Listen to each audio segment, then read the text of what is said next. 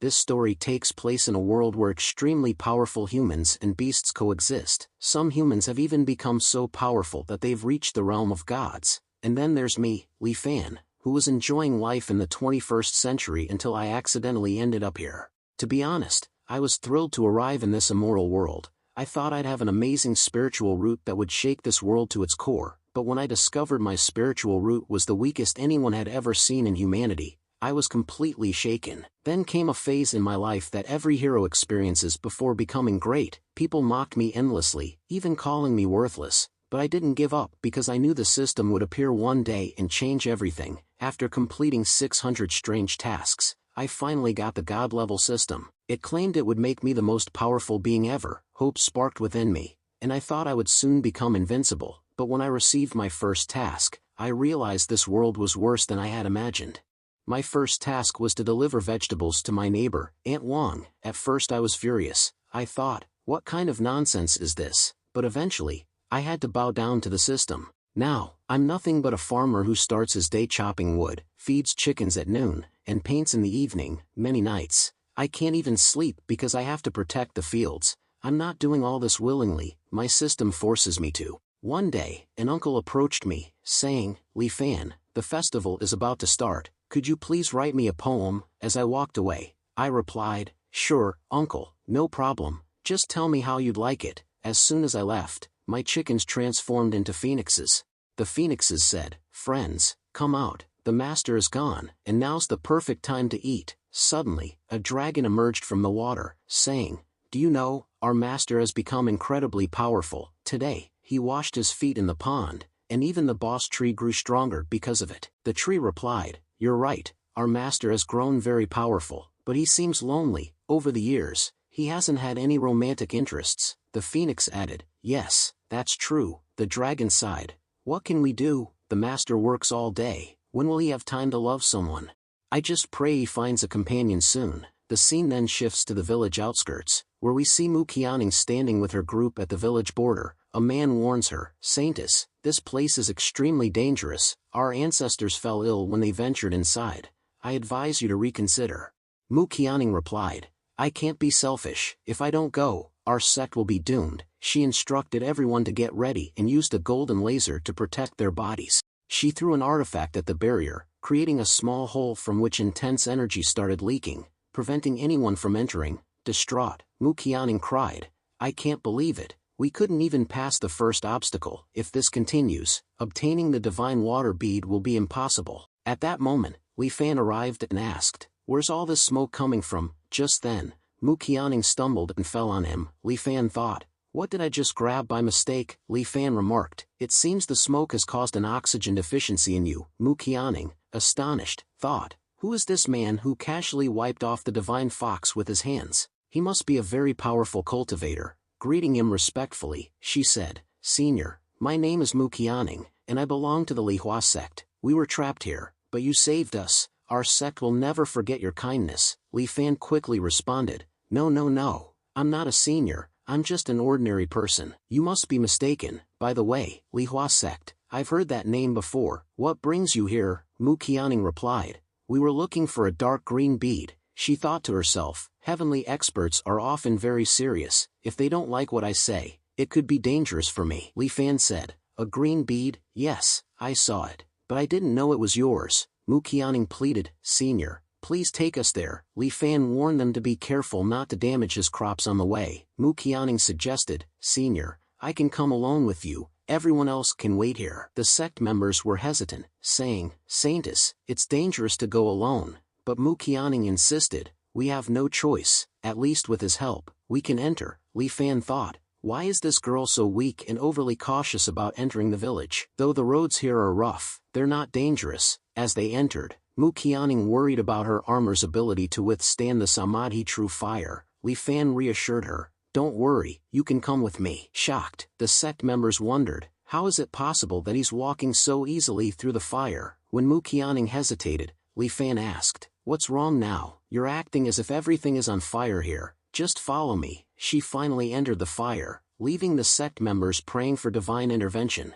Li Fan says, when I was chopping wood here, I noticed your bead. Can you check where it is? Mu Qianning thinks, the top black firewood? The senior is saying they were cutting firewood inside the forbidden forest. Truly, this master is incredibly powerful. Suddenly, Mu Qianning starts feeling faint. Li Fan asks, "What's wrong with you now?" Mu Qianning replies, "No, I'm fine. I'm just feeling a bit dizzy." Li Fan thinks, this girl is really weak. After walking just a few steps, she's fainting. He says, "Sit here for a second, I'll get you some water." Mu Qianning wonders, what kind of place is this? Sitting here itself makes me feel energized. Li Fan returns, saying, "Here, drink this water." Looking at the water, Yanning thinks, why does this water seem strange? As soon as Mu Qianning drinks it, she begins to break through levels, reaching the 9th level of the Golden Core realm in one swift move. Li Fan comments, "It seems you really like this water. If you want more, I can bring it for you." Mu Qianning, surprised, replies, No, senior, thank you very much." She thinks, if they suspect me of being greedy, they won't let me go. Li Fan then says, "Now that you've drunk the water, you can search for your bead." Mu Qianning realizes, thanks to the master's help, I can sense the bead here. She retrieves the bead and thinks, our divine water bead has its own spirit, which is why it only goes to someone strong. Li Fan hands the bead to her and says, "Here's your bead." Shocked, Mu Qianning says, "Are you really giving this to me?" Li Fan responds, "This is what you came for, isn't it? Why are you so surprised?" Bowing, Mu Qianning says, "Thank you very much, senior." Li Fan remarks, "No problem. Once you return, make sure to change your clothes. They're slightly torn here." Mu Qianning asks, "Senior, may I visit you again in the future?" Li Fan replies, "Sure, there's no problem with that." Later, Yanning reaches the town outskirts, where a sect member informs her the situation has worsened. The sect master has urgently summoned everyone because the flame sect has attacked us. In the next scene, Yushan from the Lihua sect is shown. The flame sect leader says, "Yushan, your Lihua sect won't survive. You're the only one in your sect who has reached the second layer of the Golden Core realm. How will you fight us? Surrender, it's better for you." Yushan declares, "As long as I'm alive, the Lihua sect won't be destroyed." The flame sect leader smirks and attacks Yushan, saying, "Fine then, no problem. After your death, it will be mine anyway." Suddenly, Mu Qianning intervenes, shouting, "Everyone, stop! Sect master, I've returned with the divine water bead." Yushan explains, the divine water bead is an artifact that significantly enhances power. With it, no one can destroy us. The flame sect leader questions, "How did you get this?" "As far as I know, the bead fell into the forbidden land." Mu Qianning responds, "A senior helped us, which allowed us to enter the forbidden land." The flame sect leader retorts, "Nonsense, that bead must be fake." Mu Qianning counters, "Elder Gangshuan, how can the bead be fake when my cultivation has increased so much?" Elder Gangshuan, shocked, asks, "How is this possible? You were at the second level of the Golden Core realm. How did you suddenly reach the 9th level?" Mu Qianning explains, "As I said, the senior from the Forbidden Land helped me." Elder Gangshuan dismisses her, but then stumbles and retreats, saying, "For now, I'll leave, but this doesn't mean I'm scared. When I return, none of you will be spared." Yushan remarks, "An unknown senior's help has saved our sect." Mu Qianning, inform the master to return from seclusion. We need to thank this senior immediately. Later, they reach the outskirts of Li Fan's village. The old master asks Mu Qianning, "Are you sure the senior lives here?" Mu Qianning replies, "Old master, I'm not sure about the exact house, but the senior said their village is near the mountain, and this seems like their village." Yushan comments, "You're right, Mu Qianning, the forbidden land isn't far from here, but this village doesn't seem dangerous. I only see old people here, who seem quite ordinary." The old master, surprised, notices the villagers holding top-grade artifacts. Approaching one woman, he asks, "Ma'am,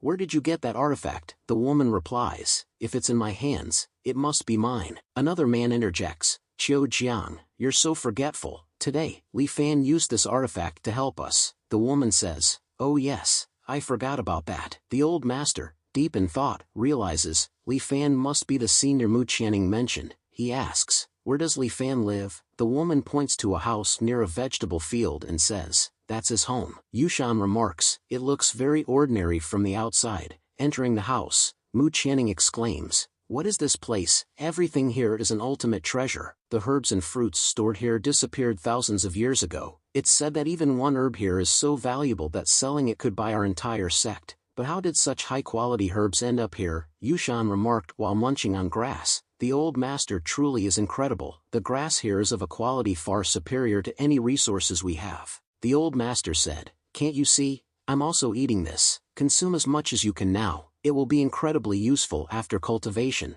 Both of them ran, saying, we should greet the senior. He might have many resources to help us. Watching them, Bahu commented, Chiu Yang, were those 3 beggars? Look, they're eating grass in someone's house. Chiu Yang replied, you're right, their clothes were filthy, they must be beggars, and look at how happy they are eating grass. But alongside those 2 old men there is such beautiful girl, Chiu Yang added, if Li Fan manages to win her over, it will be great for him. He has been living alone here for years, working in his field and getting bored. Just then, Li Fan came out and said, I have very little firewood left, and it will surely run out by tomorrow. The weather is nice today. I'll go chop some wood. Suddenly, Mu Qianning called from behind, Senior, finally, I've found you. Li Fan replied, young lady, you've returned, and this time you've brought 2 more people. Who are they? Yushan remarked, old master, it seems like entering this house was a huge mistake. This place is far too dangerous. The old master, observing the chickens, said,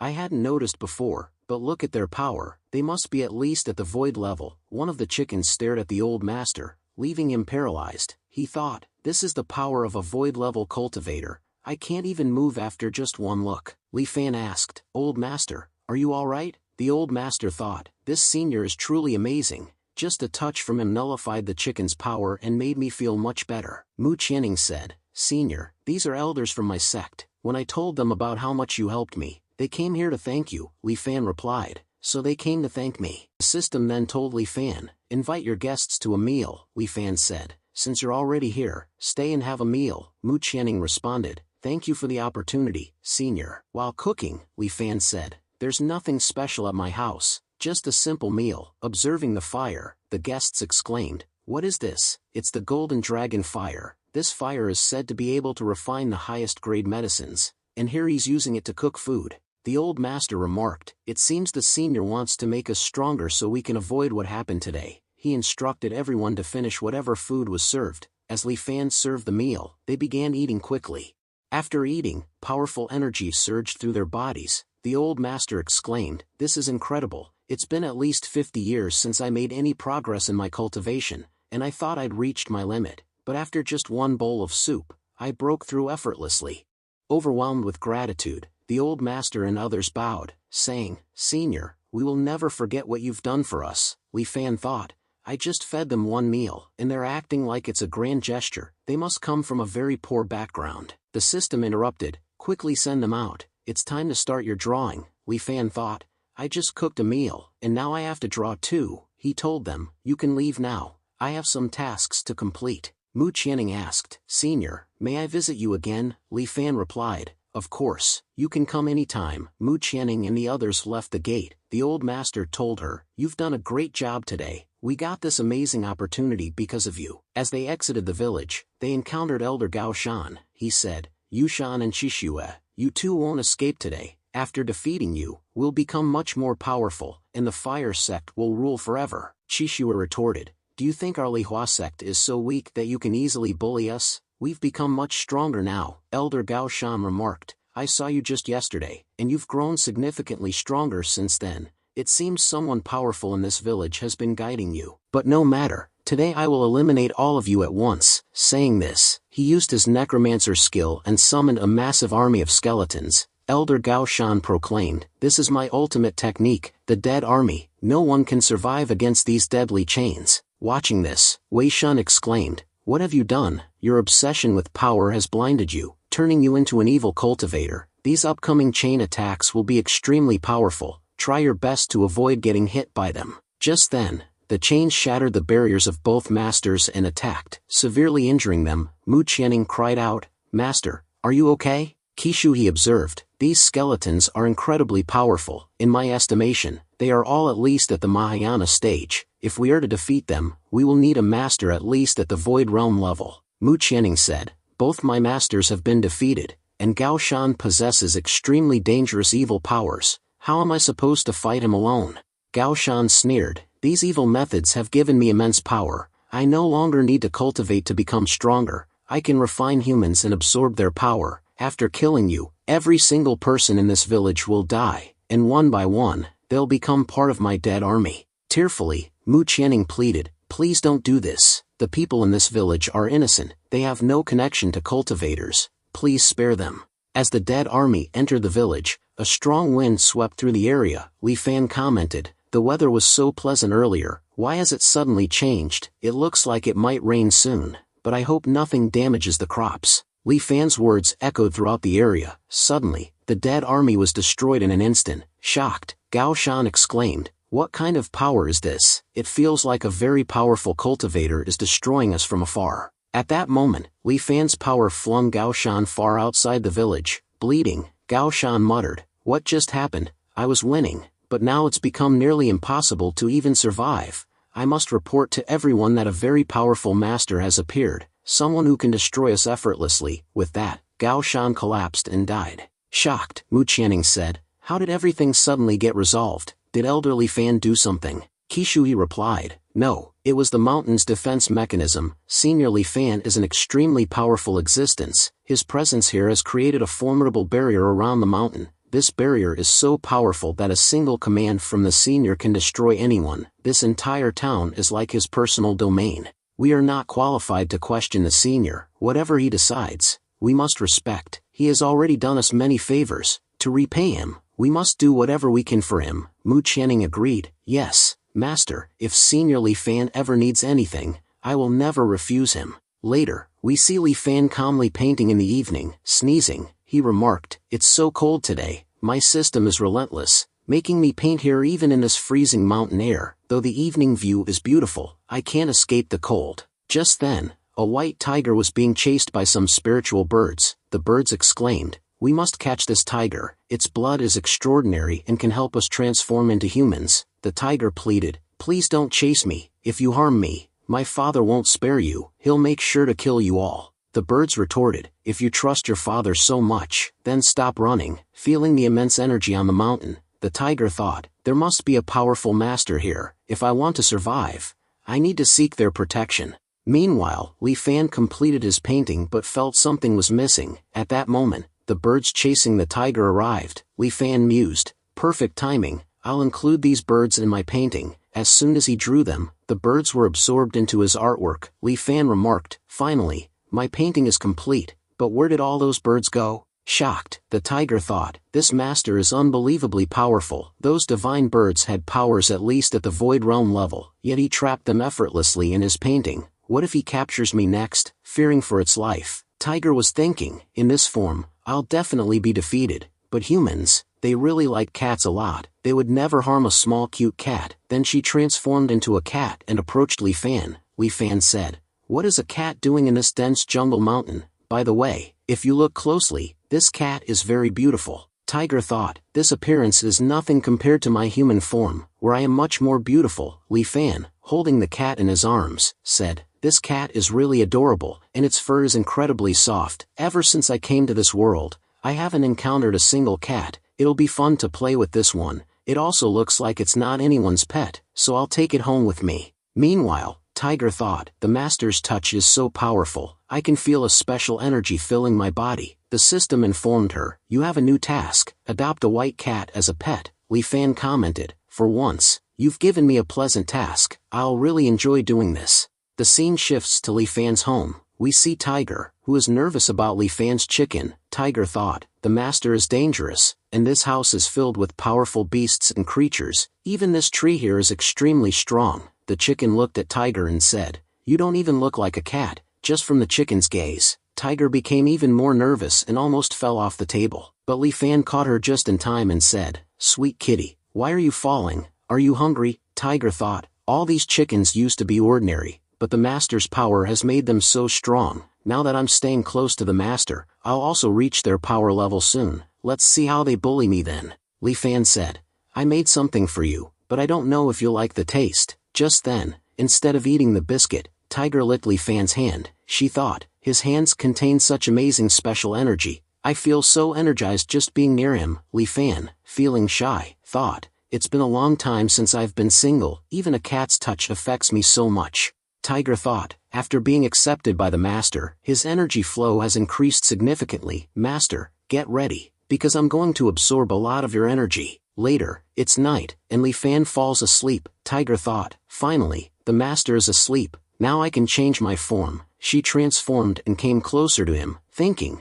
there's incredible special energy surrounding the master's body. The closer I stay, the stronger I become. She whispered, Master, wake up. Li Fan opened his eyes and thought, who is in my house? This girl must have appeared in my dreams. If only this dream were real. Tiger thought, I was right. When the master gets shy, his energy flow increases even more. If I can stay near him for just a month, I'll have pure blood and surpass everyone in my clan. Staying with the master doesn't bother me at all. Saying this, Tiger fell asleep near him. The scene shifts to the Liwa sect. Mu Qianning said, Master, is this task necessary? Qixi responded, our senior, Li Fan, is testing us. It's impossible for such a powerful master to appear casually. He's doing us a huge favor because he wants us to become strong and follow him. He continued, when Gao Shan from the Flame sect angered senior Li Fan, he didn't kill him outright. Despite his immense power, since we're working under his protection, we must eliminate the Flame sect. Hearing this, everyone grew anxious. Master, are you declaring war? A few days later, a flying boat arrived outside the Liwa sect. People whispered,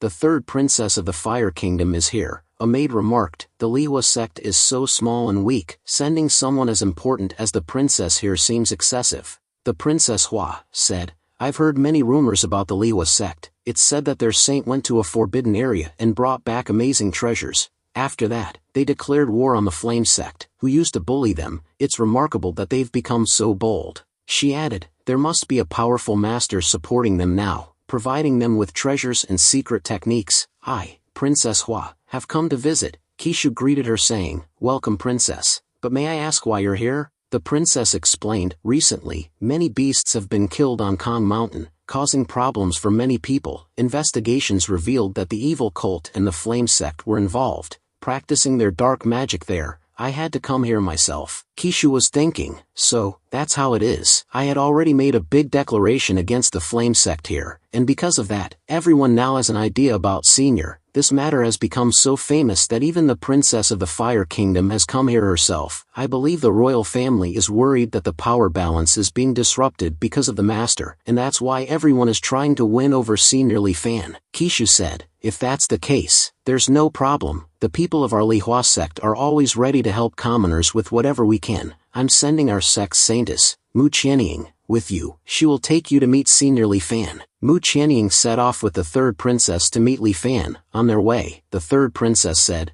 Mu Qianning, do you know what Senior likes? This is my first time meeting him, and going empty-handed doesn't seem right. Should I take some products from the Fire Empire as gifts? Mu Qianning replied, Sister Hua, it won't make a difference. Senior Li Fan has amazing artifacts. There's nothing we could offer that would impress him. Suddenly, another flying board appeared in front of theirs. The person on boat said, you cannot go further. The guards of Princess Hua responded, this is the boat of the second princess. What is she doing here? She's surely going to cause trouble for the princess. Now, we are introduced to the second princess of the Fire Kingdom, concubine Hua Xian. She demanded, Princess Hua, hand over your ring immediately. Princess Hua replied, second sister, why are you here, and why do you need my ring? Xian retorted, don't play dumb. The evil god has caused significant changes within Mount Kong, where the treasure of our Fire Kingdom was hidden. Now, due to those changes, our treasure is about to be unearthed. I need the ring to obtain it. You know the ring is useless in your possession, so just hand it over, and I'll reward you generously. Princess Hua firmly replied, the Hua ring is my mother's legacy, and I'm not giving it to you, no matter what you say. As tensions rose, the second princess's guards intervened, saying, the second princess only wants to borrow the ring for a few days. We'll return it after completing our mission. Please don't make this personal and hand over the ring. Princess Hua refused, but sensing danger, eventually said, all right, I'll give you the ring, but please, don't hurt anyone. She handed over the ring reluctantly. Saintess Long, one of the second princess's followers, sneered, you should have done this earlier. Because of you, we had to attack, and now you're scarred. Weak people like you are destined to suffer at the hands of the powerful. Mu Qianning consoled Princess Hua, promising, don't worry, Senior Li Fan is very powerful. With his help, defeating these people will be easy, and you will definitely get justice. At the Li Hua sect, we see Li Fan admiring his own painting, thinking, even though I painted this myself, I must say it turned out amazing. Completing system tasks daily has significantly improved my skills. Mu Qianying entered and said, Senior Li Fan, how are you? Li Fan greeted her and noticed Princess Hua bowing deeply. He said, there's no need to bow so much, tell me, what happened? Mu Qianying explained, Princess Hua was bullied by some bad people who even took the belongings her mother had given her. Li Fan thought to himself, this girl must have been through a lot. On her way, she encountered some wicked people who bullied her and even took her mother's legacy. The outside world is truly dangerous, just like our own world, where the weak are always oppressed. Li Fan handed over his handkerchief, saying, wipe your tears, everyone faces difficulties in life, but we shouldn't let them bring us down. The girl, wiping her tears, thank you, senior. As she pressed the handkerchief against her wound, she noticed the injury beginning to heal. Surprised, she thought, does this handkerchief have the power to heal my wounds? She then observed that her eyes, once known as fire eyes, had now upgraded to deep fire eyes, allowing her to see far more clearly. She glanced around Li Fan's house and marveled at its unique energy. Mu Qianying asked, sister, did Senior Li Fan grant you some power? The girl replied, yes, I feel as if I've been reborn. Thank you so much, Senior Li Fan. Li Fan, however, dismissed her excitement with a chuckle, saying, it's just a simple handkerchief, don't get so worked up over it. But inwardly, he pondered her reaction. It seems her life has been full of hardships. I merely gave her a handkerchief to wipe her tears, and yet she's so overjoyed. He then invited them inside, saying, you've traveled a long way, come in and rest, I'll bring something for you. Once they entered, Li Fan apologized for the mess, explaining, I've been painting continuously for 2 days, so my house is cluttered with paintings. Please wait a moment while I tidy up. The girl noticed the paintings and thought, these aren't ordinary artworks, they resemble holy artifacts. She placed her hand on one of the paintings, feeling energy surge through her body. My eyes are upgrading again, she remarked as her vision transformed into third-grade sacred flame eyes. Mu Qianying noticed the change and exclaimed, sister, you look like you've achieved something incredible. The girl replied, I've met many powerful masters in my country, but compared to Li Fan, they're nothing.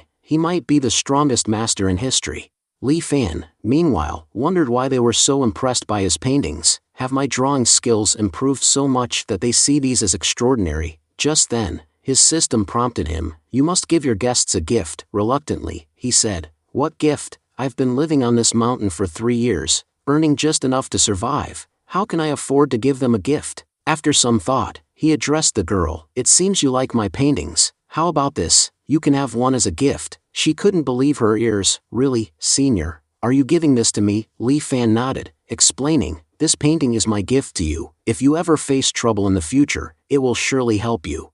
Inwardly, he thought, I'm only giving her this painting because my system told me to. These people look poor, with worn-out clothes and little to their name. At least they can sell the painting to buy food. Out loud, he advised, keep this painting with you. If you ever decide to sell it, tell the buyer it was created by a great master. They'll pay you a high price. The girl, however, was puzzled and admitted, thank you for this precious gift, senior, but I don't know how to use it. Li Fan reassured her, you don't have to do much with it. By the way, you mentioned someone took your mother's legacy. How about we try to recover it? Mu Qianying interpreted his words, saying, does this mean we need to declare war against Saint Asong? The girl seemed hesitant, noting, they're powerful, and many innocent people could be harmed if they retaliate. Just then, strong winds blew across their flying board, prompting them to look up at the sky.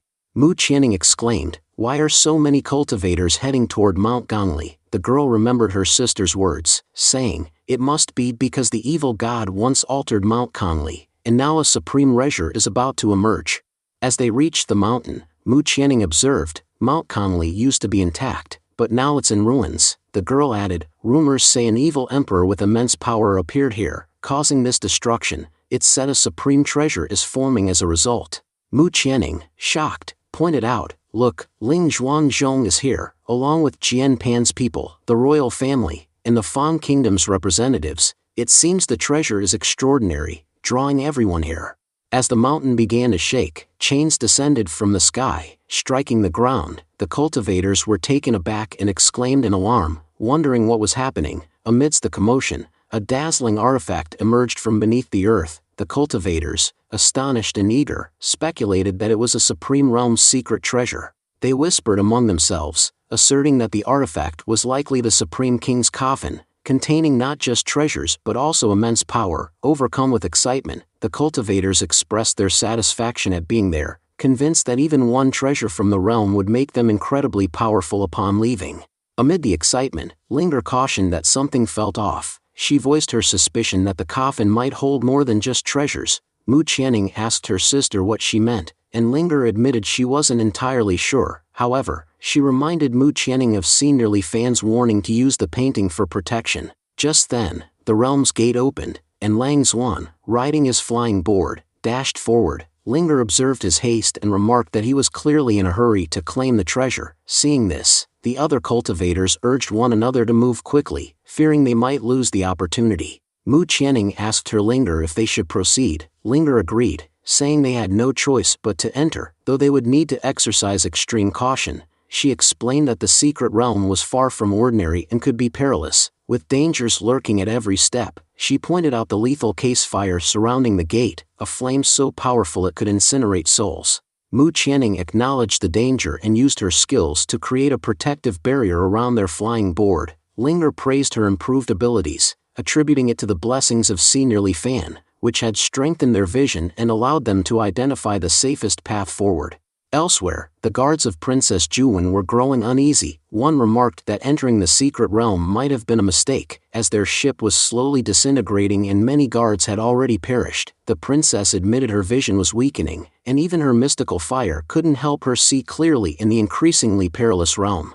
As she reached out toward what she thought was the entrance, Juwen accidentally touched a chain, causing flames to engulf her body. She cried out for help, but Lord Jek dismissed her, coldly stating that her purpose had been served. Saintess Lang concurred, expressing satisfaction at seeing Juwen suffer. As Juwen fell from the ship, she accused them of cruelty, lamenting their failure to save her. Linger, witnessing the scene, was shocked and called out for her sister. Mu Qianning cautioned her to stay away, warning that touching Juwen's body could result in her own death, as there was no way to extinguish the cage fire. At that moment, a mysterious ring began to float toward Linger. Mu Qianning recognized it as the Ring of Fire, the very artifact that had been stolen from her sister. When the ring settled onto Linger's hand, she realized its significance. She recalled Senior Li Fan's words that the ring would recognize its true owner and expressed her gratitude for his foresight. She understood now that the ring had become even more powerful, having absorbed Juwen's spiritual energy.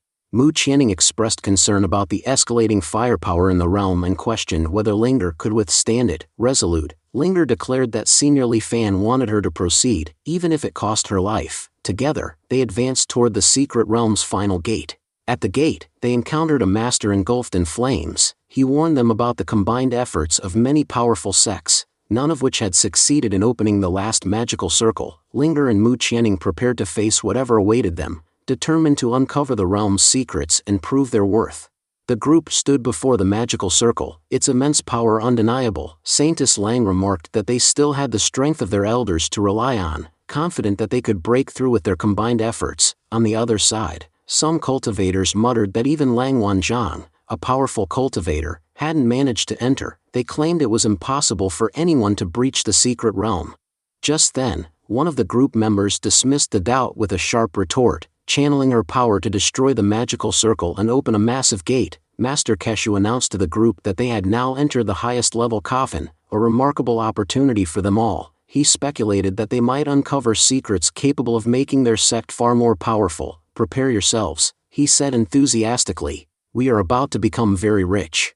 Master Juwen, however, interjected with a warning. If anyone approached the coffin, he would kill them. Keshu responded calmly, reminding everyone that they had opened the realm and thus had the right to choose their share first. Anything left behind would be for others. Juwen wasn't swayed and gave the group an ultimatum: leave or die. Saintess Lang added that if they stayed, they shouldn't later accuse her of showing no mercy. One of the cultivators, refusing to leave empty-handed after all their efforts, argued that they deserved a share of the treasures. Keshu accused the opposing group of obtaining their power by killing another cultivator and converting their energy into ice. You're ruthless, he said grimly. You didn't even spare the body of the one you killed. Saintess Lang turned to one of the princesses and remarked that, unlike her sister, she was far more capable and deserving of respect. However, she also warned her that staying here could be dangerous. Despite the warning, the princess stood her ground, declaring that Senior Li Fan had entrusted them with this opportunity. She threatened that if they were stopped, Senior Li Fan would make them pay dearly once he arrived. Suddenly, Saintess Lang lunged forward, grabbing the princess by the neck, demanding to know who this Senior Li Fan was. Even if the emperor himself were here, he couldn't stop me, she sneered. Turning to her elder, she ordered him to attack and eliminate the opposition. The elder released his power, but before he could act, a massive explosion erupted within the secret realm. Blood splattered as Saintess Lang asked in concern if the elder was all right. He assured her that he was fine, but behind him, a massive black specter appeared and began attacking with deadly force. A voice from the specter declared mockingly that what they thought was a coffin was actually the resting place of Emperor Li Hua, who was still alive. Shocked, Wu Yanning wondered aloud why someone so powerful would remain in a coffin. Keshu revealed the grim truth. Emperor Li Hua had transformed into a demon after death, now second only to the evil god in strength. He warned everyone that they had made a grave mistake and that surviving this encounter would be near impossible. Before anyone could react, the demon emperor attacked Saintess Lang, who cried out, saying she didn't want to die. From the heavens, a man named Ling Jian appeared, announcing himself as someone from the Taiho land. Saintess Lang pleaded for his help, promising him all her treasures in return. Ling Jian agreed, saying he would assist her in exchange for the riches. At this, another group member objected, claiming that the treasure wasn't Lang's to give away. As arguments broke out, Ling Jian summoned an elder from Taiho land. The elder immediately assessed the situation and stated that since the demon emperor had only recently awakened, defeating him would be easier now than ever. With confidence, the elder began his attack, wielding a powerful sword said to have been used by the last mortal emperor. However, the demon emperor quickly retaliated, burning the elder alive. Shocked, Ling Jian lamented the loss, realizing that even their strongest efforts were no match for this overwhelming power. Defeated, he suggested they surrender, admitting there was no hope of victory. People around were expressing their despair, saying that even the elders of Taiya's sect couldn't defeat the devil emperor. They lamented that no one left among them was strong enough to fight him and believed they were all doomed to die. Saintess Lang was filled with regret and said she had made a grave mistake by coming there. She thought aloud, wishing she had never arrived in the first place. She realized why everyone had lost. They lacked the power to defeat the devil emperor. Moreover, the one person who might have had that power had already guided her away. With a determined expression, she used her scroll. As the devil king observed the scroll, he thought to himself that it was indeed powerful. However, he reassured himself that years of cultivation wouldn't allow him to lose so easily. Just then, the scroll absorbed the devil emperor, leaving everyone in shock. They wondered aloud where the devil emperor had disappeared to since he had been standing there just moments ago. Mu Qianning turned to Saintess Lang and said with admiration that her sister had done it and saved everyone. At that moment, an elderly master stepped forward and introduced himself as a member of the royal Fang family. He expressed his gratitude to the goddess for saving everyone. Taiyan Holyland's Lingyan also came forward and thanked the goddess, promising that her favor would never be forgotten. Saintess Lang, however, was deep in thought, realizing that everyone believed her to be a goddess due to Senior Li Fan's intervention. Nervously, she pondered the power of the scroll, which had managed to absorb the devil emperor in an instant. She acknowledged that the girl wielding it was incredibly powerful and feared for herself. Remembering the slap she had given her earlier, she worried that this might be the end of her. Saintess Lang approached the goddess, begging for forgiveness and pleading for the lives of herself and her sect. The goddess sternly reminded her of the slap, saying she might have forgiven that offense. However, the greater sin, she emphasized, was the disrespect shown to Senior Li Fan, and that was something she could never forgive. She declared that Saintess Lang and her sect would be given a chance to live, but only if they destroyed their cultivation and left immediately. Saintess Lang reluctantly agreed, thinking that losing cultivation was better than losing her life. She destroyed her medians permanently and expressed her gratitude to the goddess for sparing her life. Mu Qianning then drew everyone's attention to a coffin, pointing out a treasure artifact inside. Master Keshu excitedly exclaimed that it was a supreme magical weapon made from at least 10,000-year-old wood. He added that anyone possessing such a weapon could easily rule their country. He also reflected aloud that this was why Senior Li Fan had chosen to help them. Mu Qianning agreed, Mentioning that Senior Li Fan had given them a mission, which they had successfully completed, she announced that it was now time to return to him. They believed that Li Fan would unleash the full power of the artifact upon their return. The scene shifted to the Imperial Palace, where the Emperor was reading about the events that had occurred on Kong Mountain. A woman reported to him that Kanku Baijun had been killed and that the culprit was none other than the goddess herself. She urged the Emperor to seek revenge. Furious, the Emperor shouted at her to hold her tongue, stating that he wouldn't risk his life unnecessarily. He explained that the goddess was supported by an immensely powerful existence, and confronting her would mean certain death for him. The red-haired woman then asked what they should do. The Emperor replied that there was only one option left. He instructed her to deliver an imperial decree to the princess and announced that the country's empress would now be the goddess herself, hoping this would placate her wrath. The scene shifted again to Li Fan, who was approached by a woman expressing gratitude for the painting he had gifted her. She revealed that she had completed the task for which he had given her the painting and brought back an item. She offered to return the painting as a token of appreciation. Li Fan dismissed the gesture, saying the painting was a gift and didn't need to be returned. However, his attention was caught by the firewood block in her hands. He expressed interest in it, admiring its shape and declaring it extraordinary. He contemplated using the firewood to craft something remarkable. Considering his carving skills exceptional, he reasoned that if he created something valuable, it could be sold to provide for the impoverished group that came to him with high hopes. He resolved not to send them back empty-handed. Mu Qianning silently admired Li Fan's extraordinary abilities, noting how he had been examining the artifact with great focus. She was certain he would create something amazing. Keshu Hui, another observer, thought about Li Fan's legendary reputation as a master who even used samadhi fire for cooking and was eager to see how he would use the artifact. Li Fan then asked the group if they knew anything about carving, stating that he would use his skills to help them. As he began to carve the block, he muttered to himself about his seemingly inferior system but maintained his determination to create something magnificent. He explained that the carving knife provided by his system was so precise that it allowed him to cut through any material effortlessly, including the supreme null artifact block he was currently working on. Veshan, astonished, commented that the carving knife Li Fan used must be extraordinary since the artifact, considered unbreakable, was being shaped with such ease. Kishu Hai added that no artifact in existence could match the brilliance of Li Fan's tools. Meanwhile, Mu Qianning thought to herself that being in the presence of Master Li Fan was the most incredible feeling in the world. Veshan, moved to tears, said that Senior Li Fan had been tirelessly working on the block, which meant they were likely to witness an artifact of immortal level power soon. He expressed that even if he were to die after seeing such a masterpiece, he would have no regrets. Upon finishing the artifact, Li Fan examined the block and concluded that it had turned out exceptionally well. He handed it over, saying it was now ready for them to take. Overwhelmed, one of the group exclaimed with gratitude, "Is this for me, Senior? Thank you so much for this treasure." Li Fan smiled and replied that he had also crafted a few small items for them using the leftover firewood. He hoped they would find them useful. One of them, nearly in tears, expressed heartfelt thanks, saying they could never repay him for his kindness. Kishu Hai remarked how everyone knew that Li Fan's artifacts were unparalleled in aiding cultivation by keeping the mind clear, ensuring their future progress.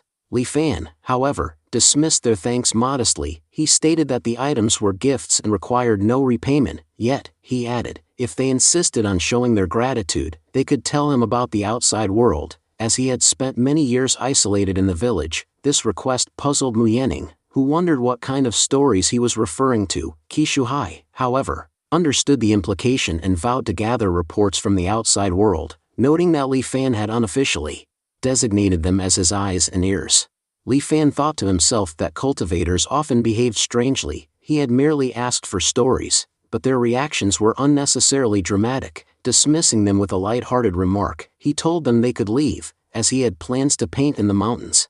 Reflecting on his purpose, Li Fan realized that since arriving in this world, he had found new meaning in helping the less fortunate. He resolved to ensure that no one went hungry as long as he was there to help.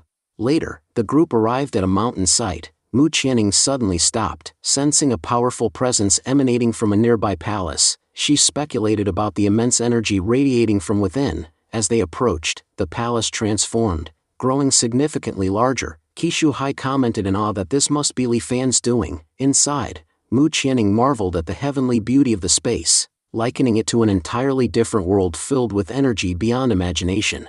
Kishuhai explained that very few objects in the world had the ability to change their size, referencing a legendary god named Sun Wukong who possessed a staff with similar properties. He concluded that the artifact Li Fan gifted them was nothing short of miraculous. Everyone agreed that cultivating in this space would lead to rapid and immense growth in their abilities.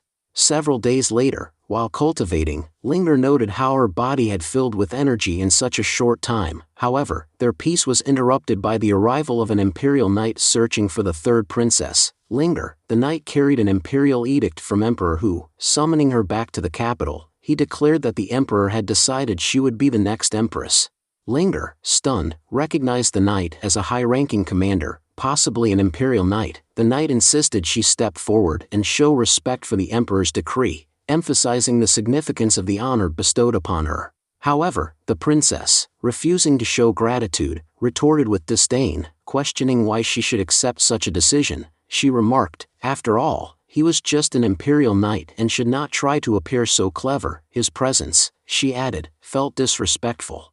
The knight admitted that she was born into a prominent family with a noble status but pointed out that the Hu kingdom had never truly given her the respect she deserved. He insinuated that her current strength was not entirely her own but rather owed to the support of a powerful figure. He claimed that if this master were removed, she might find herself pleading with the royal family for scraps. Despite her dismissive words, he declared himself a powerful cultivator in the Void Realm, capable of defeating anyone. He concluded that even her father, the emperor, had never addressed him in such a tone. Mu Qianning, observing the exchange, laughed, mocking the knight's arrogance. Linger joined in, teasing how the knight seemed to consider himself above their level. The knight, puzzled by their casual demeanor, questioned why they behaved so strangely. Suddenly, one of the women teleported behind him, startling him. She taunted him, asking for his thoughts on her skills now. Before he could react, she broke his spear with ease and neutralized him. After eliminating the threat, the princess retrieved the emperor's decree. She revealed that she had remained silent for years because she was too weak to act. Now, however, the time had come to avenge her mother, who had been killed without reason. Determined, she vowed to eliminate all those responsible. Mu Qianning expressed amazement at her sister's newfound strength. Marveling at how easily she had defeated the imperial knight, the princess warned them about the cunning nature of the emperor, describing him as deceitful and manipulative. She suspected the decree, offering her the position of empress, concealed a more sinister plot. To counter his schemes, she proposed taking action before he could act against them. She believed this was the perfect opportunity to eliminate him. Kishu agreed, echoing her sentiments. He suggested that once the emperor was defeated, power could be entrusted to Li Fan, who he believed would govern justly. Mu Qianning affirmed her sister's plan, pledging their full support. The princess silently resolved to rely on Li Fan's backing, confident she wouldn't fail with his support.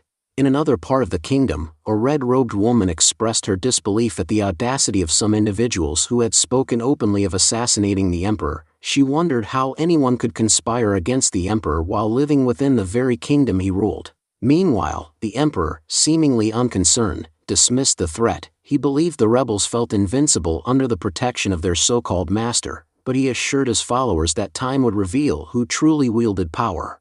A week later, the emperor, appearing tense, inquired about the responses from various sects and clans he had approached for assistance. His butler regretfully informed him that all had declined to send cultivators to support him. Moreover, several letters indicated that half of the imperial knights had resigned, unwilling to serve even under us.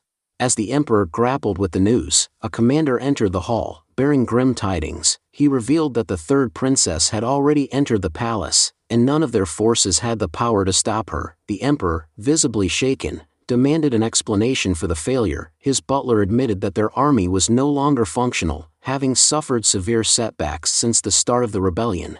The red-robed woman urged the emperor to act swiftly and decisively. She acknowledged that the princess might be supported by a formidable master but reminded the emperor of his own strength as a cultivator in the Mahayana stage. She insisted they could still use the palace's defenses to gain the upper hand.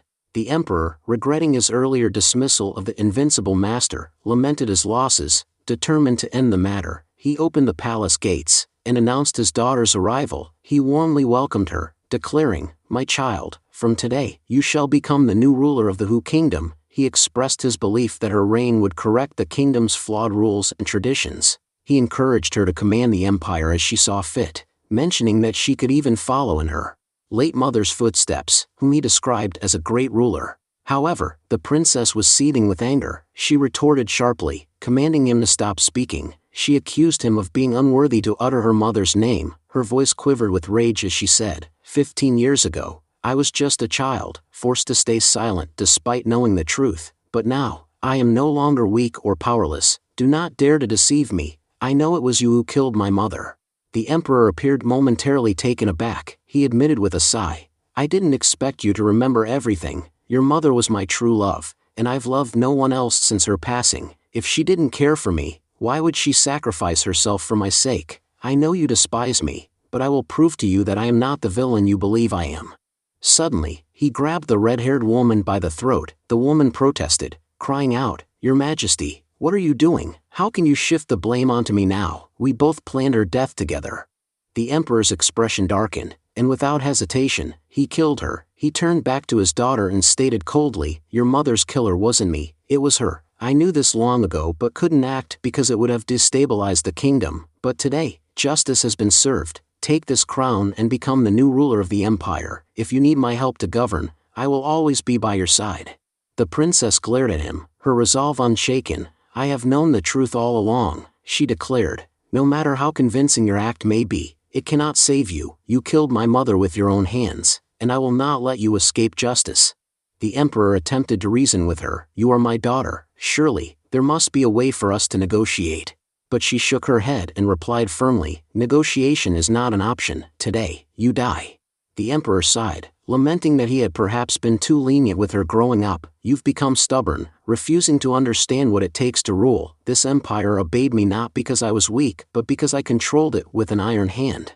As he spoke, the ground beneath them began to shake. He smirked and revealed, Beneath this land lies the vein of earth fire, cultivated over generations by our ancestors. Many have called me cruel, claiming I caused unnecessary wars and deaths, but they never understood. I was strengthening the vein of fire. Now, it is so powerful that I have become more than mortal. I am a true fire dragon. The emperor's fiery aura intensified, and he mocked her reliance on a mysterious, powerful master. Summon him now, he said, and let us see who is truly the most powerful. The princess, undeterred, brought forth the heavenly palace from her side. The emperor, now fully transformed into a fire dragon, lunged at her. However, the heavenly palace expanded, growing in size and crashing down on the dragon. The force of the impact severed one of the emperor's arms. Shocked, the emperor gasped, Impossible, my vein of fire is unmatched. How do you have a magical weapon powerful enough to withstand it? The princess declared, This empire needs change, and that begins with ridding it of a tyrant. With those words, she struck the final blow, killing her father. Lifting the crown, she spoke softly, as though addressing her late mother, Mother, I have reclaimed your throne and avenged your death. The ones who wronged you are no more. With her enemies vanquished, she ascended the throne, ready to bring a new era to the Hu kingdom. A week later, a new scene unfolded, showing a man making an announcement. He revealed that Hongwan of Taiyan Holy Land and Elder Ming of Jiang Holy Land had arrived. Someone remarked that the two masters of Holland were now present. Elder Hongwan introduced himself, stating he was representing Taiyan Holy Land and had come to collaborate with the Empress. He expressed hope for a faithful partnership. Elder Ming then introduced himself, explaining that he came from Jiang Holland with aspirations for mutual progress and unity. Elder Hongwan addressed the Empress with urgency, stating they had come for a crucial matter. He explained their intent to meet the seniors who had gifted her the painting and artifacts. Though their approach might seem arrogant, he insisted it was necessary for everyone's survival.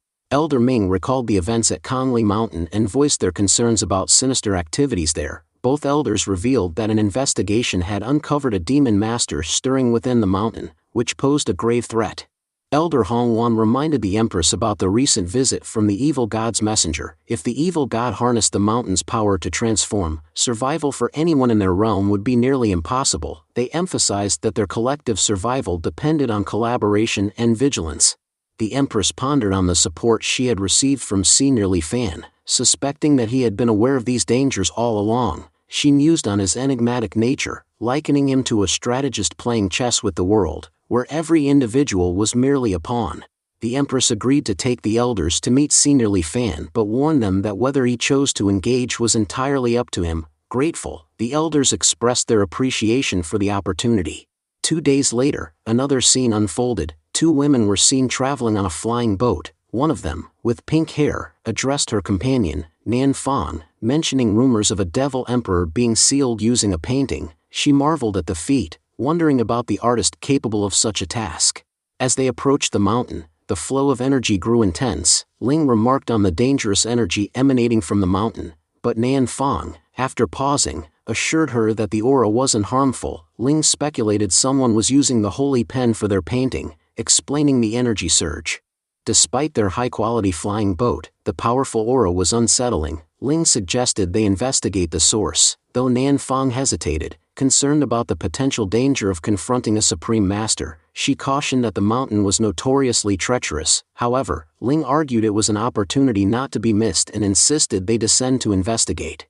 At the mountain, Senior Li Fan sat calmly, engrossed in his painting, observing him from a distance. The women were awestruck by his skill, noting his paintings surpassed even those of their ancestors. As he added his signature to the artwork, a tiger in the painting seemed to come alive, placing its paw on the canvas. Li Fan admired the tiger's touch, humorously remarking on its intelligence. Noticing the women, Li Fan speculated they might have been drawn to his painting. Approaching them, he asked who they were. Nervously, the women introduced themselves as Nan Fang and Ling, explaining they were passing by and were captivated by his exceptional painting skills. Li Fan guessed they were art students and mused on how his system had transformed him into a master painter, though it had not been as kind regarding cultivation. Ling requested permission to view the painting up close, prompting Nan Fang to chide her for her boldness. Nan Fang apologized on Ling's behalf, but Li Fan reassured them it was unnecessary to ask for permission to view a mere painting. When Nan Fang approached the painting, she was overwhelmed by the energy emanating from it, which instantly elevated her cultivation level. She praised the master's blessing and artistry, concluding that only someone who had experienced the depths of the mountain could create such a masterpiece. Li Fan, observing their amazement, assumed they had become his admirers. However, he grew concerned for their safety. Noting they did not belong to the mountain, he warned them about the dangers of lingering there at night and invited them to his home for shelter. Overjoyed, Ling eagerly accepted, asking if they could truly follow him. The scene progresses as we see dangerous lightning striking over the village. In the clouds, a demon declares, "We are messengers sent by the evil god, and we must eliminate any obstacles in his path." The setting looks like a foreboding place, but it doesn't seem to have a proper road leading in. Another messenger questions, "Then why are we waiting? We should destroy them now. Besides, there are no cultivators in these villages, making it easy to kill them." However, as they descend to the ground, they feel immense pressure. The first messenger remarks, "The spiritual field here is extremely powerful, even as messengers of the evil god. Walking here is proving to be challenging." The second one adds, "I've stood near the evil god, but even his presence didn't create as much pressure as this place does." Moving further, the first messenger collapses and says, "We are supreme beings, yet we can't enter this area. We only need to clear this small zone, and then we'll get into the village." From afar, it looked normal, but the closer we get, the more dangerous it becomes. Something extremely powerful resides here, and it could pose a threat even to the evil god. We must identify who or what it is and report to him. The messengers then use a blood sacrifice to amplify their strength and move forward. A demon asserts, "It doesn't matter if we have to sacrifice years of cultivation. We will face this entity today." But as they approach the village gates, they collide with a barrier, reducing their bodies to skeletons. The scene shifts to some elders flying toward the village. Elder Hong remarks, "Using my mirror, I can sense beings about 1,000 miles away. Their power suggests they're messengers of the evil god, likely heading towards the senior." Elder Ming warns, "Messengers are very powerful. Even though the senior is strong, a sneak attack could prove dangerous. We must hurry to warn them." Hong regrets, "We've delayed too long. I sense their fight may have already started. There are 2 messengers, both more powerful than us. Let's hope our senior survives so we can assist." As they arrive near the city gate, Hong says, "My magical mirror shows that the messengers fought someone here, causing massive destruction, yet now I sense nothing." Upon landing, they notice the skeletons of the messengers. Elder Hong observes, "These are demon ashes. The 2 demon generals must be dead." Channing inquires about the significance of demon ashes. Another replies, when a demon general dies, a special bone or ash is left behind, indicating their demise. It seems they couldn't even enter the village and were killed outside. Ming reflects, the strength of our senior surpasses ours significantly, even killing immortal demons seems easy for them. Hong reassures, given our senior's power, we no longer need to worry about the evil god. Ming ponders, our Holy Land's supreme beings find it difficult to reach the level of immortals or fight them. At that moment, Li Fan appeared, with an excited expression. He addressed Mu Qianning, what are you doing here? Mu Qianning and Linger immediately stepped forward, bowing respectfully, Senior, how are you? Li Fan responded casually, you don't need to impress me so much. I told you, there's no need for such formality. Hong Xian, observing the scene, look, the senior, the group had just returned from outside. It doesn't seem like there was any fight here. What do you mean by this? Elder Ming replied thoughtfully. Are you suggesting that those at demons didn't even confront the senior? Then how did demons end up dead right in front of the senior's house? At this, Li Fan's demeanor shifted, and he snapped, who did this again? With a sigh, he began tidying up the area, muttering under his breath, I clean this place regularly, but I have no idea who keeps throwing garbage here. Is it really okay to throw garbage outside someone's house? Both elders exchanged glances, their expressions reflecting a mix of confusion and realization, as they observed Li Fan's actions. One of them murmured to the other, is he really referring to the demon general Yaksha bones as garbage? Interrupting their thoughts, Hong Wan stepped forward and greeted Li Fan respectfully, Senior, my name is Hong Wan, I have come from Taiyan Holy Land, and I offer you my respect. Elder Ming followed suit, introducing himself, Senior, I am Elder Ming from Jiang Holy Land. I too extend my respect to you. Li Fan, taken aback by their formalities, looked at them skeptically, do you need something from me? Meanwhile, Nan Fang observed the two elders and thought, both of them are from Holy Land, what brings them here? Breaking the silence, Elder Ming remarked with admiration, Senior, the picture of the sun you created, it's truly beautiful. The painting was extraordinary, and by now, everyone in the country knew about the famous painting. After seeing that picture, we realized we had to meet you. Today, we've finally gotten the chance. Li Fan raised an eyebrow, his tone skeptical. What are you talking about? Are people praising my painting? As Li Fan observed them, a thought crossed his mind. He seems clever. Complimenting my work must be a tactic to win me over. The painting must have been put up for auction. That's likely why it's gained fame so quickly. Perhaps they've come to buy more paintings from me. Deciding to shift the conversation, Li Fan said, why are you all standing outside? Let's go inside and talk. Hong Xian hesitated and replied nervously, Senior Li Fan, please, you go ahead first. We don't have the courage to lead the way. Perhaps you can help us follow. Li Fan frowned slightly, thinking to himself, why are they acting so strangely? As they stepped inside, Li Fan remarked casually, the wind seems unusually strong today. I'll need to be cautious. Hearing this, both Hong Xian and Elder Ming exchanged anxious glances. Is the senior warning us about something we can't comprehend? They wondered silently. The moment they entered the house, their unease deepened. They were met with an ominous atmosphere, and dangerous-looking objects were scattered around. Hong Xian's thoughts raced. This place feels so perilous. It's fortunate we followed Senior Li Fan. Had we entered alone, we wouldn't have stood a chance. We'd have been killed for sure.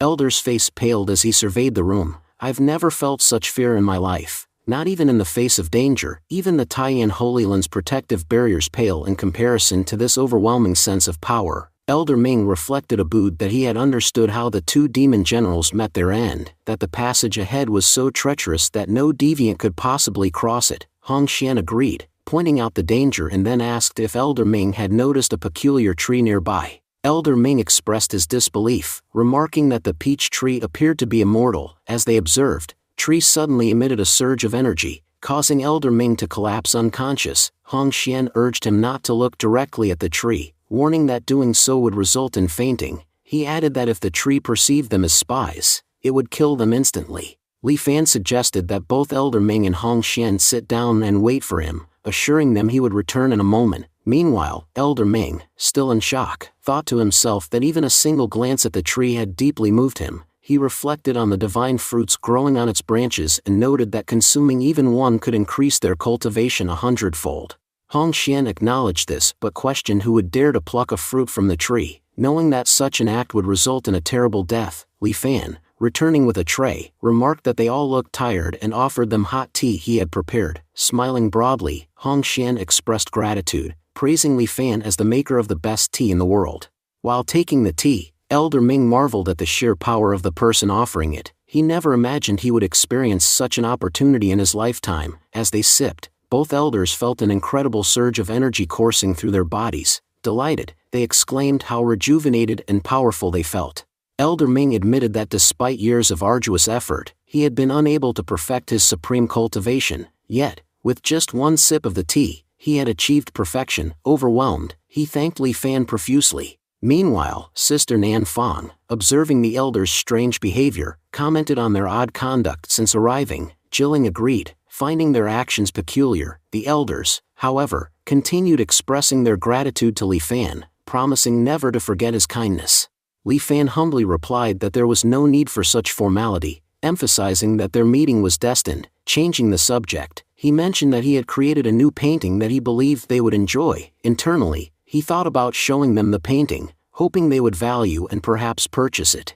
When Li Fan unveiled his painting, it radiated an extraordinary energy that left everyone astonished. Elder Ming fell to his knees, proclaiming that the artwork depicted the entirety of Kanglan Mountain. Hong Xian questioned how such a feat was possible, noting the immense danger within Kang Mountain. The elders were amazed at the painting's detail and its invaluable nature. Elder Ming, deep in thought, realized that Li Fan must have foreseen their arrival and prepared the artwork in advance. He was further impressed, noting that no one had ever returned alive from Kang Mountain, let alone created such a masterpiece without first-hand experience. Li Fan silently observed their expressions, concluding that they were greatly impressed. He anticipated earning a substantial sum but decided not to bring up money, hoping they would make a generous offer themselves. Standing among them, Li Fan casually asked what they wanted.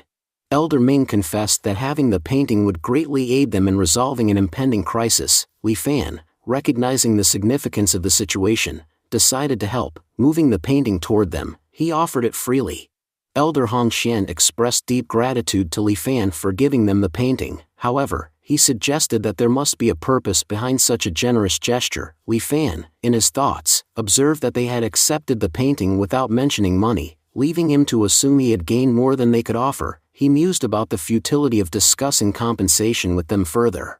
Breaking his silence, Li Fan clarified that he always maintained clarity in his dealings. If he gave something, he expected something in return. Elder Ming, puzzled by the statement, tried to discern Li Fan's meaning. Hong Xian speculated that Li Fan might be referring to karma.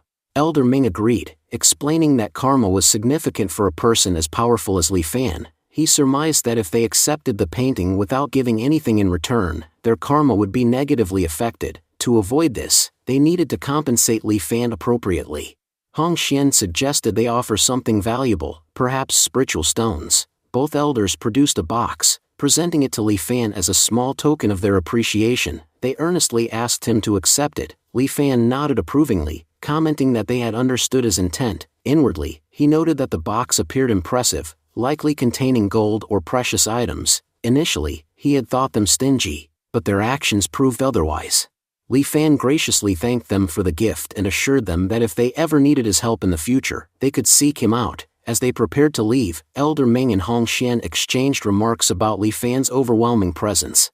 Hong Xian admitted that merely standing before him had left him drenched in sweat. Elder Ming reflected that they had underestimated Li Fan, realizing he was far beyond their understanding. More than an immortal, he pointed out the extraordinary tree near Li Fan, which appeared mortal yet held immense power of a mortal realm.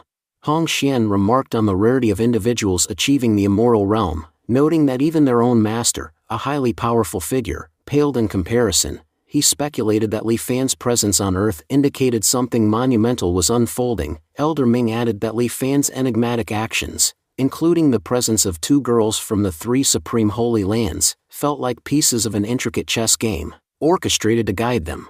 The scene shifted to Linger reporting to Li Fan. She thanked him for providing a platform that had allowed them to establish themselves within the Hua Empire. Li Fan, observing her confidence, deduced that she had sold his painting at an impressive price, possibly even opening a shop with the profits. She continued to report their success, prompting Li Fan to encourage them to work hard and persevere. He emphasized that those who faced challenges fearlessly often found greater success in life. the subordinate silently admired Li Fan's wisdom, feeling inspired by his words. Later, Mu Qianning approached Li Fan with a question. She expressed concern that Elder Ming and Hong Xian, armed with the painting, could use it to achieve significant power. She wondered if that would have any repercussions on their own position.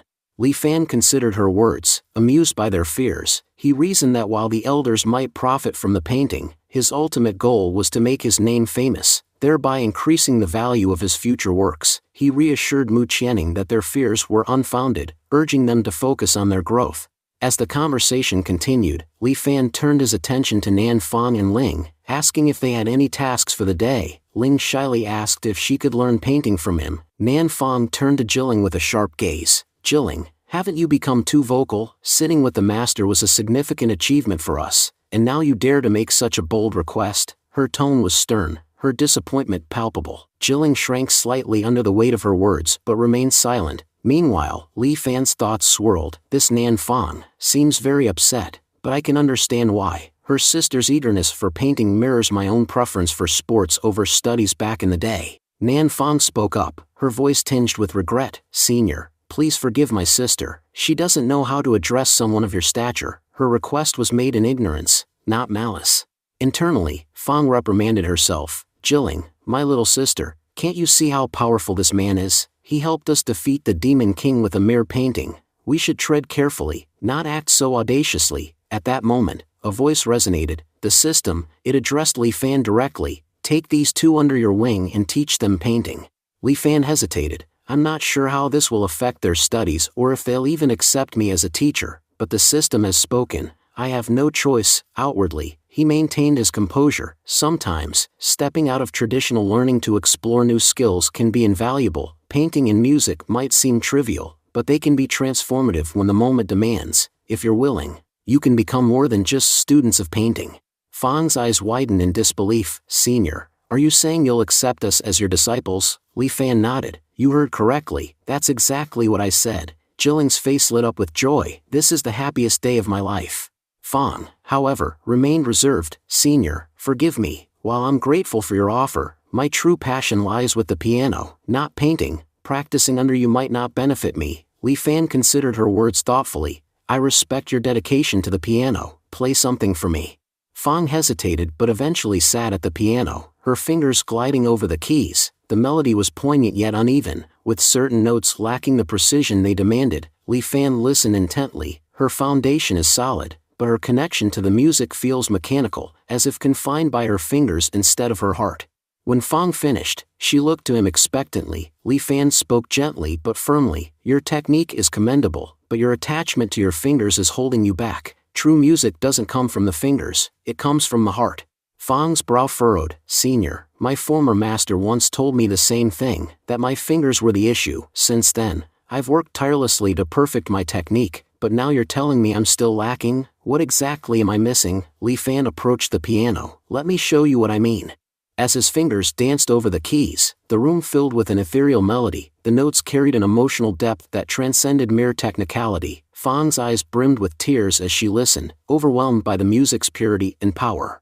Fang's voice trembled. This music stirs something deep within me. If I were to die after hearing this, I would have no regrets. Li Fan smiled softly. Now that you've seen what's possible, will you reconsider becoming my disciple? Both Fang and Jilling knelt before him, bowing deeply. Master, we humbly greet you.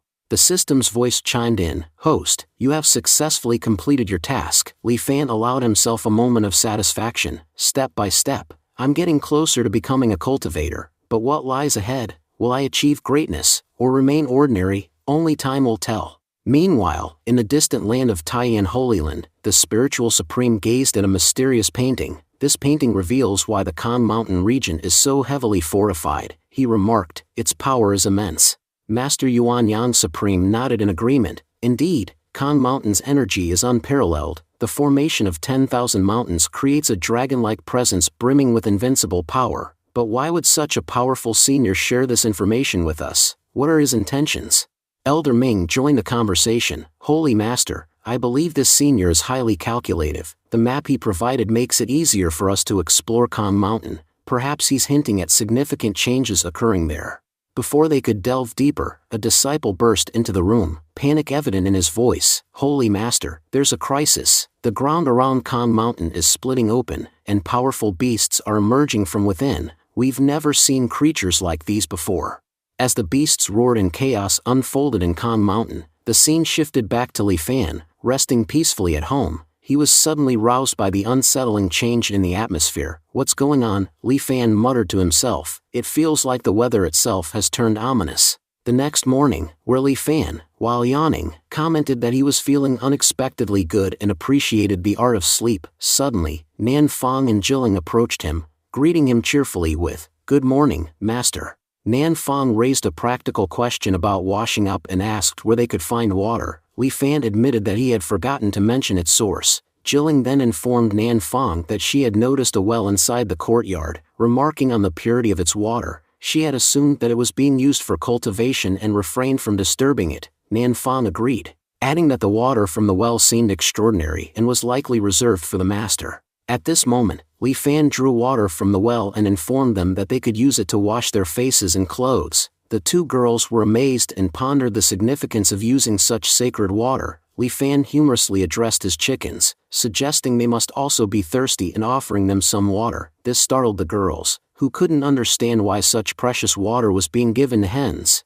Jilling then asked Nan Fong if she had overheard the master mentioning his plan to cut firewood. She speculated that the task might involve dangerous wood. While washing her face, Nan Fong remarked on how refreshed she felt and even noted an improvement in her skin's texture. Jilling agreed, jokingly suggesting that she could drink the water if it had such remarkable effects. Nan Fong advised against being greedy, reminding her that their master's lifestyle was vastly different from their own and that they should not create additional burdens for him. Li Fan reminded them not to waste water and instructed them to pour the leftover water into the vegetable field. Jilling expressed her curiosity about the master's choice to grow vegetables, wondering if such a powerful individual typically engaged in such activities. As they neared the vegetable field, Jilling realized that the plants were not ordinary vegetables but rare and expensive medicinal herbs, likely worth millions. She concluded that the holy water was essential for their cultivation. Later, Li Fan served breakfast to the girls. Noting their hard work that morning, he prepared rice and vegetables for them. Though there were no eggs in the meal, Jilling, looking at the food, remarked that it seemed like a dream. She recognized the ingredients as top-grade medicinal herbs, which they would not have access to even after a lifetime of effort. Li Fan encouraged them to eat before the food got cold. Grateful for the meal, Nan Fong pledged not to waste even a single grain.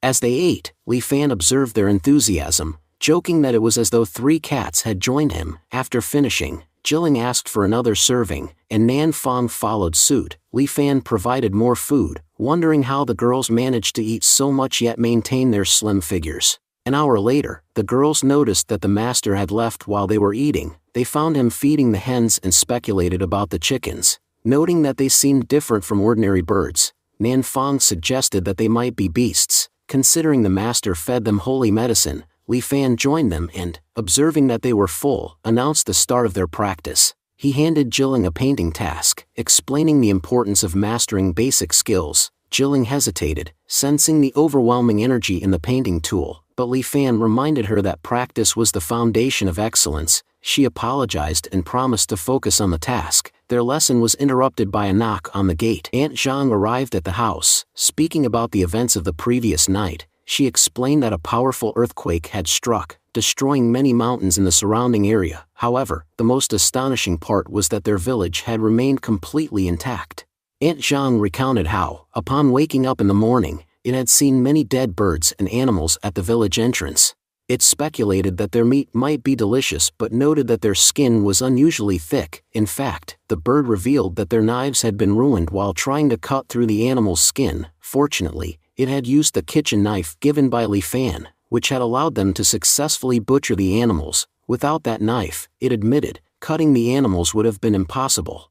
Meanwhile, Nan Fong and Jilling, feeling uneasy, wondered whether the earthquake had affected their area as well. They speculated that the discussion might be related to Kong Mountain. The scene then shifted to another group, where a man informed Brother Timing that Kong Mountain was on the verge of opening completely. He emphasized that their ancestors had left a great deal of greenery inside, which, once revealed, could yield an abundance of resources.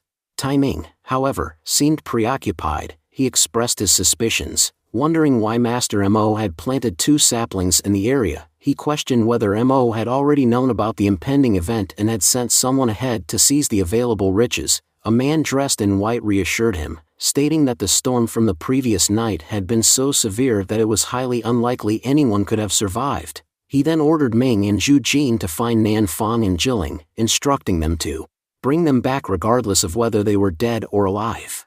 The focus then returned to Li Fan, who stood near Tortoise's lifeless body. Jilling, shocked by the devastation, questioned what had happened. She speculated that the gods might have been angered, as destruction of such magnitude could only be attributed to divine wrath. Nan Fang agreed, acknowledging the severity of the disaster. She noted that they were fortunate to have been in the master's village, otherwise, their fate might have been grim.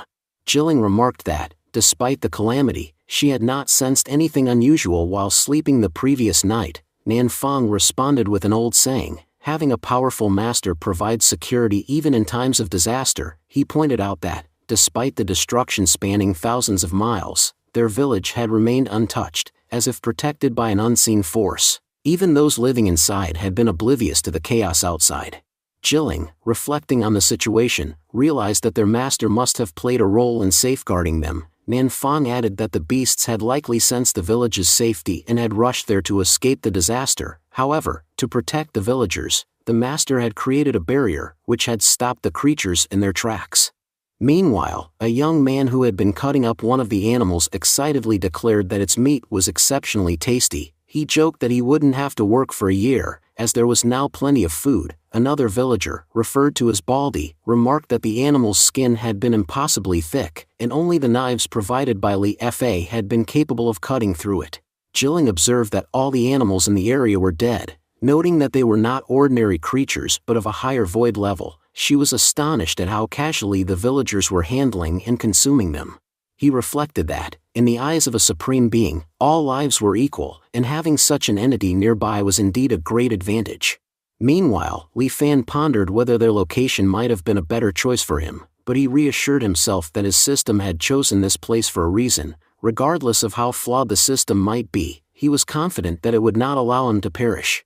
At that moment, an elderly man approached Li Fan. Addressing him with respect, he asked why Li Fan thought such an event had occurred. Li Fan reassured him, telling him not to worry, as everything would eventually be fine. The most important thing, he emphasized, was that everyone had survived. Hearing these words, Nan Fang and Jilling exchanged glances, realizing that if the master had confidently stated that they were safe, it must mean he had taken precautions to ensure their protection.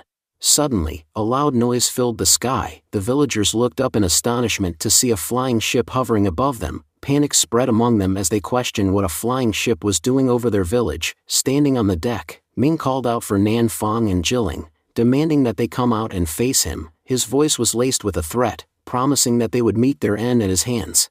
Nan Fang, recognizing the imminent danger, quickly alerted Jilling to their presence. Jilling, realizing that they were surrounded, felt a surge of fear. Nan Fang turned to Li Fan, explaining their predicament. He revealed that they were disciples of the 3 Holy Lands and that their previous masters had been falsely accused. Their master had warned them to escape before they became entangled in the conflict, which was why they had come to Kongli Mountain seeking aid. Li Fan, still unfamiliar with their affiliations, questioned the meaning of the 3 Holy Lands. Nan Fang explained that in their homeland, their patriarch excelled in 3 specific disciplines: music, calligraphy, and painting. Because of these traditions, every child in their land was trained in these 3 arts, which was why the region was called the 3 Holy Lands. At the same time, Li Fan wondered why the students of a literary arts school appeared so angry. They were shouting without reason. He thought to himself that he would have to demonstrate his scholarly prowess. Having endured 3 years of rigorous study, he could not afford to lose to these young students. As they advanced, Ming declared that they would soon capture Jilling and Nan Fang. Zhu Jian pointed out the magnificent beasts surrounding the ball and excitedly mentioned that, after capturing Jilling and Nan Fang, they would place the beasts in the upper story, believing it would greatly benefit their cultivation.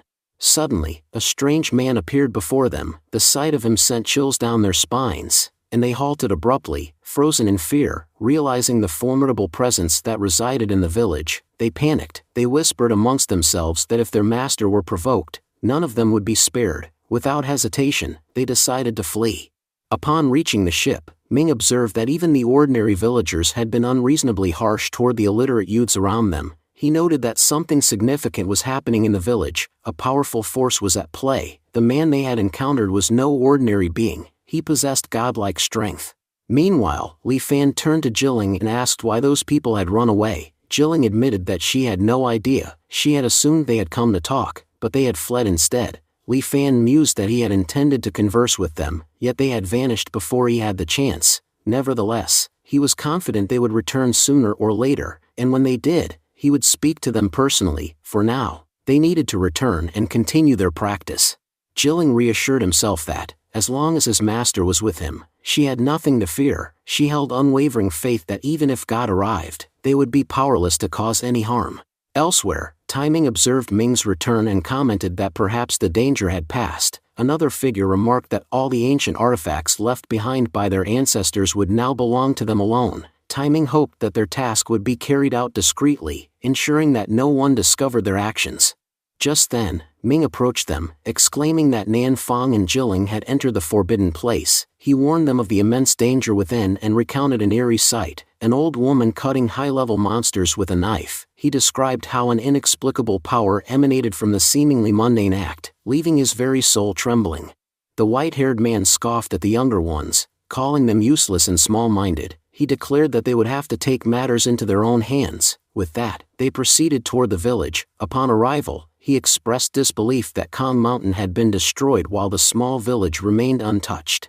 Timing advised against a direct attack and suggested they first assess the situation. The white-haired man conceded, acknowledging the wisdom in this approach. He was eager to see the individual who had defied them, resisted their disciples, and stood unshaken despite their repeated attempts to suppress him. Shihai's voice echoed through the village, demanding that Nan Fong and Jilling come out immediately. Nan Fong recognized the voice and murmured to Jilling that their elders was intent on capturing them this time. Li Fan, hearing the commotion, inquired about Shihai's identity. Jilling confirmed that Shihai held a high position and was coming for them. Li Fan noted the aggression in Shihai's voice and worried about the fate of the girls if they were caught. He reassured them not to worry, promising to handle the situation so they would face no harm. Nan Fong whispered that Shihai was skilled in calligraphy, while the elder accompanying him, Timing, was a master of music. Li Fan, unconcerned, thought to himself that he, too, excelled in both disciplines. With a smirk, he retrieved his pen. Just then, Jilling noticed him holding a paintbrush and remarked that, in his hands, it appeared more like a sharp blade capable of slicing through the heavens.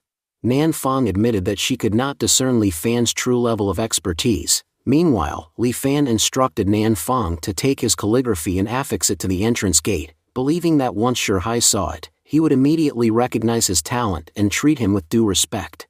Jilling then stepped outside. Upon seeing her, Shihai sneered, remarking that the traitors were finally emerging. He demanded to know where Nan Fong was, stating that despite his loud summons, they had failed to appear. He ordered them to come forward immediately and apologize, suggesting that if they did so, they might still be granted forgiveness. But Jilling dismissed the idea. She declared that Sister Nan Fong had a new master now, and that they could no longer be commanded as before. Shihai then confronted them, accusing them of audacity. He remarked that despite being left behind, they had the nerve to act so arrogantly. His voice grew harsher as he proclaimed that they had no right to remain there. In a fit of anger, he declared his intent to destroy them. However, as he moved forward, the Jilling shifted, carrying with it the calligraphy. Upon seeing the calligraphy, Shihai's eyes began to bleed. In shock, he admitted that there was no age limit for learning and understanding. He had always thought of himself as a cultivator on a top, yet the calligraphy had shown him otherwise. He found himself questioning everything he knew, realizing that he had never encountered anything so extraordinary before. Brother Timing, witnessing Shihai's reaction, advised him to close his eyes. He warned that what lay before him was the path of the saints, one fraught with immense challenges. He cautioned that Shihai was not yet strong enough to endure such suffering. Despite the warning, Shihai remained unfazed. He declared that even if he were to die, it would not matter. He was overwhelmed with joy, having witnessed the world's finest calligraphy. No art, he believed, could surpass what he had just seen. In his euphoria, he ran away, leaving the others bewildered. As he disappeared, He proclaimed that he had seen heaven that day and needed nothing else in life.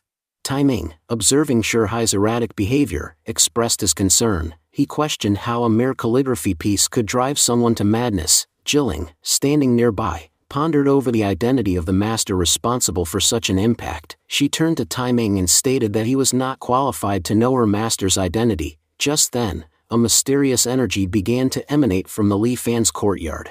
As the scene shifted, Tai Ming found himself immersed in a world of music. He stood in awe, acknowledging that he could never reach such a level of artistry. He believed there could be no greater wealth than the beauty of that music. Yet, in an instant, Tai Ming's existence came to an end, leaving Zhu Xian and Ming in utter shock. Zhu Xian, visibly shaken, struggled to comprehend what had just occurred. He reminded the others that Tai Ming had been among the most powerful figures they had known. Yet, after hearing a single piece of music, he had perished. Li Fan, who had been watching from a distance, asked where the flute had gone. Jilin, recognizing it, confirmed that it was the same flute that Tai Ming had once played. Li Fan mused over the idea that Tai Ming had left his flute behind and disappeared. He found it peculiar and pondered over the identity of the musician who had played the iron flute there. He speculated that the musician must have been weak, as they had fled the moment they were discovered. At that moment, the musician's talisman was broken by Ming, who urgently declared that they needed to report the incident to the Holy Land. Ming addressed the gathering, emphasizing the gravity of their situation. He reminded them that they had arrived with 2 elders, one of whom had been killed while the other had lost his sanity. Now, they were at a loss on what to do next. As they deliberated, the special envoy of Patriarch appeared before them. Bowing deeply, Ming reported that Nan Fong and Jilin had betrayed them. He accused them of murdering the elders, Elder Tai Ming and Elder Shihai, and pleaded with Patriarch for assistance in eliminating the rebels. He stressed that without help, they would never be able to avenge their fallen elders. Patriarch acknowledged Ming's concerns and assured him that reinforcements would soon be dispatched to aid them. Meanwhile, in another part of the Holy Land, the Patriarch contemplated the mysterious force responsible for the deaths. One of his subordinates questioned what kind of existence could have effortlessly slain 2 of the Hades. The Patriarch, recognizing the severity of the situation, insisted that a thorough investigation was necessary. He speculated that the killer could be a formidable master, one who was not from the outer world, and warned against provoking such an entity recklessly. A different voice interjected, dismissing the fallen elders as fools who had met their end due to their own incompetence. The speaker speculated that their deaths were perhaps caused by the people of Mount Conley. He insisted that they had once been revered ancestors and should have foreseen the danger ahead. Meanwhile, outside a house, a group stood in amazement before a piece of calligraphy. One of them marveled at its brilliance, remarking that it was truly remarkable. Kishu, in agreement, admitted that seeing the calligraphy had significantly deepened his understanding. He noted that if he had been a sword cultivator, he would have already attained enlightenment. As they entered the house, Channing respectfully greeted Li Fan. He acknowledged her presence and invited her to sit. Li Fan, sensing her purpose, asked if she had come to discuss Luo Ming and the others. Linger, nodding, asked for his thoughts on the matter. Li Fan reassured them that there was no cause for concern. He advised them to remain calm and act as if nothing had happened. However, since they had already arrived, he decided to offer them something valuable.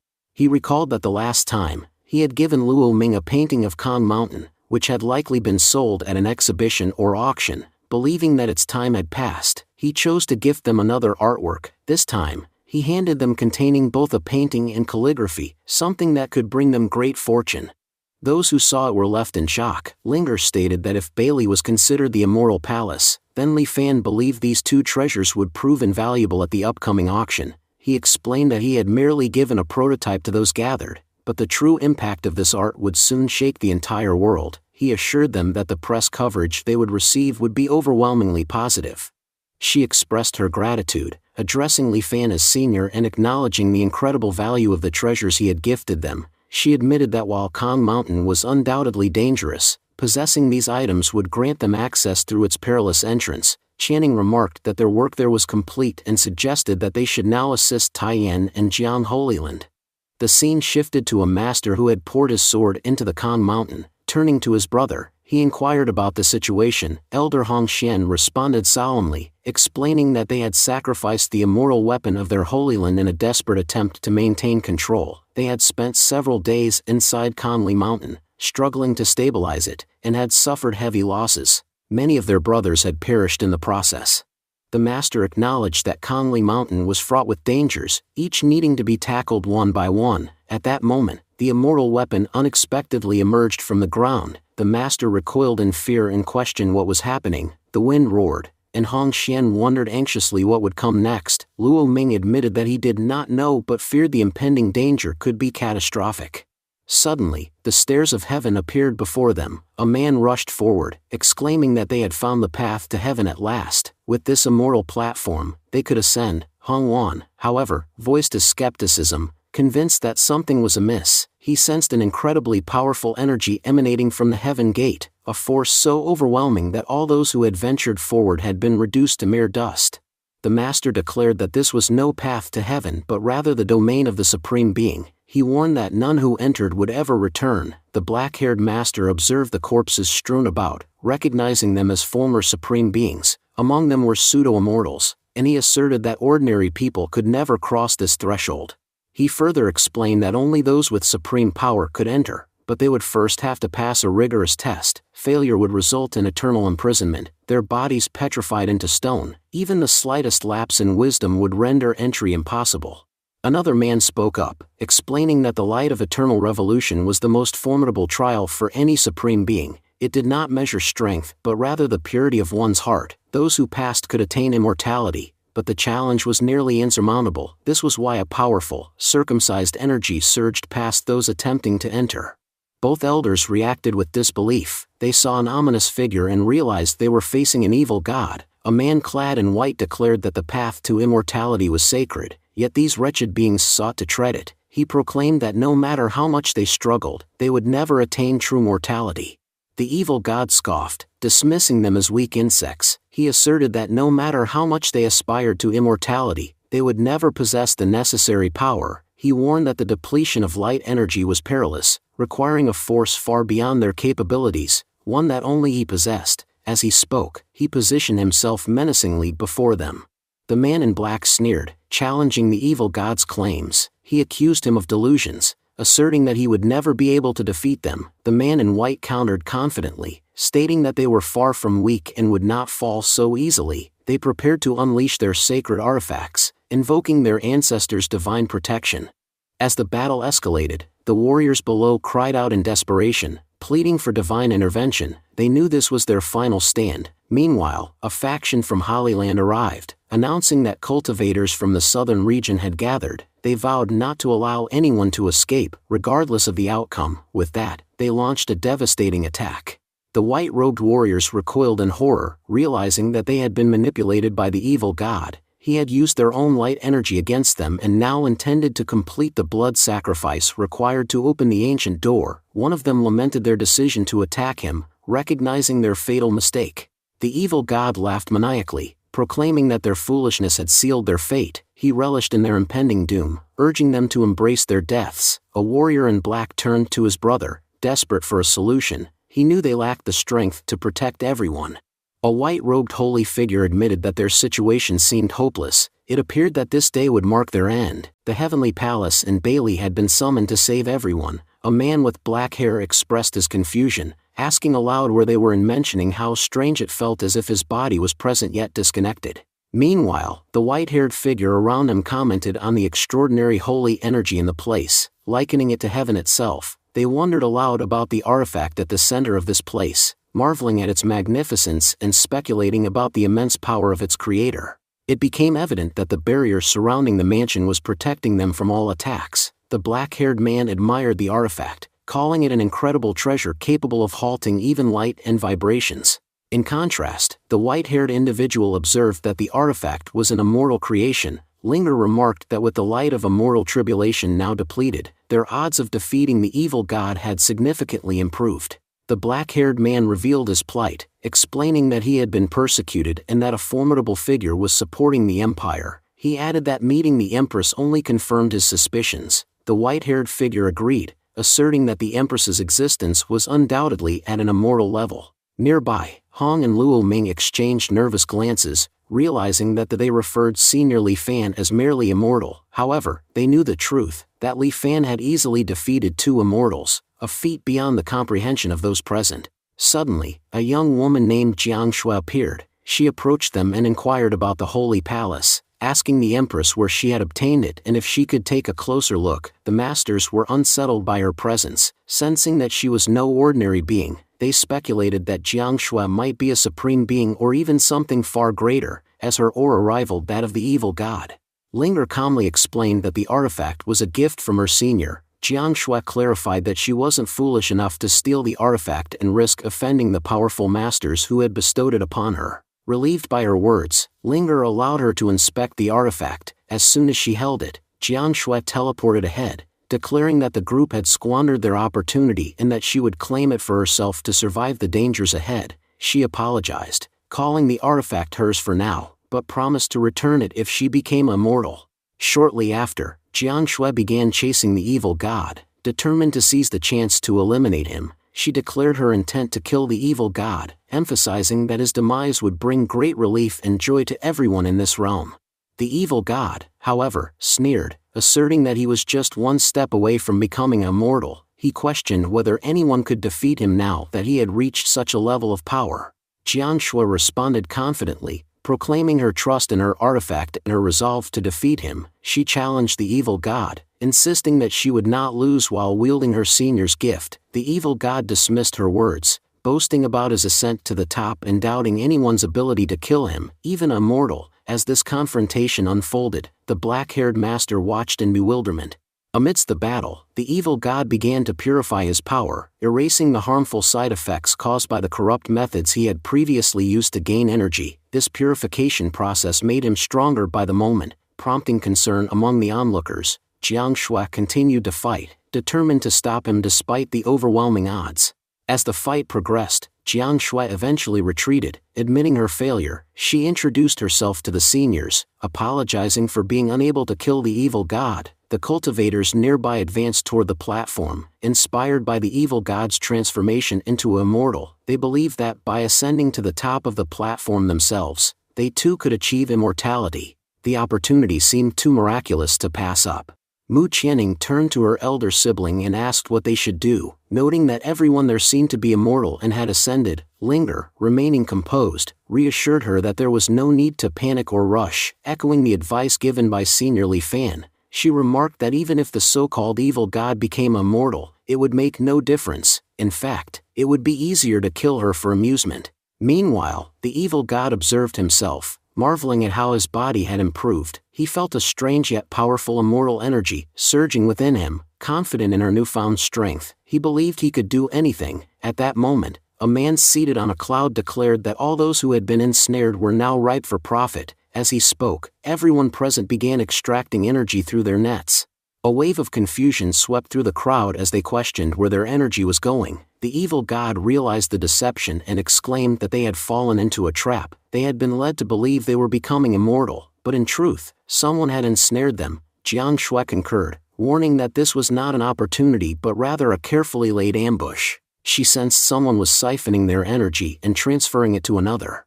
Above them, a baldy master stood, triumphant, proclaiming that all the power was now his. He declared that once he had absorbed it completely, he would become invincible, with no one in the world capable of challenging him. With that, he began drawing all the energy into himself.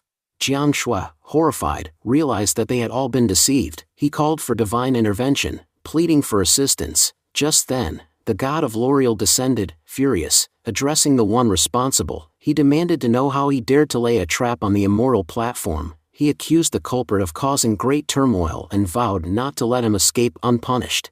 The perpetrator, unbothered, sneered and dismissed the god's authority, claiming he was nothing more than a member of a higher realm and could not interfere. Without hesitation, he launched an attack, striking the deity's projection and destroying its face. He mocked that if the god's true form had been present, the fight might have been different, but defeating a mere projection was effortless. He challenged the deity to use every trick he possessed, but insisted it would be futile. Jiang Shui, reflecting on his actions, admitted he had been blinded by greed. He feared that the immortals who had sought acknowledgement would never relinquish their desires. The realization struck them all. They finally understood why Senior Li Fan had advised patience. They had assumed he was there to eliminate the evil god, but in reality, a much greater force was at play. The true enemy was not the evil god but a cultivator far more powerful.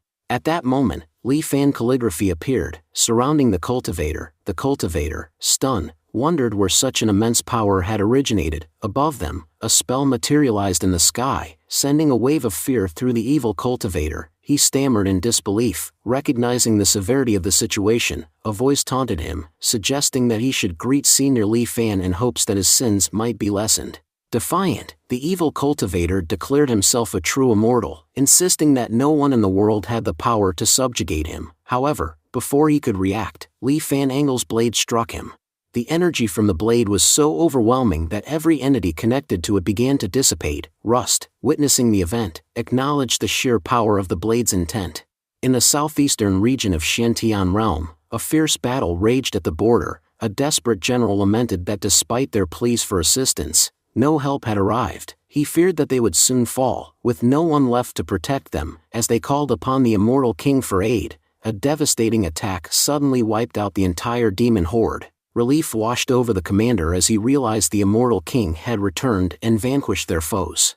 Linger held a scroll in his hands, and with a sigh of finality, stated that it was over. He acknowledged that without Senior Li Fan, they would have been utterly defeated. The people bowed in gratitude, addressing the goddess with reverence. She, however, urged them to rise, insisting that they owed their survival to Senior Li Fan, not to her. Despite not being one of them, he had protected them all. Jiang Shui, reflecting on the battle, noted that the evil cultivator had once been powerful enough to kill even a lesser god, yet, he had been no match for Senior Li Fan's skill. He resolved that if they ever encountered the goddess again, they would make it a point to seek out Senior Li Fan as well.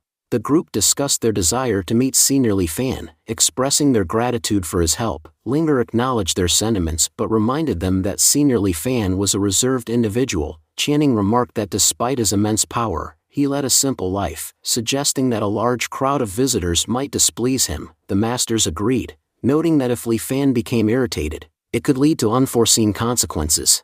A man dressed in black approached, addressing the holy messenger. He presented a treasure discovered within Kong Mountain and offered it as a gift. Linger declined, stating they were free to use it as they wished. The man expressed his gratitude and mentioned how much assistance the senior had provided them. Another man in white questioned whether anything of true value could be found in their possession. Jiang Shui, having witnessed the power of a moral path, declared his intent to train and achieve a similar level of strength, dismissing the significance of any artifacts. Suddenly, an object began flying towards them. The group watched in awe as a tall paintbrush materialized before them. The man in black recalled an ancient legend about 3 immoral weapons left behind in Kong Mountain. He explained that while the immoral realm could be accessed, weapons were prohibited. These weapons had remained dormant, awaiting someone worthy to claim them. At last, they had resurfaced. Jiang Shui then realized the true motive behind the arrival of the 3 individuals from the island. They had come seeking these legendary weapons. At that moment, another figure arrived, announcing that he had traveled from the island. He revealed that criminals had slain 2 of their supreme beings, Taiming and Shihai, without cause. The knights affirmed that their elders had visited a small village and suggested investigating the situation further. The scene shifted to Li Fan's residence. Onlookers admired the calligraphy displayed outside, remarking on its beauty and power. Jiang Shui noted that the inscriptions were not only mesmerizing but also perilous. Excessive contemplation could drive one mad. It was clear that Senior Li Fan was both powerful and incredibly wise. Mu Channing knocked on the door, calling out to Li Fan. He responded from inside, inviting them in. As they entered, he inquired about their visit. He speculated that the auction featuring his calligraphy and paintings must have been a great success. One of the visitors confirmed this, attributing their good fortune to his works. They excitedly revealed 2 additional items they had obtained, eager to show them to him. Nan Fong mentioned a legend regarding a plundered artifact, prompting Li Fan to ask if he was familiar with it. Nan Fong explained that 1,000 years ago, their ancestors had used a legendary pen and artifact to establish their sect's prominence. Their holy land had tirelessly searched for these relics, and at last, they had been recovered. Li Fan reflected on the situation, suspecting that Channing and Linger had greatly benefited from these discoveries. He mused that they were likely attempting to curry favor with him by presenting these items as gifts. However, he politely declined, stating that while the artifacts were extraordinary, they held no personal value to him. He suggested that they should keep them instead. Though intrigued by the antiquity of the artifacts, Li Fan considered them insignificant compared to the creations of his own craftsmanship. The two visitors were both surprised and honored, expressing their gratitude profusely. Jilling, observing the exchange, thought to herself that their master was incredibly generous, bestowing invaluable gifts without hesitation. As they rejoiced, Mu Qianning mentioned that some individuals had arrived outside, seeking a meeting with Li Fan. She explained that they had been involved in the recent events and wished to meet him. She assured Li Fan that if he was not inclined to receive them, they would understand and return at a later time. Li Fan pondered over the possibility that his calligraphy had attracted so many people to his doorstep. He thought to himself that gifting his painting to Linger had been an excellent decision, as it had significantly boosted his reputation. He also noticed how the girls' attire had changed. They no longer appeared as impoverished as before. Deciding to meet his visitors, Li Fan instructed, "If they have come to meet me, let them in." As the three guests entered, they respectfully addressed him, "Master, thank you for allowing us inside." The two companions commented on the magnificence of his residence, one remarking, "This place is truly incredible, even the grass here seems superior to us." Overwhelmed by reverence, Jiang Shui suddenly fell to her knees. Seeing this, Li Fan exclaimed in surprise, "Girl, what do you need? What are you doing?" Internally, he wondered if his work was truly so extraordinary that it compelled someone to kneel before him. Before he could process the moment, the other two masters followed suit, bowing deeply. Mu Qianning, observing the scene, thought in astonishment, "Three of the most powerful figures in the entire Southern Territory are kneeling here, two of them are lords, and the other is a pseudo-immortal." Li Fan, feeling uneasy, addressed them, "You are all much older than me, there is no need to bow before me. Liking my work and praising it is one thing, but such gestures are unnecessary." The black-haired visitor, overcome with emotion, said, "Holy Senior, you are so great, I could not stop myself from bowing before you. No one in heaven could produce calligraphy like yours. Even if I were to die after seeing it, I would have no regrets." Jiang Shui then pleaded, "Senior, may I follow you? I will do whatever you ask of me." Li Fan contemplated her request. "Is she asking to become my disciple? But what benefit would she gain from that?" Mu Qianning interjected, "Senior, thanks to their help, we were able to acquire the antique." Li Fan nodded and responded, "That is commendable, but I already have 2 disciples. At present, I do not need another. However, I can see your deep interest in art and literature. I cannot guide you much in those areas, but if you have any questions, I will certainly answer them." Jiang Shui's mind raced. This is an incredible opportunity. The senior has granted me the chance to ask him anything. However, she was suddenly at a loss. What should I ask? Li Fan reassured her, "There is no need to hesitate. If fate has brought us together, I am happy to answer your queries." As he observed her eager yet hesitant demeanor, he thought, "She reminds me of myself during my school days, pretending to be knowledgeable so that teachers would ask me questions in front of everyone. This girl is doing the same thing here." Finally, Jiang Shui asked, "Senior, what exactly are immortals?" Li Fan was momentarily taken aback. "She wants to know about immortals, but I am not even a cultivator. Shouldn't she have asked me about painting or calligraphy?" Yet, seeing the expectant silence around him, he decided to answer. Clearing his throat, he explained, "Immortals are living beings just like us. If you observe closely, you will see that all our bodies function through the same energy that resides in trees and plants. This energy never truly disappears. Our existence may end, but our essence remains in some form." He continued, "Though we may not perceive our own greatness, the truth is that an ordinary person is as significant as an immortal. To understand what is white, one must comprehend what is black. To distinguish right, one must understand wrong, and to grasp eternal concepts, one must first understand and appreciate the ordinary."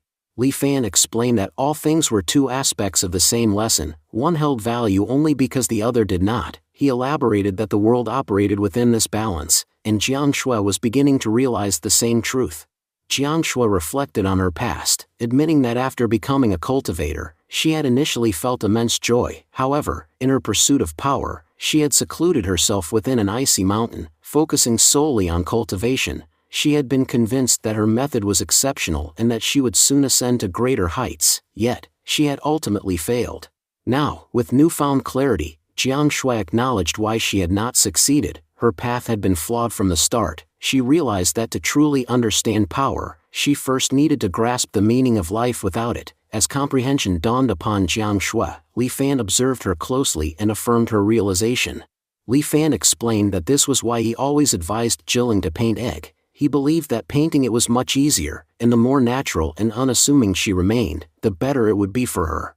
Jiang Shui expressed her gratitude, thanking Li Fan sincerely for his guidance. However, Li Fan dismissed the thanks, stating that his response had been nothing more than a simple answer. There was no need for gratitude. Changing the subject, he noted that it was the perfect time for their visit and invited them to sit. He mentioned that there was an incredible peach tree in his garden and offered to share its fruit with them.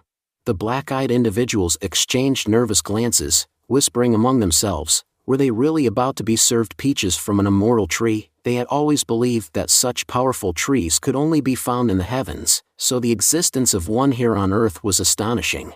And now, they were being given the rare opportunity to taste its fruit.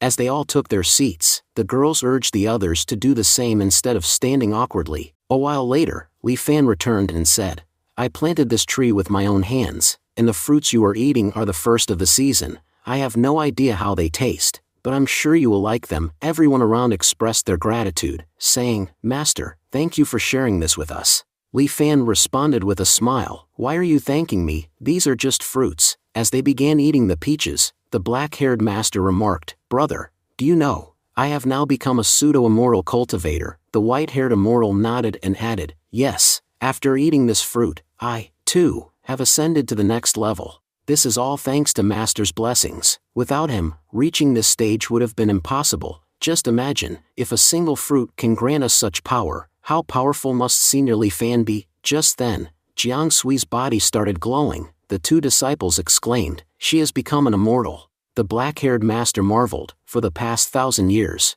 not a single person in the entire sect has reached this stage, but Senior Li has transformed her into an immortal just by offering a peach. As Li Fan walked toward the tree, he said, They are my guest. It is only right that I offer them something to drink. Jiang Sui, kneeling on the ground, expressed her deep gratitude. Senior, I will never forget your kindness. Thank you so much. Li Fan reassured her, I only gave you some fruit. There is no need to bow. The masters then inquired, Senior, our task here is complete. Do you have any orders for us? We are ready to serve in any way. Li Fan replied, Thank you. In the future, there will be many tasks ahead. This is just the beginning. For now, just take care of Channing and the others. He then thought to himself, Mu Channing and her family are extremely poor. I have never seen beggars in this world before, but her entire family lives as hereditary beggars.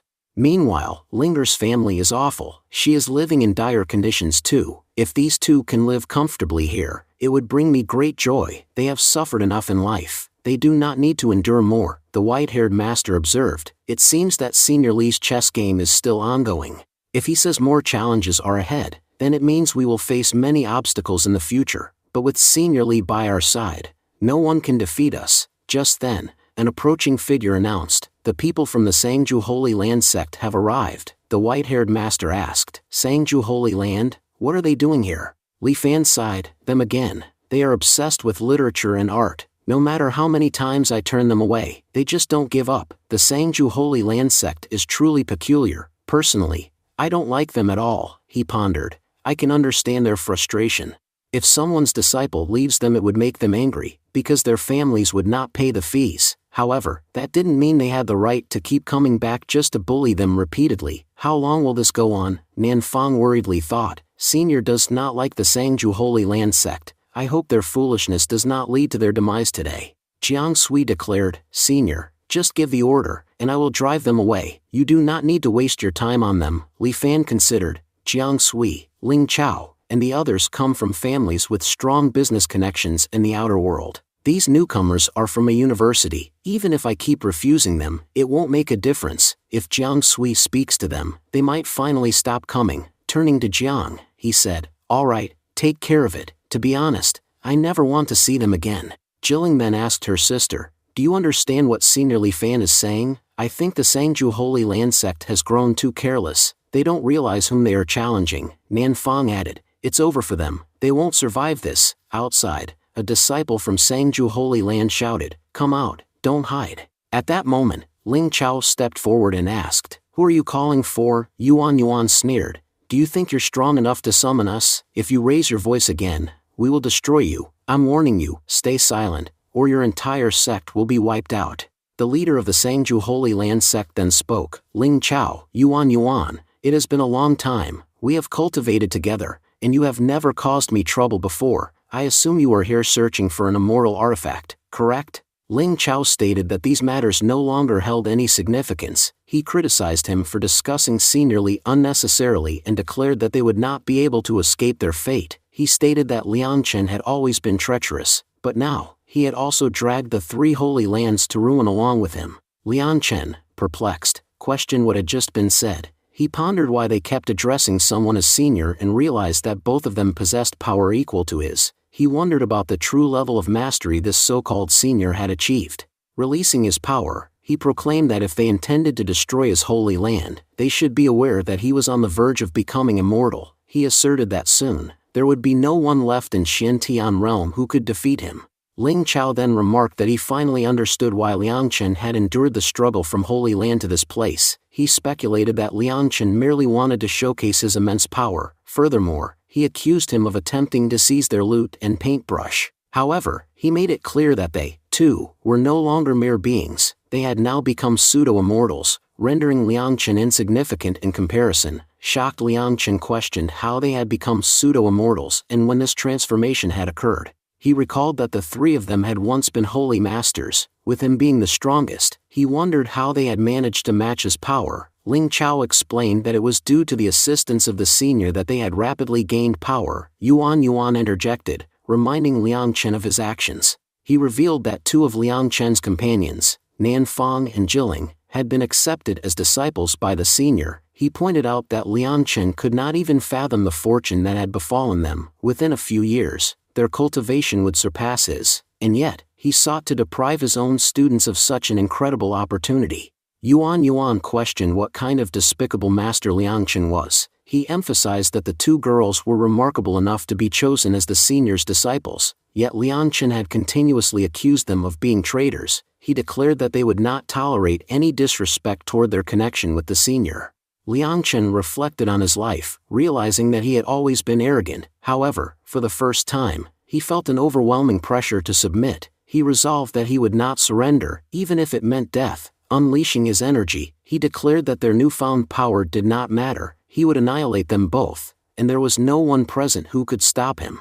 Ling Chao observed that Liang Chen possessed an immortal artifact, which explained his overconfidence and reckless behavior. Just as Liang Chen lunged to attack, Jiang Shui intercepted and launched a devastating counterattack. The force of the strike resulted in a massive explosion. Jiang Sui remarked that possessing power meant they could eliminate anyone without hesitation, as per the senior's command. She noted that the senior had never favored the Sangju Holy Land, and that no matter what, they would destroy it. Ling Chao acknowledged that they now understood what needed to be done.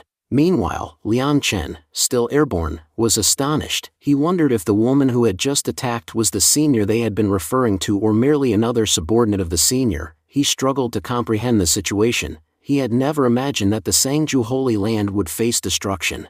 If the land under his protection were to be annihilated, people would forever label him as the most disgraceful patriarch in history. Determined, Liang Chen declared that he was the holy master of the 9th generation. He pleaded with his ancestors to descend and protect them, acknowledging that survival was otherwise impossible. Suddenly, an overwhelming energy was released, and the revered ancestors of his sect appeared. Overjoyed, Liang Chen expressed his gratitude, stating that he had always believed in the strength of their sect's legacy. He was confident that no one could destroy them so easily. He thanked the ancestors for their timely arrival, asserting that with them present, no one would dare challenge them. The others, bowing in respect, echoed his sentiments, addressing the holy ancestor as great and mighty. Jiang Shui, however, observed that the figure who had appeared was not the ancestor's real body but merely a clone sent to protect them.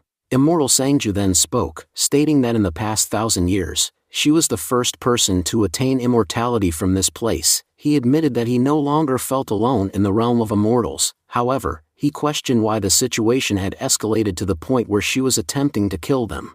Jiang Shui replied, "You have no idea. Because of this patriarch, a great danger has fallen upon your sect." Liang Qing responded dismissively, "You're just talking nonsense. I haven't done anything like that." At that moment, the immortal Sangju interjected, "Those 2 artifacts you recently obtained, I was the one who left them there." But I never imagined that the artifacts I had left would bring such a great disaster here. Now, even my own Sangju Holy Land is on the verge of destruction. Tell me, who is the master standing behind you? What is his origin? Jiang Shui firmly stated. Let me make this clear, neither you nor I are qualified to know the master's origin. The immortal Sangju laughed mockingly. What absurdity! I've returned from the immortal realm, and you're telling me I am not worthy of knowing who he is. Enough with the nonsense. Tell me immediately, who is he? Ling Chao scoffed. This so-called immortal Sangju is speaking a lot of nonsense. Miss Jiang Shui, don't hold back your power, eliminate him. However, Jiang Shui calmly replied, there's no need for us to act. If Senior Li Fan had wanted him eliminated, he would have given us explicit orders. However, considering that this man's disciples are now direct disciples under Senior Li Fan, a connection has been formed between them. Taking action in this situation would not be appropriate. Yuan observed the situation and thought to himself, ever since Jiang Shui became immortal, she has become quite intelligent. She's absolutely right. Meanwhile, outside the Li Fan residence, the immortal Sangju gazed at the calligraphy hanging at the entrance. Deep in thought, what is this? He wondered. Who places such an incredible treasure outside their home? Inside the house, Li Fan was teaching Nan Fong to play music. The melody filled the air, mesmerizing the immortal Sangju. He muttered in shock. How is this possible? This is the same lute I left behind 1,000 years ago, yet I was never able to produce such a divine sound. Why is this heavenly music resonating in the human world? He felt overwhelmed. This power is so overwhelming that I can't even control myself. Liang Qing turned to his lord and pleaded, my lord, you must take revenge. Because of this wretched man, 2 of our elders were killed, and never before has our holy land suffered such humiliation. These people have disrespected you without reason. How can we forgive those who have committed such a grave offense? The immortal Sangju, however, reprimanded him. Fool, are you suggesting that I attack the senior? Do you think I am qualified to lay a hand on him? Today, our holy land is finally realizing what true power is. It seems my centuries of cultivation have been in vain. If only I had met this master sooner. Ling Chao, watching the scene unfold, was puzzled. What could the immortal Sangju have seen that has shaken him so deeply? Jiang Shui explained, for any immortal, bowing before Senior Li Fan is an honor. If he had come here in his real body and witnessed this calligraphy with his own eyes, his cultivation would have advanced significantly. Dropping to his knees, Liang Cheng lamented, it's all over. In my foolishness, I seem to have provoked a god.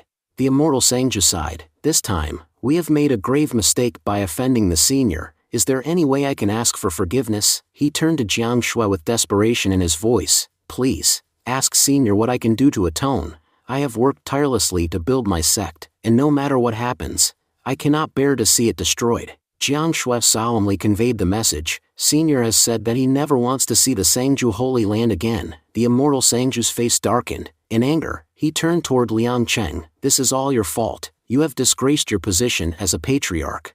Because of your reckless actions, we are now facing a disaster beyond imagination. His voice seethed with fury. Now, I will personally kill you and reincarnate you with my own hands. Perhaps this will appease the senior. With that, the immortal Sangju launched a devastating attack at Liang Cheng. Watching this, he muttered bitterly, it all started because of your greed.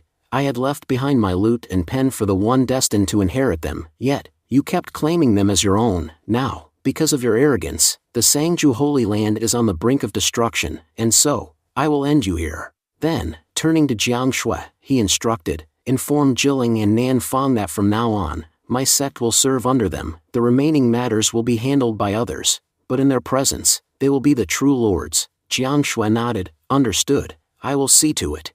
As the immortal Sangju prepared to leave, he sighed.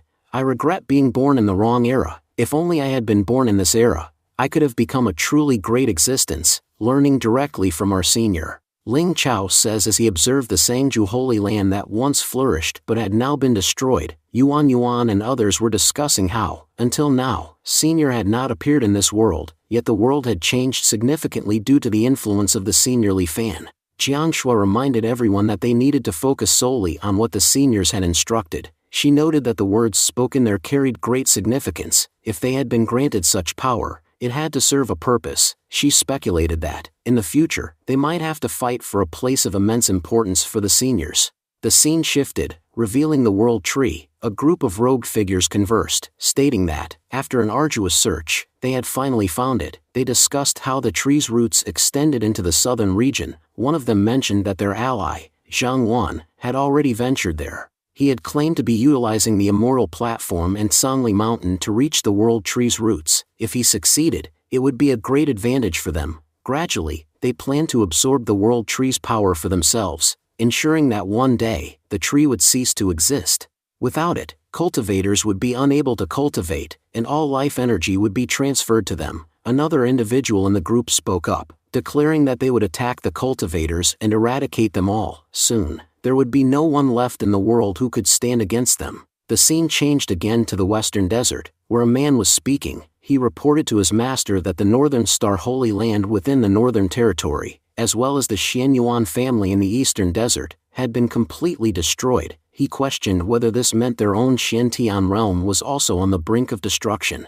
The master reassured his disciple, telling him not to worry. He assured him that they would reach the Lane Temple in time, where the great god would reveal the truth to them. However, as they approached their destination, doubt crept into the master's mind. He observed the path before them and recalled that a temple had once stood there, yet he could see no trace of it. Disciple pointed out a statue and identified it as the Buddha beast statue that once stood atop the temple. The master confirmed this, acknowledging that it had once been worshipped by those who visited. However, he found it alarming that the statue now lay at ground level. He concluded that this could only mean one thing: the temple had sunk into the ground, and the Lane Temple had been destroyed. The scene then shifted to Ling Chao, who was deep in thought. He admitted that he could not comprehend what was happening in the world. Just a few days ago, the Northern Holy Land had been annihilated, and now news had surfaced that the Lane Temple had also been buried underground. The Eastern Desert's Xianyuan family had been wiped out, and the Earth's hidden dragon spirit was slowly vanishing. Too many ancient entities, which had existed for centuries, were now disappearing. Senior Li Fan had warned them about an impending danger, but no one had anticipated it would arrive so soon. Ling Chao realized that if the evil god had succeeded in his plans, none of them would have survived. The Southern Territory was facing the same fate as the other regions. At that moment, Mu Qianning and Linger arrived. Ling Chao greeted them, saying that Saintus had finally arrived. Linger explained that they had been in the Hua Empire when they received shocking news. The 4 great temples of their world had been destroyed. Yuan corrected her, saying that the number was much higher. He revealed that not just 4 but 12 temples had been eradicated. In their region alone, 20 powerful houses had once controlled the realm, but now, more than half of them had been destroyed, leaving the realm with significantly diminished strength.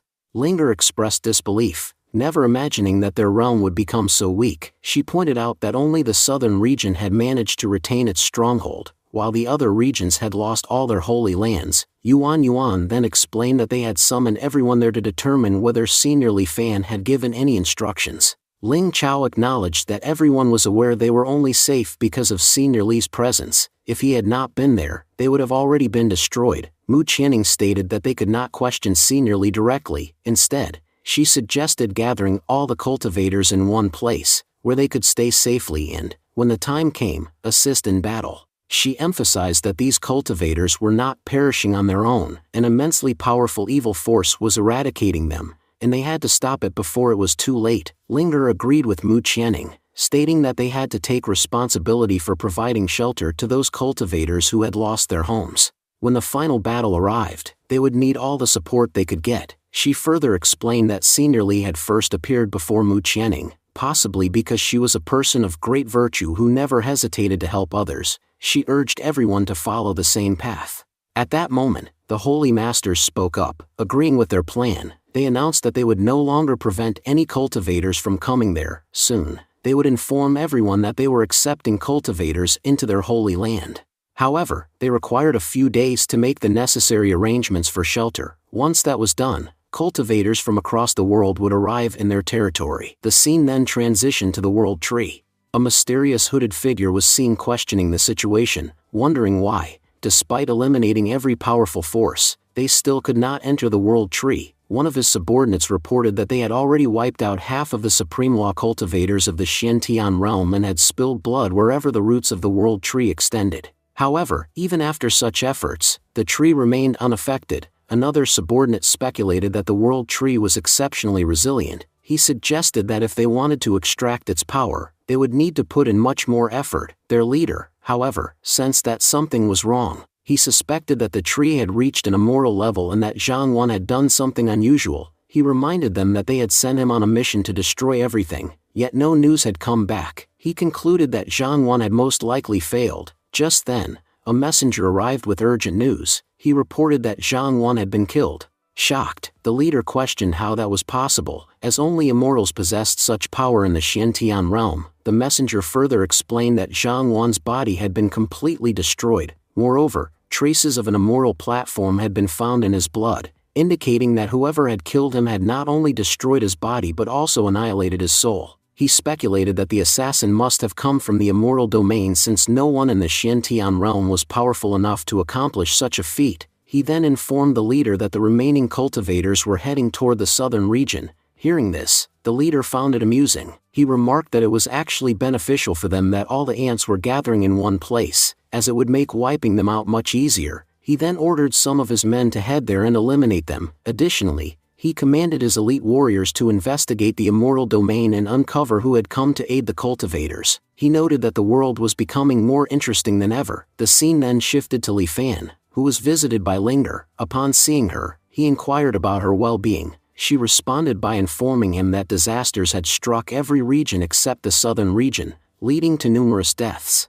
Li Fan reflected on this and recalled that a severe earthquake had recently hit Sanli Mountain. He pondered why such calamities were occurring and noted that there was no known technology that could be responsible. He then admitted that there was little they could do, as the situation was dire everywhere. Linger agreed, acknowledging that even their own region was experiencing turmoil. Mu Qianning then addressed Li Fan, informing him that they had taken in refugees from other regions. She worried that they might have made a mistake by doing so. However, Li Fan reassured her, saying that they had done the right thing. He believed that if they had the power to help others, they should do so. He emphasized that helping people was never a mistake, but he also cautioned them not to lose sight of their responsibilities. At that moment, Li Fan received a task notification from the system. The system instructed him to train 10 disciples in various skills so that they could earn a living in this world. He realized that he would have to accept this task. He speculated that the growing natural disasters were so severe that even the system wanted him to assist others.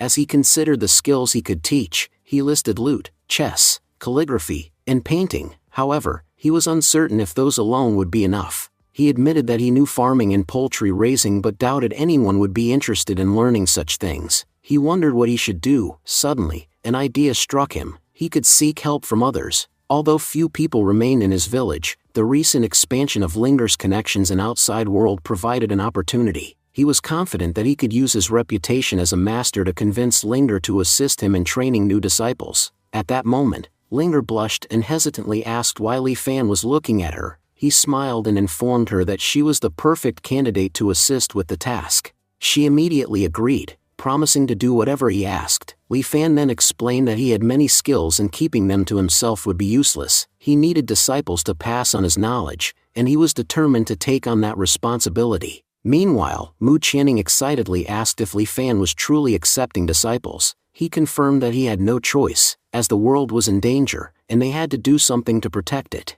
Mu Qianning says, "All right, Senior, we understand this matter. Everyone will be aware soon. Many incredible individuals would arrive." Linger pondered, thinking, our senior is an immensely powerful existence. No matter what happens in this world, nothing can harm him. But why is he talking about protecting everyone as if it's their duty? She wondered the great masters were truly as extraordinary as people claimed. Meanwhile, Li Fan reflected on his system, realizing it had improved significantly. He thought, at least now, I receive better tasks. The previous ones were utterly useless. Li Fan then spoke, we should treat everyone humbly. When we remain humble, things tend to fall into place. Mu Qianning replied, understood, Senior, we now know what to do. The scene shifted to Taiyan Holy Land, where the two holy masters were in shock. They discussed the situation, astonished that Li Fan had accepted the disciple selection process. One of them remarked, this is an incredible opportunity for the children of this world. Linger added,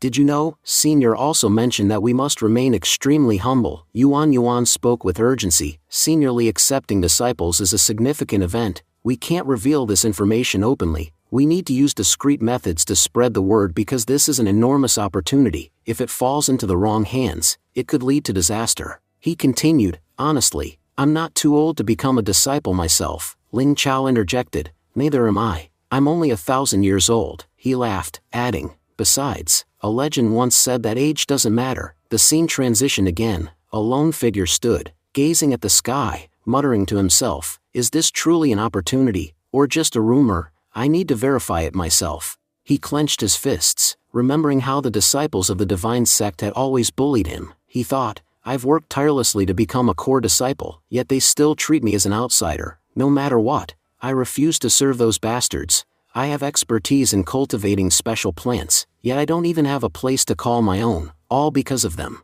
The man's name was Lu Rang. Looking up, he noticed a flying ship in the sky. His eyes widened in disbelief. That's the Holy Dragon Empire's court ship. I never expected such a powerful force to arrive in the southern region. What are they doing here? Above, guards addressed someone respectfully. Your Majesty, the Empress ordered us to drop you off at Sangli Mountain. Look, we've arrived. A young prince protested. What are you doing? Don't you realize how dangerous Sangli Mountain is? You can't just leave me here. Ignoring his pleas, the soldiers coldly tossed him off the ship. As they flew away, one of them remarked, we know this place is dangerous, but the Queen commanded us to drop you here. She didn't say anything beyond that, so to save our own lives, we're leaving. Goodbye, Prince. The prince shouted in frustration, you traitors, I won't forgive you. Lu Rang observed him carefully and thought, this man, he's an abandoned prince of the Holy Dragon Imperial family, and he possesses a shadow dragon soul. The prince, introducing himself, declared,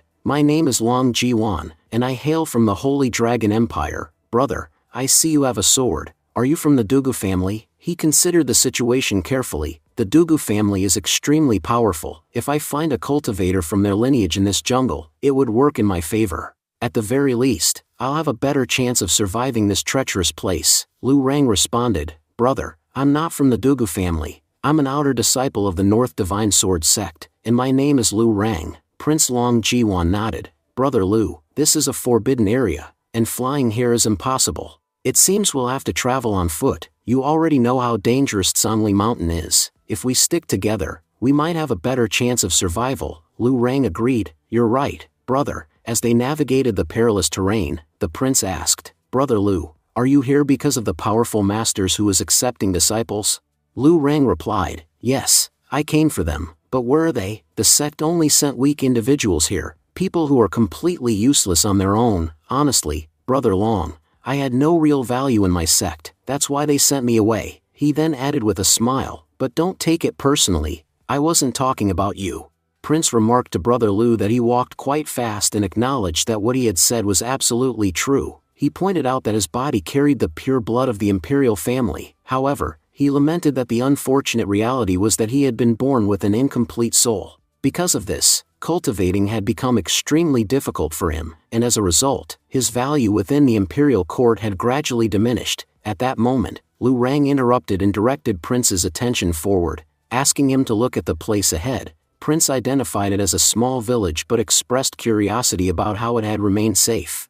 Lu Rang agreed, noting that just a few days prior, a massive disaster had struck Sangli Mountain, destroying numerous mountains, yet this village appeared untouched. He speculated that the master they were seeking must be residing there. As they arrived at the village gate, Lu Rang voiced his concern, stating that they knew nothing about the village and questioned whether they should enter. He reminded Prince that Sangli Mountain had many forbidden areas that were easy to enter but extremely difficult to leave. Prince, however, dismissed their worries, stating that they had nothing to lose. He reasoned that living a miserable life was worse than taking a risk, and if things went wrong, they would simply perish. He emphasized that he had no fear of risking his life. Lu Rang agreed with Prince, acknowledging that both of them were insignificant individuals whose lives held no real value. Taking a risk seemed like the best decision. With that, they both entered the village. As they moved forward, Lu Rang noticed that some water was spilled ahead and asked why Prince was hesitating.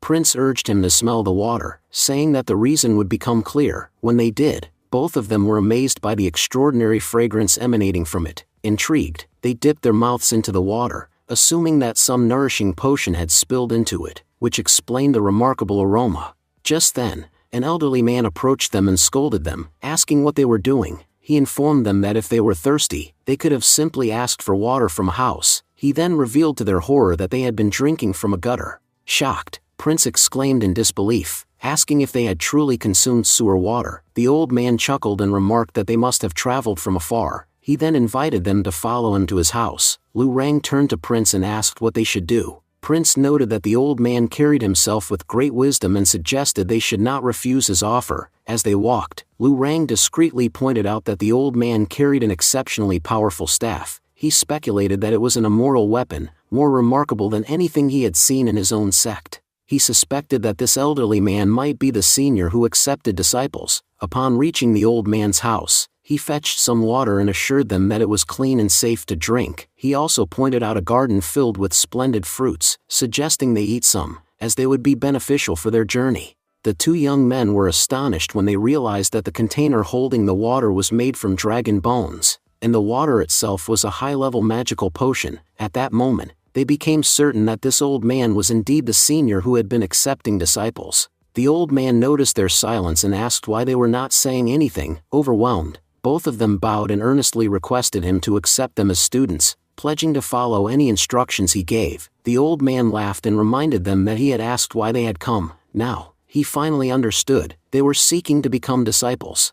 He admitted that they had come to the right place but informed them that they had mistaken their master. He was not the one accepting students. Prince, surprised, asked who the real master was. The old man explained that he was merely a simple man without any skills to teach them. The person accepting disciples was someone named Li Fan.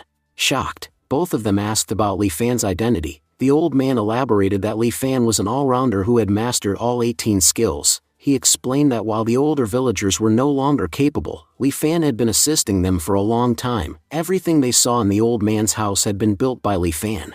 The materials he used were of unparalleled quality, and even the trees in the yard had been planted by him. The old man assured them that if they could learn from Li Fan, it would be immensely beneficial, and they would never have to worry about anything for the rest of their lives. Excited, the two young men ran toward Li Fan's house, exclaiming that they could hardly believe someone could be so skilled. Lu Rang recalled that the old man had mentioned Li Fan's house was the one directly ahead. He urged Prince that they should hurry before anyone else arrived, hoping that Li Fan would accept them as disciples.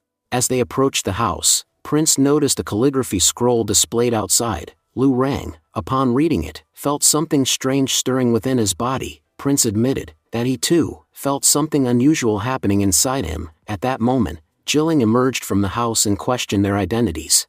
Lu Rang politely introduced himself as Lu Rang from the Divine Sex set, while Prince introduced himself as Long Ji Juan from the Holy Dragon Empire. They explained that they had come to pay their respects to Li Fan. Jilling appeared surprised and remarked that she couldn't believe someone had arrived so quickly. She asked them to wait for a moment while she fetched Master. Watching her leave, Lu Rang speculated whether Jilling was one of Li Fan's disciples. Prince, however, observed her carefully and concluded that she was actually a true master. He pointed out that despite her young age, she had already reached the level of a true master. Lu Rang, taken aback, tried to recall what he knew about true masters and expressed his disbelief at such a young person attaining that rank. Prince recalled that a true master was someone with exceptional judgment and was also immortal. He expressed his concern, stating that they needed to show great respect to the people around them, as everyone there was immensely powerful. Jilling informed them that the master had allowed them to enter.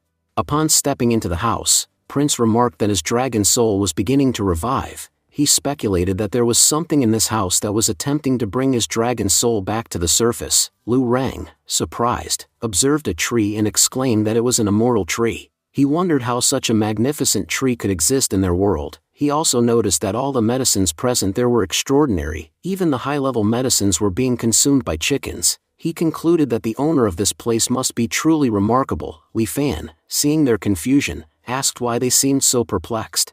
He then contemplated that the situation in the outside world might have deteriorated significantly, which was why these individuals were so astonished by his home. Initially, he had also been anxious, but now he felt confident that he could teach them something valuable. Both of them suddenly knelt before Li Fan and pleaded, "Senior, please accept us."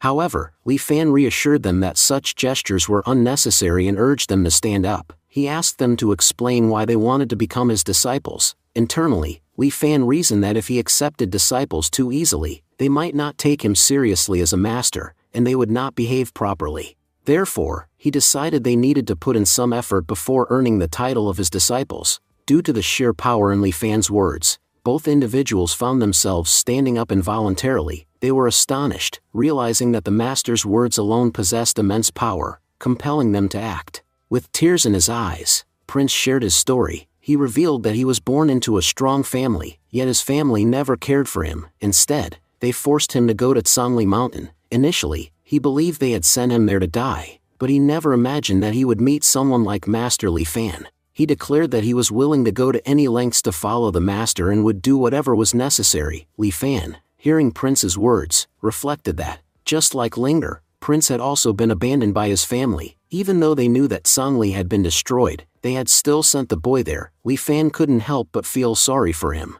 Lu Rang then spoke, expressing his desire to learn farming. He revealed that he always loved planting things and was particularly fascinated by Li Fan's peach tree. His dream was to grow such a tree himself. Li Fan remarked that everyone came to this place with a purpose. Since they had already arrived, they were welcome to stay. Lu Rang, overjoyed, exclaimed that the master was truly kind. Prince, equally astonished, admitted that he still couldn't believe Senior had given them such a great opportunity. Li Fan noted that they must be exhausted and told them he had prepared tea for them. As they drank, Prince reflected that his shattered dragon soul seemed to be recovering. He realized that the tea and water in this place were truly exceptional. He was convinced that in just a few days, his soul would be completely healed. Li Fan then turned to Lu Rang and asked if he still wished to learn farming. Lu Rang eagerly confirmed, stating that he specifically wanted to learn art of farming so he could grow extraordinary crops in his lifetime. Li Fan assured him that it would be easy and promised to teach him quickly. Observing Lu Rang,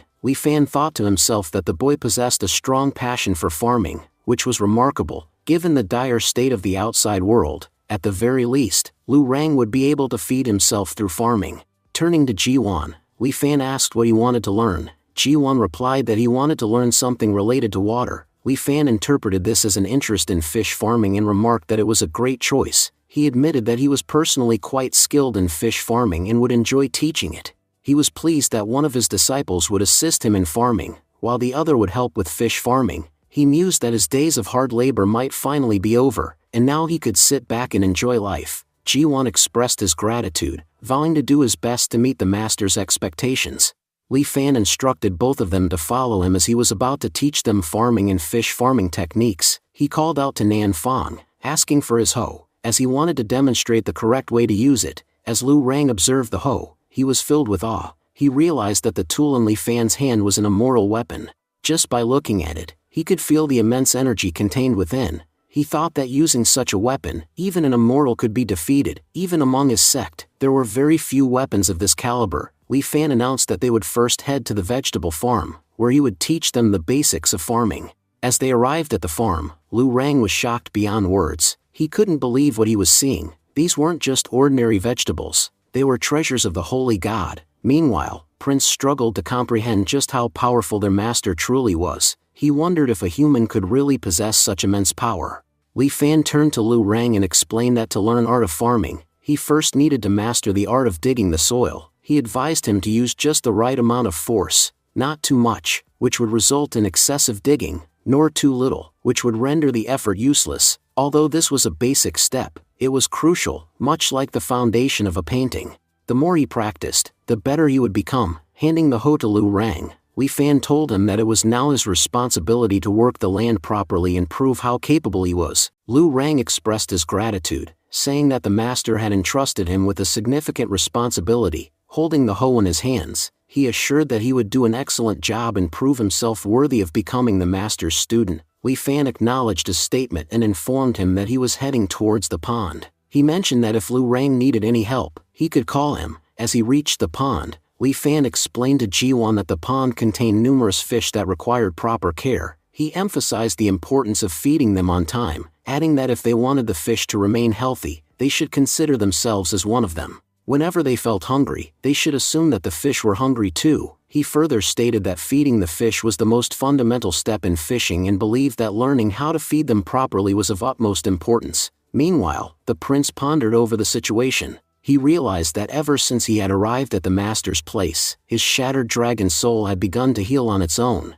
He deduced that the reason behind this phenomenon was the pond, which, according to him, contained a real dragon. Recalling his dynasty's history, he noted that the Holy Dragon dynasty had not always been powerful. Its recorded history spanned only 300 years. However, there was an incident where their ancestors had seen the shadow of a dragon from afar, though they could not witness it up close. Even a mere glimpse of its shadow had been enough to empower them.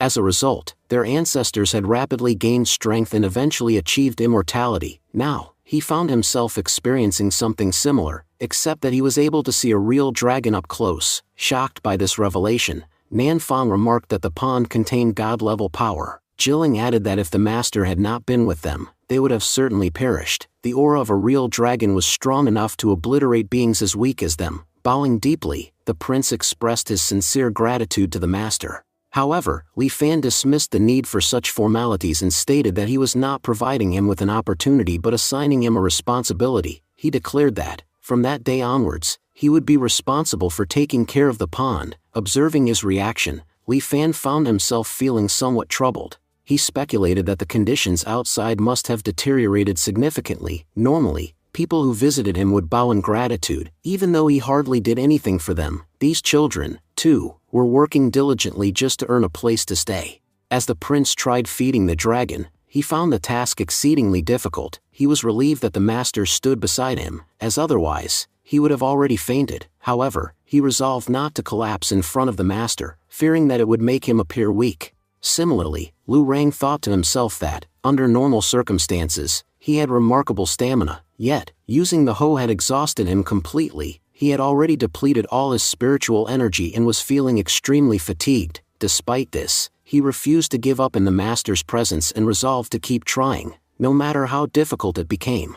Li Fan observed both of them with concern. They had only been there for about 15 minutes, yet Ji-won already looked as though he might faint. While Lu Rang was panting heavily as if his body had lost all its strength, Li Fan suspected that their poor physical condition was due to malnutrition caused by the harsh conditions outside. Deciding to take matters into his own hands, he resolved to care for them properly so that they could regain their strength and perform their daily tasks efficiently. In another scene, the leader of the evil group voiced his concern, stating that he could not sense Jiang Zhang's aura. He deduced that whoever had defeated Jiang Zhang must have been extraordinarily powerful, as he had even destroyed his soul. Another member expressed his disbelief, questioning how such a powerful master had remained hidden within the 7 territories. He speculated that this mysterious figure's presence would make it extremely difficult for them to execute their plans in the region. The leader, however, dismissed these concerns, asserting that they had faced and fought stronger opponents before. He emphasized that sheer strength alone was not everything and that a well-devised plan could bring down even the mightiest of foes.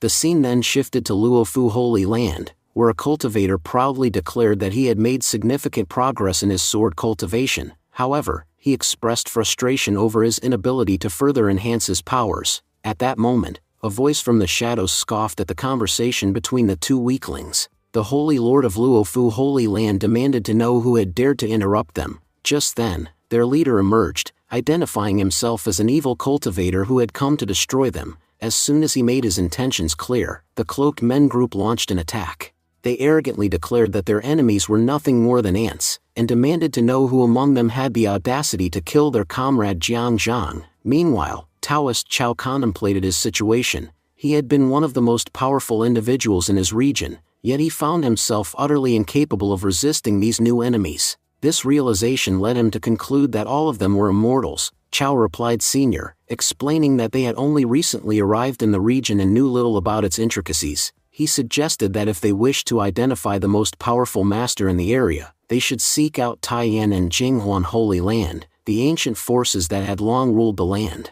One of the cloaked men remarked that their leader must not find out about our presence, as it might cause him to go into hiding and later ambush them. Instead, he proposed using the captured individuals to their advantage. The leader spoke, agreeing that he is making valid points. He mentioned that the person who killed Zhang, Jinghuan, and Taiyan Holy Land must have definitely known about it. Then, the cloaked man addressed the group, asking if they wanted to become the rulers of the region. He explained that everything would be under their control, and they would not have to do much. just work for him. In return, they would receive everything they desired. He stated that he did not offer this opportunity to everyone, but they were fortunate to receive it. If they accepted, they would gain control over the southern territory. If they refused, they would face death. The decision was theirs. Both individuals responded, saying, "Lord, we greet you." The scene shifted, showing Taiyan Holy Land. An announcement was being made that the head of Luofu Holy Land and the head of the Divine Sword sect had arrived.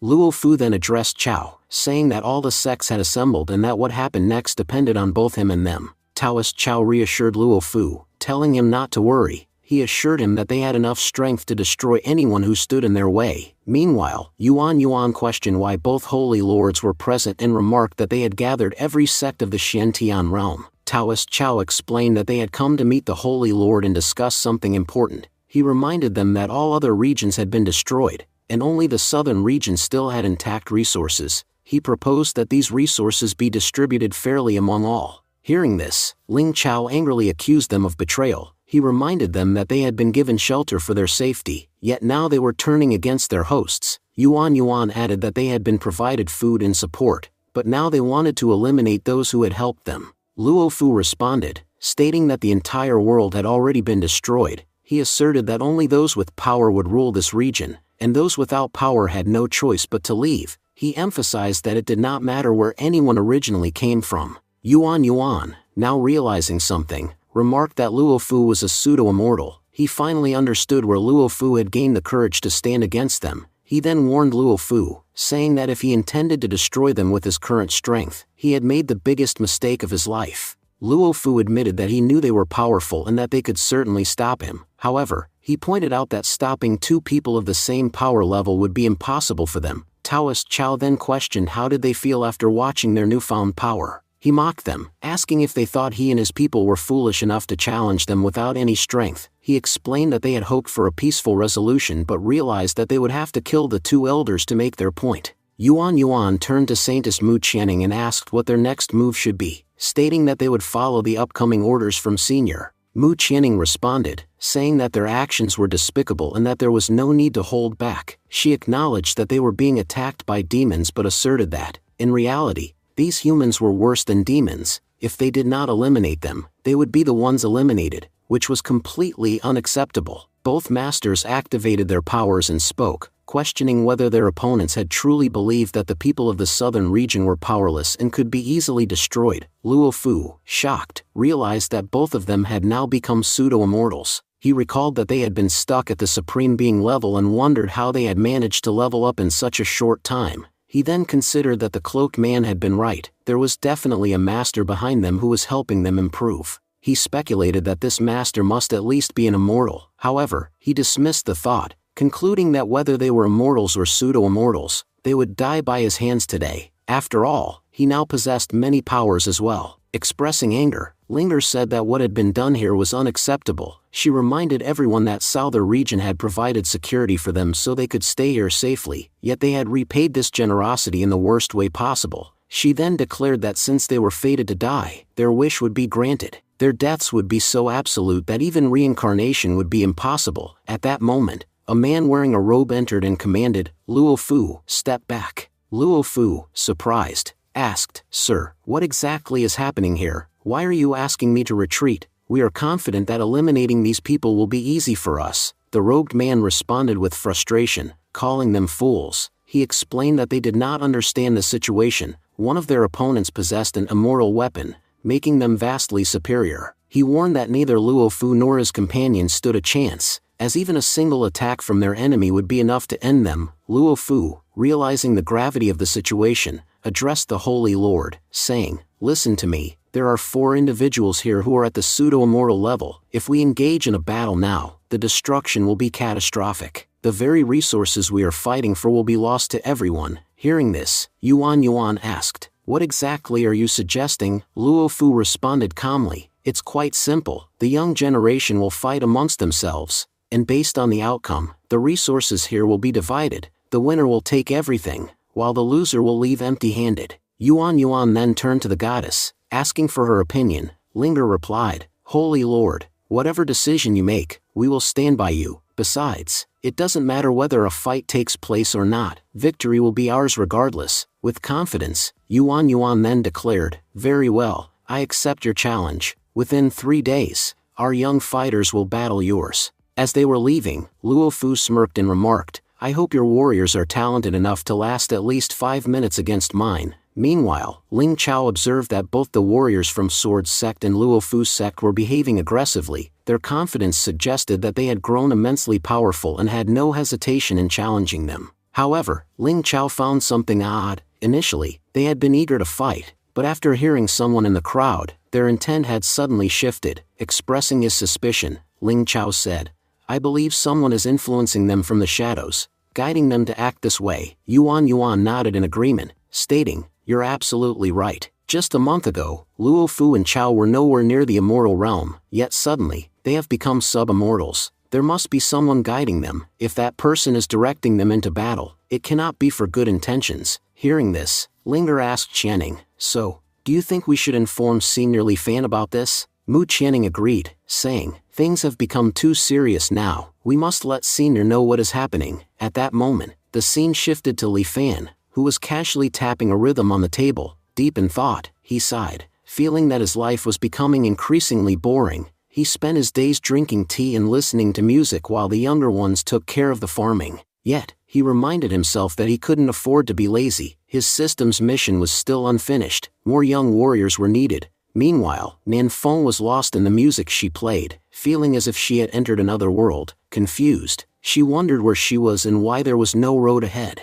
Just then, Prince asked worriedly, "Senior sister, what's wrong? Did you touch the immortality?" Jilling, in disbelief, exclaimed, "I can't believe it. Our sister Nan Feng is about to break through." Watching the situation unfold, Li Fan noted that Nan Feng's skills with lute music had improved tremendously, though she was still far from perfection. Deciding to assist her in completing her breakthrough, he extended his hand and began guiding her. Nan Feng, still lost in thought, struggled to find a path, but suddenly, she recognized a familiar voice, her master's voice. Realizing that her master was guiding her, she resolved to follow his lead. A moment later, she opened her eyes, overwhelmed with emotion. She had finally reached the immortal realm, something she had never imagined achieving at such a young age. Grateful, she turned to her master and expressed her deepest thanks. She admitted that towards the end of the song, she had started to lose track of the lyrics, but her master had guided her back, allowing her to succeed. Li Fan warned, "If you keep going down the wrong path, your tune could take a turn for the worse." The prince, with a serious expression, remarked, "Our senior sister is barely 20 years old, yet she has already become a pseudo-immortal master at such a young age." Jilling, shaking her head,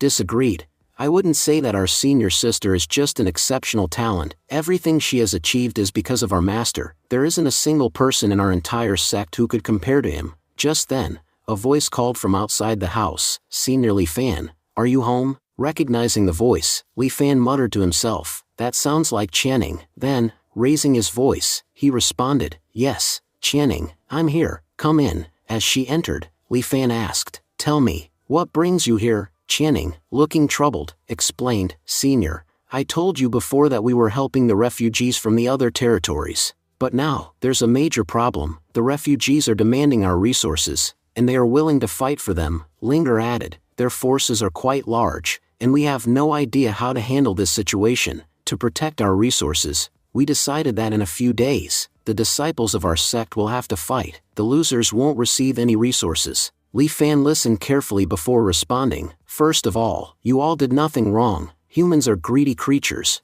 and we shouldn't blame ourselves for trying to do the right thing. What you did was noble and significant." As he processed the situation, he thought, "So, there's going to be a tournament soon, and in a tournament, fights are inevitable. But fighting has never been my strong suit. What advice can I possibly give them?" Lu Rong, his anger evident, exclaimed, "This is outrageous. We helped those people, and this is how they repay us." The prince, clenching his fists, added, "I feel like wiping them out. Just give me a chance." Meanwhile, Li Fan was deep in thought. Why should I worry about fighting when I have my disciples? Then, addressing Lu Rong and Ji Wan, he asked, "Do either of you have actual combat experience?" Mu Qianing, standing nearby, had anticipated this. She thought, "I knew it. Senior Li Fan will send his disciples instead." Linger agreed, Of course, it was bound to happen. No one on this entire continent could stand against his disciples. Both Lu Rong and Ji Wan bowed respectfully, saying, "Yes, Master, we will do our best to ensure victory in the tournament." Li Fan advised them, "During the fight, keep your focus on your opponent. The rest is up to you. You may go with Channing now." Suddenly, he remembered something. "Wait, if you're going to fight, you'll need good weapons. In my free time, I crafted many. Go and choose whichever you like." The two disciples exchanged glances, stunned. "Master is giving us the opportunity to choose our own weapons." They hesitated, knowing that every weapon in their master's collection was from the highest level of craftsmanship. Most of them were beyond their capabilities to wield properly. They needed to choose something they could handle effectively. The prince, eager, said, "Let's go find the right weapons." Later, after selecting a weapon, the prince proudly displayed it. "Look at this. This weapon is really useful, isn't it?" Lu Rong observed it and remarked, "You're using a staff. That's a great choice. Given our power levels, this seems like the most suitable weapon." Watching them, Li Fan couldn't help but think, "Are these kids crazy? I have weapons forged from iron, yet they're picking ordinary wooden sticks. How do they expect to fight like this?" The prince then turned to Lu Rong and said, "Look, my friend, I even brought you a pair of heavenly chopsticks. You'll love them." Lu Rong's eyes lit up with excitement. "Thank you so much. This is an incredible treasure. If I had gone in by myself, I wouldn't have been able to pick something this amazing." Both disciples turned to Li Fan and said in unison, "Master, we have chosen our weapons." Li Fan, still in disbelief, thought, "Have they lost their minds? I gave them the opportunity to pick their weapons, and among all the daggers I forged, they chose a wooden staff and chopsticks. Is this some kind of food-eating competition?" Despite his thoughts, he chose not to criticize their decisions. Instead, he said, "As your master, I won't say much. Just take care of yourselves during the fight and avoid getting injured." Both disciples nodded. "Understood, Master. We'll remember your words." Mu Qianning, smiling, said, "Senior, thank you so much. When I go back and inform our sect leader that your disciples will be participating in the tournament, he will be absolutely delighted."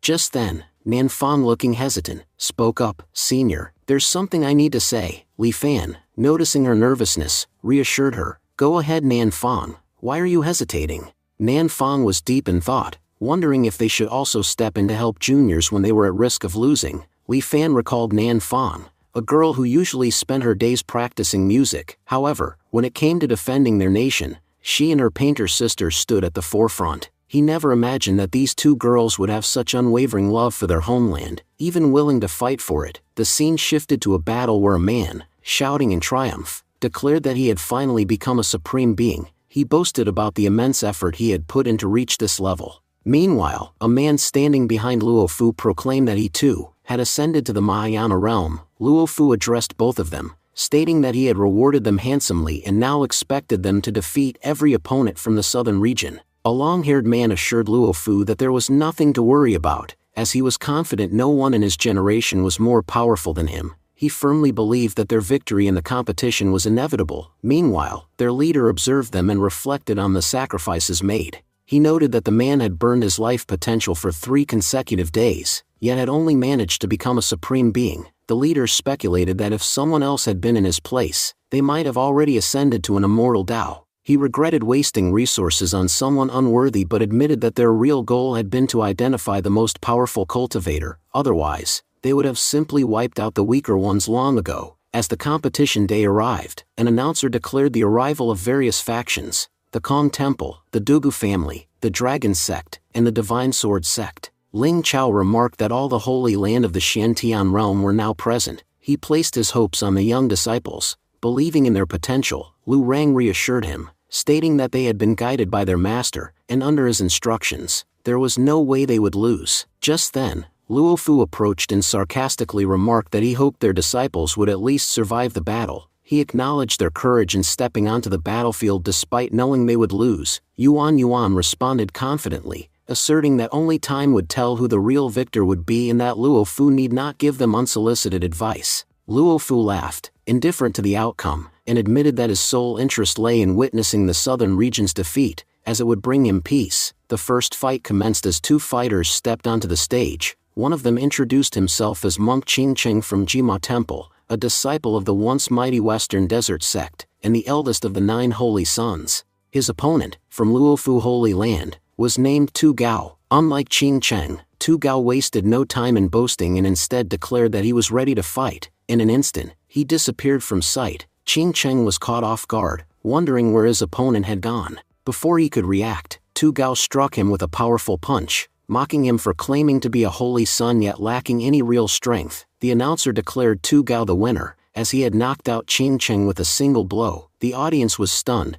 realizing that Tu Gao was a cultivator of the Mahayana realm. They questioned how someone so young could possess such overwhelming power. Tu Gao turned to the elders, stating that he had spared Qing Cheng out of respect for the temple and that they should be grateful the monk had survived. However, an elder lamented that Qing Cheng's cultivation had been completely destroyed, condemning him to a lifetime of disability. He prayed for divine mercy upon the fallen disciple. Tu Gao then addressed the crowd, boasting that if a monk from the temple could not withstand him, no one else would dare to challenge him. He warned that he had shown mercy this time, but he would not be so kind to the next opponent. He intended to kill them. Luo Fu turned to Yuan Yuan and Ling Chao, questioning why his disciples were openly inviting challengers to fight. He warned them that if they did not want to see their disciples die, they should surrender and apologize. He even mockingly offered them food, suggesting that they could at least have full stomachs before admitting defeat. Ling Chao speculated that someone powerful must have been supporting Luo Fu land,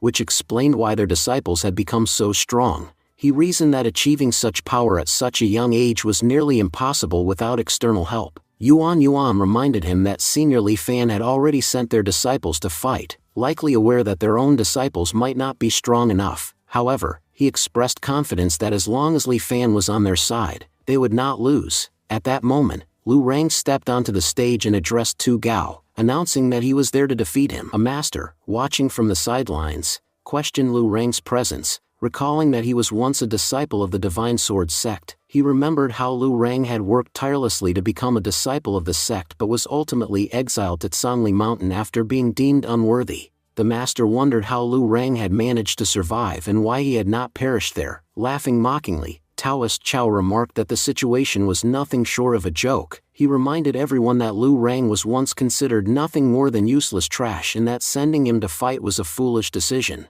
He sarcastically added that at least this way, they wouldn't have to send their own children to their deaths. Instead, they could sacrifice an outsider, whose demise would not matter to them. Ling Chao, angered by Taoist Chao's words, retorted that they did not share his twisted mentality. He insisted that they valued all human lives. Unlike Taoist Chao, who had betrayed his own people, he challenged the claim that Lu Rang was worthless, warning that if the gods willed it, Taoist Chao would soon regret his words. Just then, the spot where Tu Gao stood suddenly became empty as he vanished once more. The audience murmured in astonishment, exclaiming that Tu Gao had disappeared again. Many were convinced that the bulky warrior would surely lose. Meanwhile, Lu Rang recalled what his master had once told him, that no matter how powerful a weapon was, it was useless in the hands of an unskilled wielder.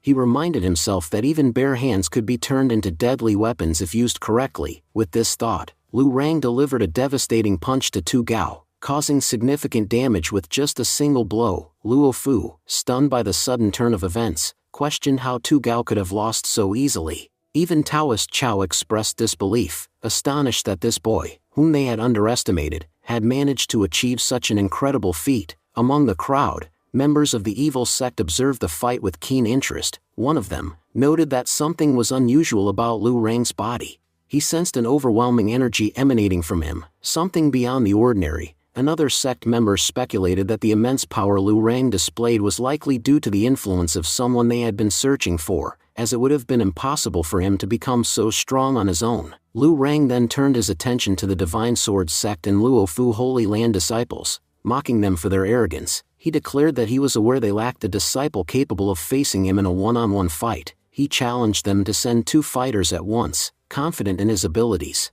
The evil sect leader acknowledged the validity of Lu Rang's claim and commanded, "Send 2 of our men together to fight," ensuring a quicker victory. Luo Fu agreed to the decision and sent 2 disciples to the stage. As the fighters stepped forward, one of them, a disciple from the Luo Fu Holy Land, sneered at Lu Rang, declaring that he would personally end him. The crowd murmured amongst themselves, acknowledging that both opponents were incredibly powerful. They noted that one of them, despite being only 30 years old, had already reached the rank of Supreme Master, a historic achievement. Lu Rang, unshaken, replied that only time would tell who would emerge victorious. He invited them to attack him without hesitation. Meanwhile, he reflected on his own training, remembering that he had 2 senior sisters, one a supreme master and the other a pseudo-immortal. Additionally, his master was an invincible immortal. Having witnessed such powerful figures firsthand, Lu Rang saw no reason to fear his opponents. The 2 disciples combined their strength, preparing to launch a deadly attack. The crowd grew tense, whispering that Lu Rang had made a grave mistake. Fighting against 2 powerful warriors simultaneously was nearly impossible. Furthermore, Lu Rang was unarmed, while both his opponents wielded pseudo-immortal weapons. His chances of survival seemed slim, and many believed his defeat was inevitable. At that moment, Ling Chao realized that they had made a grave mistake. They had not given Lu Rang a weapon. Yuan warned Lu Rang to step back, saying that if he took such a powerful attack head-on, it could be extremely dangerous for him. The prince intervened, addressing the holy lords and urging them to stay calm, assuring them that there was nothing to worry about and that everything would be fine. Ling Chao pondered over the situation and agreed that the prince was right. After all, Lu Rang was Senior Li's disciple, and losing here was simply impossible for him. Just then, Lu Rang effortlessly blocked an incoming attack using his chopsticks and countered with ease. As he struck back, he confidently declared that the opponent's weapons were nothing in front of him. The immense power of Lu Rang's attack caused both of his opponents to be completely annihilated. Luo Fu, in shock, questioned what kind of joke this was. He pointed out that they had equipped their disciples with the best weapons, yet Lu Rang was fighting using mere chopsticks. He couldn't comprehend how simple chopsticks could be an immortal weapon. It seemed as if a god had descended into the arena to fight, rendering them powerless. Leader, equally astonished, wondered how an ordinary pair of chopsticks could possess such strength. He noted that they emitted an aura of immortal energy. Another observer agreed, stating that forging such a weapon would require an entire lifetime of dedication. He speculated about the identity of the master who had created them, concluding that he was indeed a formidable threat. The leader then turned to 2 of his disciples and instructed them to enter the fight. However, both of them fell to their knees, pleading, "Lord, please spare us." Everyone here has witnessed that 2 senior fighters, despite wielding pseudo-immortal weapons, were defeated by Lu Rang using only his bare hands. His attack was so powerful that not only did their bodies disintegrate, but even their souls were shattered. How can we possibly fight against someone like that? Cloaked Man tried to reassure them, urging them not to panic. He handed them each a special pill, explaining that after consuming it, they would gain immense strength. Furthermore, he promised to provide them with immortal weapons that were far superior to Lu Rang's chopsticks. The leader reinforced this sentiment, urging them not to be afraid. He reassured them that while Lu Rang's weapon was indeed powerful, Lu Rang was already exhausted after launching such a devastating attack and would not be able to execute another one of the same magnitude. He reasoned that no matter how strong a weapon was, it was useless in the hands of a weakened wielder. Encouraged by this, the 2 disciples expressed their gratitude, stating that they now felt confident enough to fight. They stepped onto the stage, and one of them addressed Lu Rang, demanding that he put down his chopsticks, kneel, and beg for mercy if he wished to live. The audience murmured among themselves, puzzled by what was happening. They found it hard to believe that such insignificant disciples were suddenly becoming supreme beings. It seemed as though the Divine Sword sect and the Luofu clan had been overly confident, relying on their exceptionally talented disciples. Lu Rang, unfazed, asked why they refused to admit defeat. He admitted that he was exhausted, but crushing insects like them would still be effortless. At that moment, the prince intervened, stepping forward and telling Lu Rang to wait. He assured him that he no longer needed to fight and that he would handle the situation himself. The 2 opponents scoffed, mocking the prince. They sneered, saying, "Look who's here to fight us, an abandoned prince. What could he possibly do? Even his own family has given up on him." One of them then unleashed a devastating attack with his weapon. The audience gasped,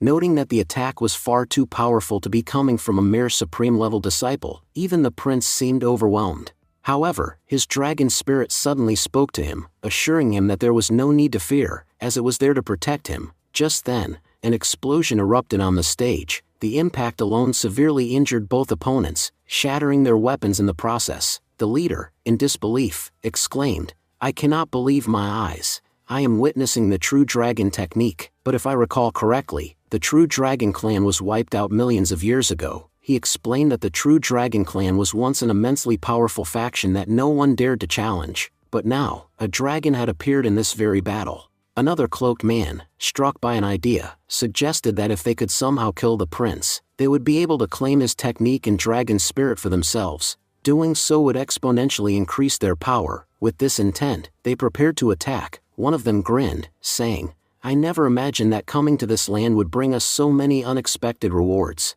Initially, we thought the world tree was the most powerful entity here, but now I see that everything in this land is extraordinary." The prince then starts twirling the stick that was handed to him by Li Fan, causing dark clouds to form around his opponents. In an instant, the clouds completely engulfed them, erasing them from existence. Moments later, blood rained down from the clouds. Lu Rang, observing the battle, was amazed. He marveled at the fire stick's immense power and wondered if his own chopsticks also possessed such hidden potential, which he had been unable to unlock due to his exhaustion. Mu Qianning and Linger remarked in awe that Senior Li Fan was truly remarkable. She pointed out that even household chopsticks from his home held enough power to destroy an entire land. Linger added that she had always known they would never lose as long as Senior Li was present. Meanwhile, Luo Fu, struggling to comprehend the situation, questioned what was truly happening. He wondered who the invisible master behind these warriors was, someone with such unfathomable power. Taoist Chao voiced his disbelief, questioning how such a powerful master had appeared in the southern region.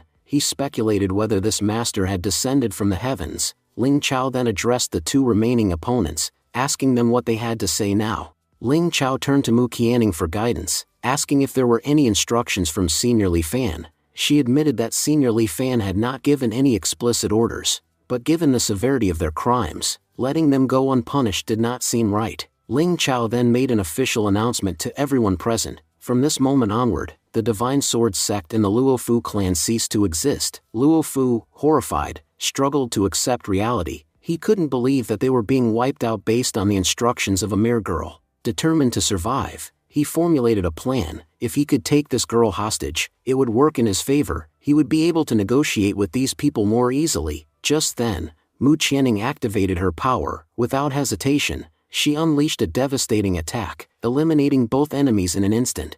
Luofu, in utter disbelief, exclaimed, "I can't believe it, everyone here possesses immortal weapons." Meanwhile, the gathered people bowed and reverently addressed Mu Qianning, saying, "Goddess, you are truly incredible. With a single attack, you have defeated the pseudo-immortals. From this moment on, all sects will follow you."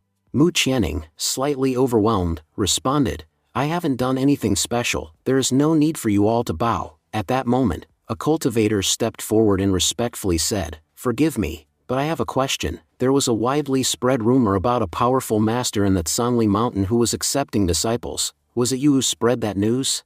Ling Chao confirmed, "Yes, we were the ones who spread that news. And do you know, Lu Rang Jiwan is also one of the senior's disciples. But let me make one thing clear, none of you are qualified to meet the senior. No matter how much you plead, we will not allow you to meet him." The surrounding people whispered among themselves, "So, the invincible immortal master truly exists. But it's unfortunate that we've come too late." The scene shifted to Jilling, who sat motionless, attempting to paint. Nan Fan observed her and wondered, "What's wrong with Jilling? She has been sitting there since morning, yet she hasn't drawn a single thing. Could it be that she's on the verge of a breakthrough?" When I was about to break through, I experienced the same thing. Just then, Li Fan entered and remarked, "When you do something with heart, it turns out much better. That's why, whatever we learn, we must learn wholeheartedly. If an artist pours their heart into their painting, it will shine even brighter. To create a beautiful painting, one must first think of something beautiful. Without a positive mindset,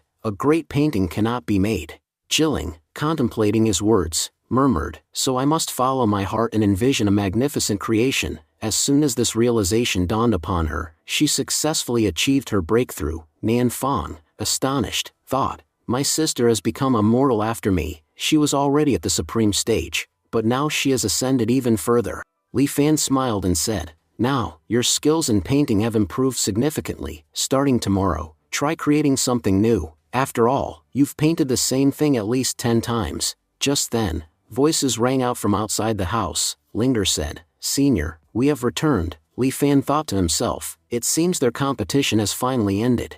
The prince stepped forward and expressed his gratitude. "Master, we are truly grateful. The weapons you provided us were remarkable." Linger, overwhelmed with appreciation, said, "Senior, thank you so much for sending these people to accompany us. Because of them, our mission was completed with ease, Li Fan nonchalantly replied. It was a trivial matter, there's no need to thank me. However, inwardly, he mused, my foolish disciples, what could they possibly achieve in a chopstick competition? I'm sure they lost miserably. Then, turning to them, he instructed, you too, take this fire stick and throw it in the kitchen dustbin. As for this chopstick, burn it separately, these things are of no use to us anymore. Lu Rang, in utter shock, thought, they are discarding such valuable treasures. Linger added, the competition went well, and now the entire outside world knows about you. Since you are accepting disciples, I am certain that many will come to seek your guidance in the future. Among them, there will be many geniuses from various fields. Mu Qianning, sensing the inevitable influx of people, commented, we need to do something to ensure that only a few can approach the master. If too many people arrive, he will become quite displeased. Li Fan, reflecting on the situation, thought, Lu Rang and Ji Wan must have exaggerated stories about me, that's why so many people now want to become my disciples. He then turned to Mu Qianning and asked, tell me, is this all happening because of Lu Rang and Ji Wan? Mu Qianning nodded, yes, senior, you are absolutely right. Li Fan sighed and thought, I understand that I have very few disciples, but my house is too small. If too many people come, where will I live? And on top of that, Ji Wan and Lu Rang are incredibly lazy. They can't even work for half an hour when sent to the training grounds. What's the use of having such disciples? Handing a piece of paper to Nan Fong, he instructed, post this outside. Anyone who can solve this problem will be allowed to enter the house. Nan Fong, reading the paper, asked, so, only those who can answer this question will be accepted as disciples. And those who fail cannot enter. Linger, confused, muttered, what is this? I don't understand it at all. Lu Rang added, I don't understand it either. It's fortunate that I arrived earlier, otherwise, I would have had to fight my way in. Nan Fong speculated, this must be some kind of heavenly formula that we simply cannot comprehend. Meanwhile, outside the village, numerous ships had arrived. A bald man looked around and remarked, this place is remarkable. It feels as if a powerful master resides in this village. Just their presence has made this entire area extraordinarily strong. Another master, who had long been struggling with a problem, sighed in relief. For years, I was stuck on a difficult issue, but after seeing this village, I feel much better. It seems my problem is being resolved. At that moment, a disciple touched the village's barrier and stated, this must be where the senior resides. I can feel an immense power emanating from within. As soon as he made contact, a formidable attack surged toward him. Suddenly, in front of them appeared the heavenly master of mathematics, who declared, if our first angle is 45 degrees and the second angle is 30 degrees, you must calculate the magnitude of this angle. The gathered cultivators whispered among themselves, this question sounds incredibly difficult. It must be a test set by the senior. Unless we solve it, we cannot enter. Whoever answers correctly will likely become the senior's disciple. But this question is filled with deep complexities, and I have no idea what is happening anymore. The masked spoke with a commanding voice, stating, there are exactly 3 words in this question, and within them lies the mystery of heaven and earth. If we can decipher the true meaning of this question, we will unlock a profound secret. Observing the question, he remarked, this question is like the very essence of cultivation. If anyone among us can comprehend it, they will ascend to a higher realm. The gathered disciples murmured in agreement, deciding to stand their ground and wait, hoping to grasp the rhythm of the question. Perhaps it would offer them an advantage. Among them, one master suddenly declared, I understand now, this is a test of endurance.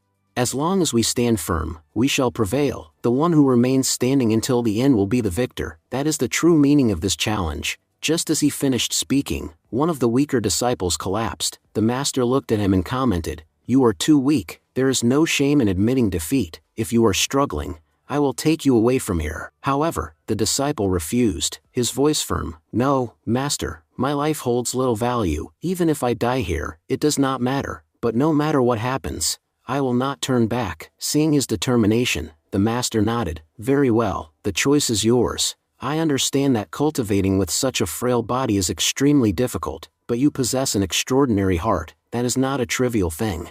Another master then turned to his companion and said, it seems we are unable to grasp the true nature of this question, and unfortunately, our luck is not great enough to meet the senior who could provide guidance. The disciples of Master Sang-ji, however, are quite exceptional. Perhaps they might uncover something with their wisdom. Bald Master spoke up, that disciple, Luo Dugu, might be the one to solve it. Meanwhile, inside the chamber, Nanfeng approached her master and reported, "Master, the question you have set outside is exceedingly difficult. Thousands have attempted to solve it, but none have succeeded. In fact, many are now retreating in fear, convinced that the question is unsolvable." Li Fan, listening intently, responded, "It does not matter how many come and go, we must not be affected. There is no need for panic." He then mused to himself, "It was a wise decision to use a mathematical question, otherwise, my courtyard would have been flooded with unworthy individuals. Besides, if someone lacks even basic arithmetic and geometry skills, what use would they be to me? They would only become a burden. Wait a second, this is the cultivation world. How could they possibly understand mathematics?" Turning to Nanfeng, he asked, "Nanfeng, have you ever studied mathematics or geometry in the Xiantian realm?" Nanfeng shook her head. "Master, I have never heard of the techniques you speak of, and as far as I know, no one in our realm has ever encountered such concepts." Li Fan sighed. "That explains everything. No wonder no one has been able to solve the question. Everyone in the Xiantian realm is a cultivator, yet I assumed they were fools just because they couldn't solve a basic math problem." Then, he turned to Nanfeng and said, "Tear down that notice posted outside." Nanfeng asked, "Why, Master?" Li Fan replied, "Because in this entire world, there isn't a single person capable of solving that problem." Just then, Nanfeng walked outside and removed the question from the wall. A young monk approached her hesitantly. "Goddess, may I ask you something? Are you the senior disciple of the master here?" A swordsman disciple also stepped forward and asked, "Why did you remove the question? Did Senior Li Fan instruct you to do so?" Nanfeng answered calmly, "Senior has stated that in this entire world, there is no one capable of solving this question. The power of heavenly mathematics and geometry is embedded within it, something beyond the comprehension of the people in this realm." The swordsman frowned. "Now that the question has been removed, does that mean we are allowed to meet the master?" Nanfeng replied, "Master has not given any such instruction yet." A swordsman disciple turned to his companion and asked, "Brother monk, what should we do? Should we simply leave?" The monk stood firm. "Life or death holds no meaning for me. Whatever the senior decides after meeting me shall be my fate." Stepping forward, he introduced himself. "My name is Qin Cheng. I have come from the Tsongming Temple to pay my respects to Senior." Swordsman disciple, observing Qin Cheng's resolve, thought to himself, "Qin Cheng is a powerful man, yet he disregards his own life. If someone as strong as him is so indifferent, what am I, a mere nobody, to be concerned about my own fate?" Determined, he too stepped forward and announced, "I am Dugu Yuqin of the Dugu family. I also wish to greet Senior." Nanfeng returned to Li Fan and reported, "Master, these two are the last ones remaining. They have vowed not to leave, no matter what." Li Fan smiled. "It seems these two are both diligent and stubborn. Meeting them might be worthwhile," and with that, he gestured for them to enter. Once inside, Dugu Yuqin bowed respectfully and introduced himself. "Greetings, Senior. My name is Dugu Yuqin. I come from the Dugu family. I've come here to follow and learn from you." Next, the other young man stepped forward. "My name is Qin Cheng. I don't care what I have to do, as long as you accept me as your disciple, that will be more than enough for me." Li Fan, observing them both, could see that these two were genuinely sincere. He thought about how long they had waited outside, and how that alone showed their dedication. "But what can I even teach such hard-working disciples?" he wondered. "I myself possess so few skills." He turned to Dugu Yuqin and asked, "Would you be interested in learning calligraphy? If so, I could actually teach you quite a lot." Dugu Yuqin immediately nodded, saying that he enjoyed all kinds of work and was willing to learn whatever his senior could offer. Internally, he recalled the test question from earlier. It had been about calligraphy. If he could learn this art here, he believed it would greatly improve his spiritual intent. Then Li Fan addressed Qin Cheng. "You're a monk, aren't you? Just so you know, I've never worshipped Buddha, nor have I ever entered a temple, and I don't believe in Buddha's teachings." Qin Cheng was stunned. This senior, he's a terrifying existence. If he doesn't worship Buddha, that must mean he believes he's above such faith.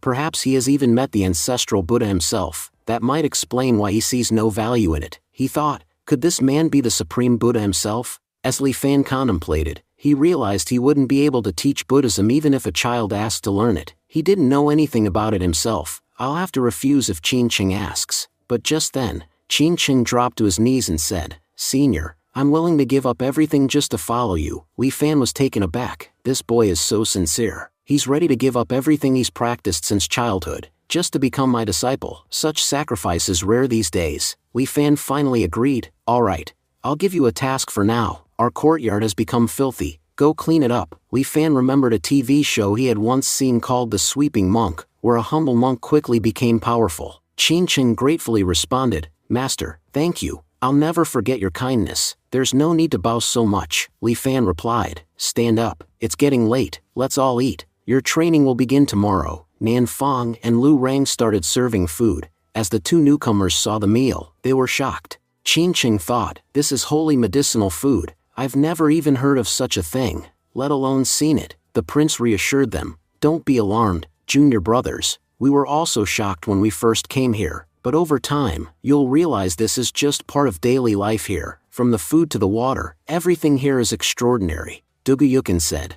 Now I understand why our senior brothers are so powerful. Lu Rang added, You haven't seen anything yet. Master has an amazing vegetable field. We'll take you there tomorrow. Just then, Nan Fong entered a breakthrough during the meal. She smiled and apologized. Sorry to interrupt dinner, but I've just advanced to the next realm. Qin Cheng was bewildered. What is happening here? She broke through just by eating. At the end of the sky realm, a few rogue figures were seen standing. One of them, seated, asked, Any news from the Xintian realm? Another replied, Yes, Xuntian is one of the 21 lower realms. It's connected to Shenhuang City. To investigate, I visited the History Museum to check the lower realm records. And there, I found something fascinating. I brought back historical records spanning 2,000 years of the Xintian realm. And yes, they've had some truly amazing cultivators in the past. The man in the robe said, You've trained hard. Now, let's look back and see who the most powerful cultivator in history was. He continued, around 300 years ago, there existed a place called the Heavenly Soul Sect. A cultivator from there once stole the sect's most prized possession, something known as the Heavenly Soul Orb itself.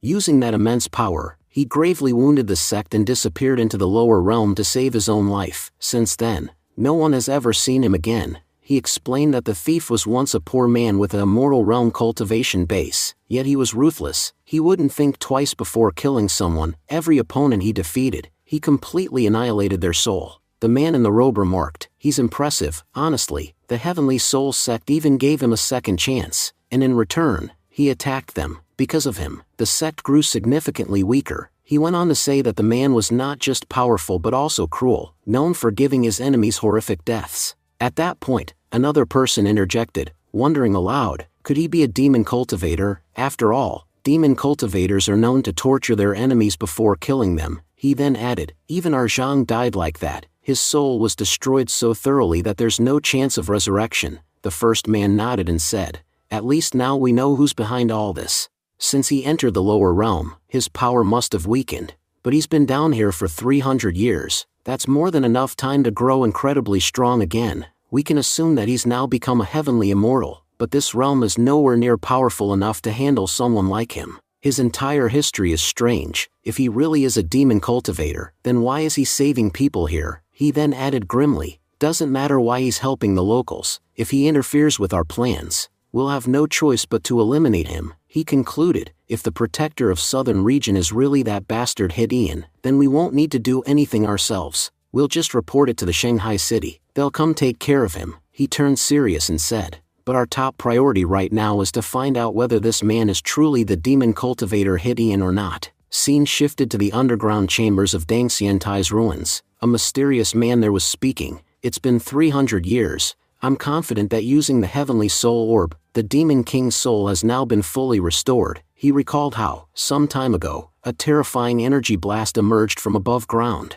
Just that one attack carved a massive crater in the land. Thankfully, the attacker didn't strike this location. If he had, the Demon King's soul would have been completely destroyed, and all my waiting would have been in vain. Only a little more time now. Once the Demon King reincarnates, I'll use his power to control everyone. Suddenly, an intense energy burst filled the space. He exclaimed, Finally, the Demon King is returning. The immortals will tremble once more at his name. Just then, the coffin opened, and to his shock, a girl emerged from within. She looked around and asked, Is your name Ming Tianbai? Tianbai stood frozen, thinking, I never imagined the Demon King could be a girl. He composed himself and said respectfully, Yes, Demon Commander, I am Tianbai. Welcome back to this world, Demon King. The Demon King frowned and commanded, "Shut your mouth. I can sense another soul nearby, and its intentions toward us are far from friendly." At that moment, another demon appeared. He said mockingly, "I've been waiting here for a powerful Demon King,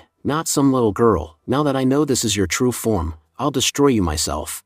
Tianbai steps forward and urges her to leave, saying that it's too dangerous for her to stay here. The demon laughs and says that if he kills her, he can absorb her soul and become incredibly powerful. He adds that a weak Demon King like her is of no use to anyone. The Demon King admits that her current form is truly pathetic. Despite her powers, no one believes she's strong. She recalls facing the same struggles in her previous life and fears that this life will be no different. Without warning, the Demon King teleports away with Tianbai. She tells him to run with her immediately. Her soul had only just returned, but her strength hasn't recovered yet. If they stay there, they'll definitely be killed. Meanwhile, the demon transforms into his true form and calls out mockingly, "Where are you running off to, my dear Demon King? That soul now belongs to me." The Demon King urges Tianbai to fly faster. She says she sensed something unusual below the mountain.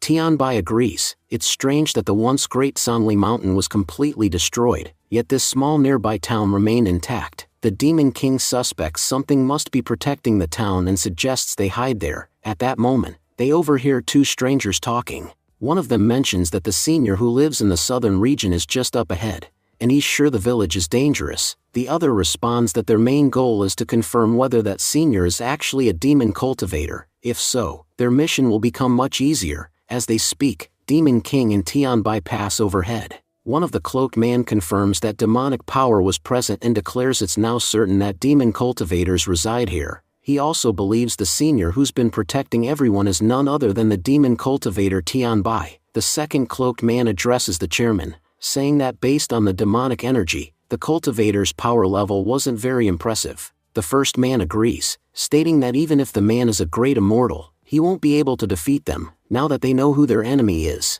eliminating him should be easy. Meanwhile, Tian wonders what kind of place they've come to. He can't even fly here. Looking ahead, he sees the village and feels like he's facing an ocean of spiritual energy that's nearly impossible to cross. The Demon King admits that she finds the place fascinating, but also incredibly dangerous. Tian asks if they should really go in. He's worried that whoever resides inside must be extremely powerful, and if angered by their intrusion, they won't stand a chance. The Demon King replies that staying outside isn't safe either. They should at least check it out. Who knows, the senior might even help them. Tian is confused and reminds her that immortals and demon cultivators have always been enemies. If any immortal sees them, they'll be killed instantly. The Demon King wonders how such a powerful being could exist here. Could it be that this person was waiting for her? She suggests they change their appearance to blend in, since their current clothes seem out of place in this world. She also says she'll need a bit of his power, as she hasn't recovered yet. Tian, frustrated, thinks that helping her has brought him no benefit. He thought the Demon King would grant him power, but instead, she's draining his. Then, she changes both their appearances. Tian complains that his old clothes looked cool, but now he looks like a complete fool. The Demon King smirks and says he is a fool. She adds that now that they've changed clothes, there's no reason to wait. They should head out. As they approach a house, Nanfang steps outside and asks, "Little sister, who are you, and what brings you here?" The Demon King quickly responds that some thugs were chasing them, so she and her uncle ran and ended up here. She politely asks if they could help them. Nanfang begins to wonder, was this uncle also a cultivator? His aura certainly feels incredible. She tells the Demon King to follow her inside. The Demon King is surprised that Nanfang doesn't seem the least bit intimidated by Tian's overwhelming presence. As a Demon King, she's so powerful that no one can usually sense her true identity. But the moment they step inside the house, she becomes visibly nervous. She sees everyone, from tree spirits to phoenixes, glaring at her angrily. The Demon King panics and wonders what kind of place she has just entered. In a trembling voice, she pleads, "Sister, I'm not a bad person. Please, don't do anything to me." Nanfang asks gently, "What's wrong, little sister? Why are you so nervous?" Li Fan observed silently. He noted that the girl who had just arrived was dressed very simply, yet her skin was flawless. Looking at her clothes, he suspected she might be wearing animal hide, perhaps to disguise herself and change her identity. He further thought that the girl appeared very thin, almost as if she had endured severe hardships. Likely something terrible had happened to her family. It seemed she had run a long distance to escape and had intentionally worn such clothes so that no one could recognize who she really was. Li Fan then stated, "This girl isn't an ordinary person." He continued, "Now that you're inside the house, you might as well tell us who you really are." The Demon King was silently wondering just how powerful the entity in this cottage was, someone strong enough to recognize her true identity. Just then, Li Fan stepped forward and gently placed his hand on her head. The Demon King responded respectfully, "Thank you for letting me stay here, Senior." Li Fan smiled and said, "No need to call me Senior, just calling me brother is fine. By the way, where's her uncle?" Nan Fong then informed him, "That child's uncle is not an ordinary person, that's why I didn't allow him to enter." Li Fan thought to himself that this uncle might be a high-level bodyguard. He reminded himself that in their mountain village, everyone lived closely together. If there were any trouble, the villagers would unite immediately. That meant there was no need for personal bodyguards here. Considering this, Li Fan said, "That bodyguard should be sent back. If he stays, he might actually cause trouble." The Demon King turned to Nan Fong and said, "Big sister, I want to go with you. I needed to say something to my uncle before he leaves." Outside the house, Nan Fong told the bodyguard, "My master has ordered that you can't stay here, so for now, you'll have to leave." Tianbai was quietly thinking to himself. He realized that the Demon King was currently very weak and in need of protection. He wondered who would protect her if he left, but the Demon King reassured him, "Uncle, you should go hide somewhere for now. The senior here is very capable. He'll be able to protect me easily." Tianbai was stunned. He thought, "What kind of man is this, whom the Demon King herself calls senior?" He figured this person must be extremely powerful. Just outside the village, Demon Marshal arrived. He muttered, "The Demon King disappeared around here. She must be nearby." Suddenly, he noticed the calligraphy near Li Fan's cottage and was startled. This calligraphy, it's incredibly powerful. Who could have created something like this? He wondered aloud. He suspected that the Demon King might be staying with a powerful immortal. That meant whoever lived in that house must be someone extraordinary, so powerful that even the Demon King sought refuge with them. Driven by curiosity, the Demon Marshal attempted to enter the house, but just then, Tianbai sensed a dangerous energy radiating near the senior's home. Alarmed, he rushed over to check if the Demon King was safe. Upon arriving, he saw the Demon Marshal badly injured. Lying on the ground, the Marshal was muttering in pain, "You people betrayed the Demon Clan. How could you stay near such a powerful cultivator?" Tianbai realized something. So, this senior must be a friend of the Demon King. That explains why he protected her without hesitation, and if he managed to defeat the Demon Marshal in a single blow, he's not just powerful, he's a force to be reckoned with. He felt relieved. The Demon King is safe. There's no need for me to worry anymore. Elsewhere, a cloaked man asked, "You went to investigate, right? What did you find out?" "The master's staying in southern region. Could he be a demon cultivator?" His companion replied, "Yes, he is a demon cultivator, and he's none other than Tianbai, the same man who slaughtered our people." The first man smirked. "Well, that's perfect. We won't even have to lift a finger to get revenge. All we need to do is inform Shing City that the traitor who stole the heavenly soul orb is hiding here. They'll take care of the rest." Back in the village, Li Fan was seen dining with others. He said kindly, "Little sister, eat properly. You're still young and need to grow up well." The Demon King, watching the food carefully, thought to herself, "There's even holy pills used in the food. Even though I'm the Demon King, I barely ever had food like this, and here they use it in everyday meals." She looked around and concluded, "They must have figured out who I am. They probably also know that my soul has been dormant for thousands of years. That must be why they prepared holy medicine, to help me recover and grow again." Demon King speaks softly, "Brother, why are you so kind to me?" Li Fan looked at the girl and thought to himself that she had probably been on the run for a very long time. Because of that, she hadn't had proper meals or a good night's sleep. He made a silent promise. No matter what it took, he would take care of this child. Out loud, Li Fan said gently, "That's why I'm being nice, because you're just a little girl. I know you've been through a lot in your life, and your past must have been filled with pain, but it's okay, you can forget it now." He reassured her that everyone living with them was kind, and no one here would ever harm her. "There's no need to be afraid anymore. From now on, this is your home too." Then, remembering something, he chuckled, "Oh, I almost forgot to ask, what's your name?" The Demon King hesitated. She thought to herself that this senior probably knew everything about her, except for one thing, her real name, and that, she couldn't reveal. She looked up and said, "Brother, my name, it used to start with Lin,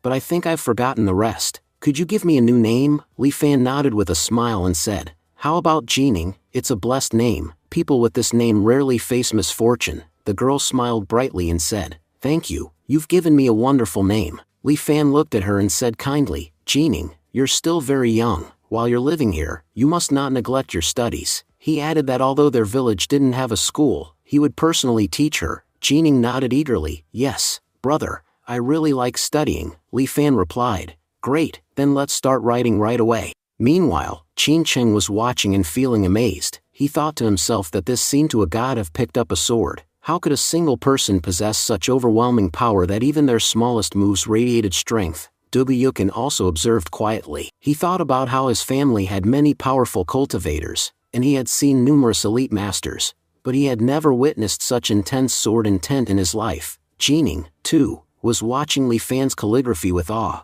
She thought that his writing was truly extraordinary. In her past life, she had been quite skilled in calligraphy, but even then, she couldn't compare to this. She vowed that if she could reach his level of skill, she would soon ascend to the rank of a mortal king. Li Fan turned to her and said, "Can you read what I just wrote?" He read it aloud, encouraging her to repeat after him. It says, "The powers hidden within the moon." Again scene shifted and we now see a master being informed by a disciple. "Lord, we've received news about the demon cultivator Ming Tian. I'm sure you remember him. He's the one who activated the heavenly soul orb." The disciple reported that Ming Tian was currently hiding in the southeast of the Xiantian realm. The master ordered, "Do whatever it takes to retrieve the heavenly soul orb. If anyone tries to interfere, eliminate them." He muttered that the Xiantian realm was just a lower realm. How many powerful cultivators can it really have? He scoffed. "I'll send Jiatong. I trust he'll do a great job and bring back the heavenly soul orb." He then asked, "Jiatong, are you ready?" Jiatong nodded. "Yes, master, I'll go there and retrieve the orb with ease." Using his powers, Jiatong ripped open a spatial portal. He thought to himself that he had expected it to be this costly to travel across dimensions. He had to use up all his boundary energy, and even so, his cultivation level had dropped significantly. But he reassured himself, it hadn't dropped so much that he'd lose to Ming Tian. He clenched his fists and muttered, "Wait for me, demon cultivator Ming Tian. Your end is near." Scene transitions to Taiyan Holy Land. Ling Chao was speaking with Saintess Mu Qianing, saying, "Ever since the competition, we haven't faced any major threats. The Xiantian realm has grown much more peaceful now." He explained that all the sects that had gathered here to protect themselves were now returning to their ancestral places to recover their strength. He added, "It's also been a while since I last met Senior Li Fan. I was actually going to ask, have there been any orders from his side?" Mu Qianing responded, "It's been a few days since I last saw Li Fan as well. I think I'll go visit him to ask what we should do next." Just then, a disciple rushed in and said anxiously, "Holy Lord, a powerful enemy is approaching to our direction." Ling Chao calmly asked, "Tell me, what exactly is going on here?" The scene shifted to Jiatong, who was speaking arrogantly. He mocked the people sent to stop him, calling them mere insects who hadn't even reached the immortal level yet. He declared that he didn't want to dirty his hands and demanded to know the whereabouts of the demon cultivator Ming Tian Bai. Jiatong offered a deal. If they told him, he would spare them. If not, he warned, they would die. Ling Chao began thinking to himself. He wondered if this man was from the immortal realm and realized he had to be extremely careful in dealing with him. He then replied that he didn't know which cultivator Jiatong was referring to, insisting there was no one by the name of Ming Tian Bai residing there. Without warning, Jiatong stepped forward and punched Ling Chao. He growled that he hadn't come all this way to listen to lies and warned again that if they didn't answer his question, he would kill them. Linger spoke up. "You're just an ordinary immortal. Do you really think you can do whatever you want here in the Xiantian realm?" Jiatong then commented on her hairpin, recognizing it as an immortal treasure. He questioned how someone from the lower realm could possess such a rare artifact. He muttered that at least by killing her, he might gain something valuable. Channing warned Linger not to use too much of her power in the Xiantian realm, as it could explode from the overwhelming energy. There seemed to be a serious misunderstanding about the nature of Xiantian realm's powers. A fierce battle broke out between them. During the clash, Linger managed to sever Jiatong's hand. Shocked, Jiatong shouted in disbelief, wondering how such a thing was even possible. Linger then challenged him, questioning who he thought he was to act so arrogantly before her. She told him he was no more than an ant to her, one she could crush at any moment. She explained that she had no intention of attacking him, but since he struck first without reason, he fully deserved the injuries he had received. Infuriated, Jiatong responded, accusing her of making a grave mistake. He admitted that his powers were limited there, but claimed that had they been in his world, he would have ended her long ago. He revealed he was from the immoral realm and that she had humiliated him over something so trivial. He then vowed to show them all what he was truly capable of. As he spoke, Jiatong pulled out a talisman and claimed it held the power of the elders of his soul sect. With it in hand, he boasted that they would be powerless against him. Linger replied coldly that she had initially spared his life, but now realized he wasn't worthy of mercy. With that, she launched a devastating attack on Jiatong. However, Jiatong managed to escape at the last moment. Watching him flee, Linger sneered, calling him a coward for running away in fear. Ling Chao, still injured, commented that Jiatong had a signaling device and likely sent a distress signal to his master before escaping. He suspected more powerful individuals were backing Jiatong. Mu Qianning recalled Jiatong mentioning he was from the immoral realm. Ling Chao confirmed it, adding that it seemed the immoral realm was planning to intervene for some unknown reason. If they did arrive, he feared the Xiantian realm would be destroyed and none of them would survive. The scene changed. We then saw the white-haired master, who asked if there was any news regarding the heavenly soul orb. The subordinate bowed and apologized, explaining that he had sent his personal disciple, Jiatong, to investigate, but the disciple was killed after sending one last signal. Based on the location of the signal, they had pinpointed where he had died. If he had died in the Xiantian realm, it meant the demon cultivator was definitely residing there. After all, only a demon cultivator in the Xiantian realm could be responsible for such an act. The white-haired master ordered them to use the legendary boundary stone to send a large force into the Xiantian realm. He made it clear that no matter what it took, they had to acquire the heavenly soul orb. Next, we saw many cultivators preparing for battle. A muscular man asked Elder Li Luo what the orders from their grandmaster were. Li Luo confirmed that the grandmaster had given strict instructions. No matter what the cost, the demon cultivator had to be eliminated, and the heavenly soul orb must be secured. In Li Luo's opinion, they needed to send only the strongest warriors for this task, as only they had the strength to accomplish it. The scene shifted again. We saw Li Fan, who looked at Linger and asked how long they had been standing there without saying a word. He questioned whether they needed something from him. While the Demon King was seen sitting calmly and studying, Mu Qianning then mentioned that something strange had happened recently on their continent. She explained that some people from Upper Realm had arrived and were actively searching for Tian, although we spoke politely with them, but they quickly escalated to a fight. She added that those people even severely beat their elder, Ling Chao. Meanwhile, Li Fan was deep in thought. He wondered if, by Upper Realm, they were referring to government officials. It seemed to him that the Mu Qianning's business had grown so large that even the government had started taking notice. Meanwhile, Demon King speculated that someone from the Immortal Clan had come specifically to assassinate Tian Bai. She felt certain that the Immortal Clan had discovered everything about them. Mu Qianning admitted that they were unsure what to do, which was why they had killed the man. She tearfully asked for forgiveness, admitting that the entire fault was theirs and regretting the trouble it had now caused Li Fan. But Li Fan reassured them. He said they had done nothing wrong. In fact, he praised them for eliminating that threat. If anyone came seeking revenge, he told them not to hesitate, just come straight to him. Internally, Li Fan reflected on how death was a common occurrence within the Xiantian realm. If that man was killed, he probably deserved it. He assured himself that if any trouble came upon these people, they could always rely on him. He also noted that no government officer had ever dared to step foot in their town. He speculated that the government in this region must hold little real power. Mu Qianning, with sincere gratitude, thanked Li Fan. She was moved by how he stood by them even in their darkest times. She added that with him by their side, she was confident that no one could harm them. Watching him, Linger thought that even the people from the Immortal Clan were nothing compared to him. He could handle them with ease. At that moment, the weather suddenly took a turn for the worse. Linger grew suspicious, thinking that a large group of people might be coming from the Immortal Realm to deliver a powerful blow. Nan Fang began sensing something odd. It felt like someone had forcefully breached the spatial boundaries, a very serious matter. Crying, Jining confessed that she was terrified. She felt as though an army was coming just to take her away. Li Fan gently consoled her, telling her there was no need to be afraid. It was only thunder. Li Fan thought Jining is clearly frightened by the thunder. He encouraged Nan Fang to play her lute to calm the atmosphere. He believed her skills had improved so much that she could soothe everyone around her. Nan Fang responded affirmatively, Addressing him as master and beginning her performance, she internally realized that perhaps the master wanted her to stop the intruders from crossing the boundary and simultaneously show them the power they possessed. The scene then shifted to the end of the sky realm. A cloaked man stated that the Heavenly Soul sect still possessed immense power. He observed that they were using numerous boundary stones simultaneously. Even the world tree was struggling to resist them. He explained that the world tree's roots were connected to every living being in that realm. As long as the people there had power, the world tree would remain strong.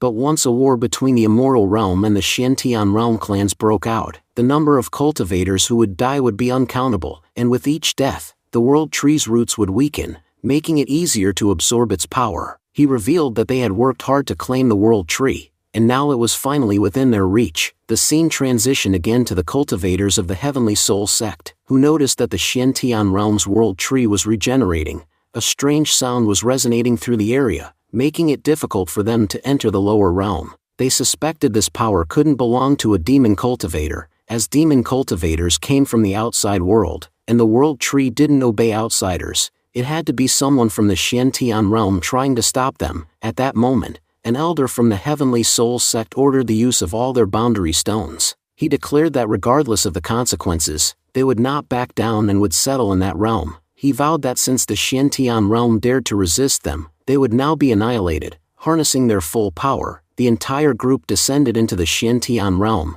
One elder spoke of their second disciple who had been killed in South region. He insisted it was time to summon his soul and uncover the truth. Furthermore, he accused the Shantian realm of harboring a demon and claimed the Heavenly Soul sect cultivators were here to eliminate that threat. He argued that such an act constituted a massive crime, and therefore, the entire realm would be destroyed. Soon after, Disciple's soul emerged and began recounting everything to his elders. From a distance, Tianbai watched the events unfold. He realized that the Heavenly Soul sect had finally arrived and accepted that his chances of survival were now slim. Yet, no matter what happened, he vowed to protect the Demon King. In shock, he questioned how it was possible that 10 members of the Heavenly Soul sect were already there. He wondered if they had come to destroy the entire realm. Just then, one of the elders launched a devastating attack on the ground. Tianbai recognized the overwhelming power of the attack and resolved to do whatever it took to stop it. He acknowledged that their Demon King had only recently been reborn and wouldn't be able to withstand such force. Since the Heavenly Soul sect cultivators had already reached this place, he feared the worst. Had Senior Li Fan failed? Suddenly, the scene shifts to the Heavenly Soul sect. Blood was dripping from a cultivator's mouth,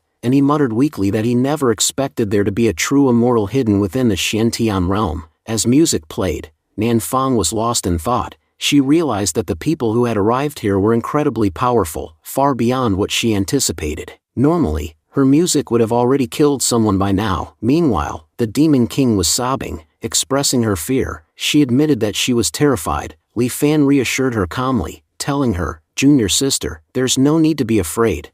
I named you Jining, a name that carries many blessings. As long as you remain calm, nothing will happen to you." Li Fan then reflected to himself that he had already been in this realm for 5 whole years. Yet, in all that time, the weather had never turned this chaotic, and despite knowing that, he couldn't understand why he was feeling scared now. Trying to maintain control of the situation, Li Fan told Nan Fang, "Play the new music I gave you. Everyone here is frightened by the storm, and we need to give them courage. Let your music bring them strength." Nan Fang studied the musical notes and lyrics and thought to herself that they were incredibly powerful. She noted how each part of the composition was filled with clean intent. Her usual melodies were peaceful, as requested by her master. But this time, her master was asking her to play something far more intense, something she believed was meant to overpower their enemies. Li Fan acknowledged that he knew this music didn't suit her usual style, but he reminded her that this was a chance to prove that no matter the genre, she wouldn't be defeated. "I've given you a war tune, so your performance must be perfect." Nan Fang nodded and replied, "Yes,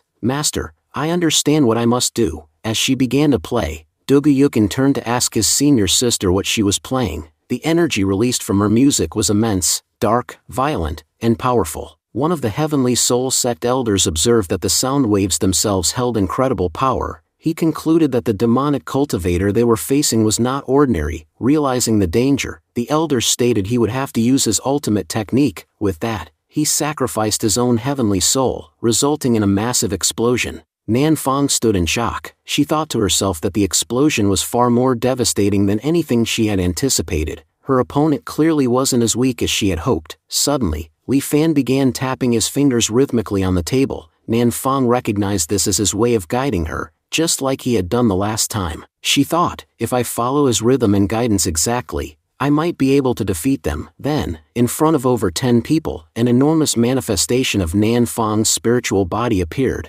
The elders of the sect were bewildered. They questioned how their opponent's attack had become so powerful. One cultivator declared, "There's no need for any of us to hold back now. These enemies are far stronger than we imagined. If we all work together, there's still a chance we might win." With renewed determination, the cultivators launched a unified attack. Yet Nan Fong realized that even with this effort, her music was not powerful enough to defeat the enemies. Li Fan called out to her, "Nan Fong, play the music properly. You're just copying the notes without emotion. Music played without heart can never reach its true potential." Nan Fong replied with resolve, "Yes, Master, now I understand what you meant. I'll give this performance everything I have." The scene transitioned. One of the cultivators from the Heavenly Soul sect said they had managed to suppress the recent attack. He believed their opponent wouldn't be able to launch another one of such scale. He turned to check on his comrades, but to his horror, they had all been killed. Shaken, he exclaimed that the enemy master had attacked again. He realized that the Heavenly Soul sect was in grave danger. Coming to this realm had been a huge mistake for all of them.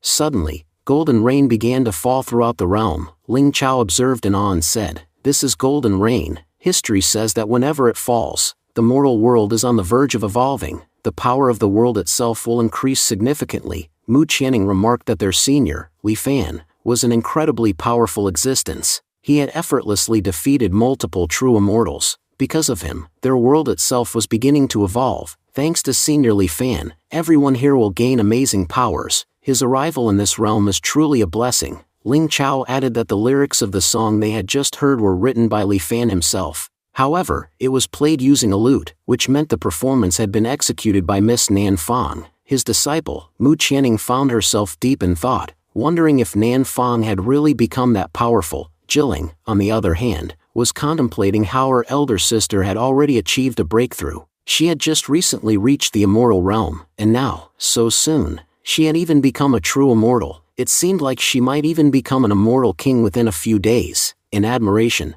Nan Fong turned to her senior and said, "That song was incredible. May I ask what it's called?" Li Fan responded, "Yes, this song does have a name. It's called The Empress's Breakthrough." The Demon King, reflecting on this, thought that even the title alone carried immense power. He realized that these seniors possessed enough strength to shake the universe. Even those in the immortal realm were nothing in comparison. The scene shifted to the end of sky, where a group of cultivators were in shock. They were discussing how someone had managed to kill 10 true immortal cultivators with a single attack. It was no trivial feat. One of them speculated about the kind of terrifying power hidden within the Xiantian realm that could make such actions seem casual. Another added that the world tree is restoring itself. The 10 true immortals had just died within the Xiantian realm, and they weren't even native to it. As a result, the world tree had absorbed all of their power, becoming even stronger in just a few days. The chief commented gravely that things were getting more difficult by the day. They couldn't afford to wait any longer. He decided that they would try to capture the world tree immediately, no matter the risk. Saying this, they prepared an artifact to trap it.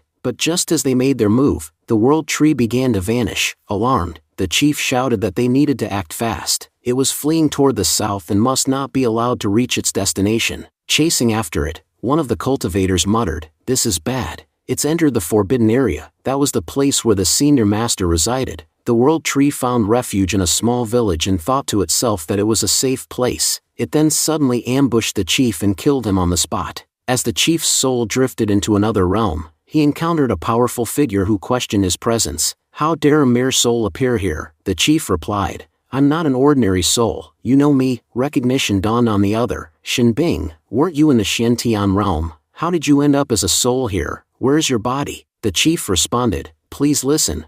I don't have much time left. Tell the leader that we failed to capture the world tree. There's also an extremely powerful master in the Xiantian region who completely overwhelmed us." The leader, stunned, asked how such a thing was possible. "I even sent the immortal swelling weapon with them to help capture the tree, and yet it was destroyed." He wondered aloud, How could someone from a lower realm like Shantian possess such overwhelming power? Could this all be connected to the first realm, the realm once known for producing powerful cultivators? The leader then turned to Elder Shinduo, who possessed space-related powers, and requested, "Please investigate the Shantian realm. You're not bound by realm limitations. Find out what's really happening and how all of our people were defeated." Shinduo agreed and immediately set out for the Shantian realm. Upon arriving at its gate, he observed, "So this is the Shantian realm. With my current cultivation, I can enter any realm. Judging by the aura here, it must be at least a mid-immoral realm. There are multiple energy signs and various types of mortals residing here." However, he felt uneasy, especially because of a small village that radiated a disturbing energy. He sensed that someone inside was so powerful they could easily kill him. Suddenly, an old man from Li Fan's village stepped forward and asked, "Who are you? This must be your first time here." Shin grew tense, sensing immense killing intent from the elder's body. Even the old man's walking stick seemed dangerous. He knew that if the man attacked, he would likely be killed instantly, so Shin turned and fled.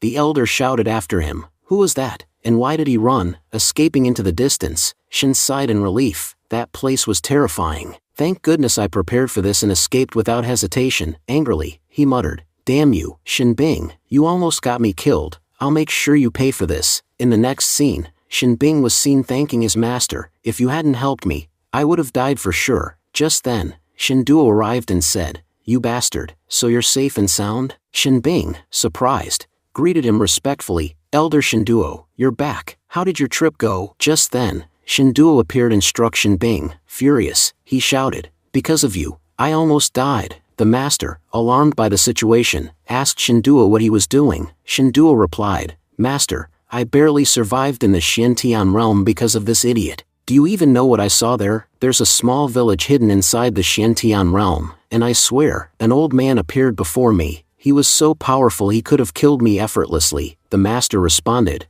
"Are you saying you managed to return alive from that place? That's remarkable. Until now, no one in history has ever come back alive from the Forbidden Zone." "Yes, there were some who returned, but now they rule the heavens themselves. But think about it, if that old man had wanted, would you really have been able to escape?" Shinduo admitted he had no answer for that. Just the sight of that man had left him so shaken, he ran for his life. The master mused, "I don't think that place itself is forbidden. Rather, there's something within it that is forbidden, perhaps an artifact that creates powerful illusions, enough to scare ordinary cultivators to death, but you're powerful enough to resist such illusions, which is why you survived." Shocked, Shinduo agreed, "Yes, Master, it could be an immortal-level artifact capable of projecting such illusions." The master continued, "You know what our mission is. Soon, we'll merge all the realms of this universe, and when thousands of realms converge, the Shantian realm will be destroyed. Whoever remains in that village when it happens will die.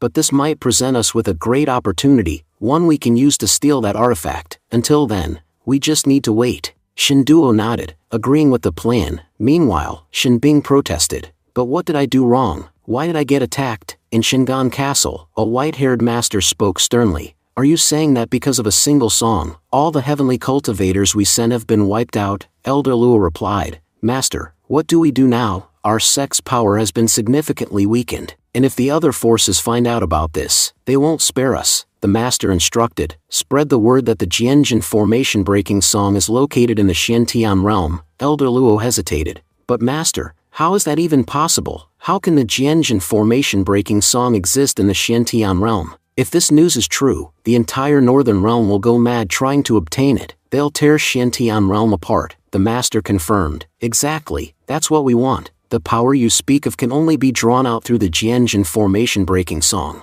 And since we're weak right now, we need to divert everyone's attention. Spread the news that Shantian holds the Jianjin formation-breaking song." Elder Luo nodded, "Understood, Master, I know exactly what to do." And so, Elder Luo executed the plan flawlessly. Soon, word spread throughout the immortal realms that the Jianjin formation-breaking song was possessed by someone in the Shantian realm. In their greed to acquire the Jianjin formation-breaking song, the four strongest sects of the immortal world formed an alliance. Their members were now preparing to cross boundaries in search of it. A bald man declared, "None of you will beat me to it. I won't hold back at all." Another mocked, "Old man, how many bones do you have left to even consider holding back?" The bald man thought to himself, "Why did my sect send me with these lunatics? This mission is going to be a pain. Meanwhile, a girl in the group had her own thoughts. Fools. I'll shut all of them up myself. Eventually, she arrived in the Shintian realm and sighed. Finally, I'm away from those three.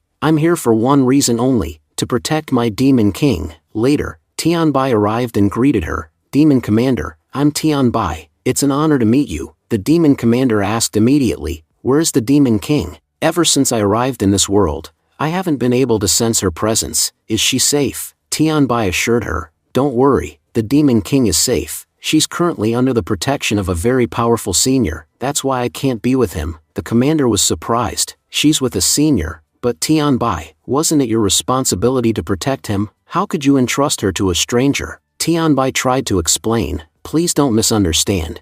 I didn't abandon her. She insisted on staying with that senior, and the senior refused to keep me nearby. That's why I've had to stay away. The demon commander demanded. Then tell me quickly, where does that senior live?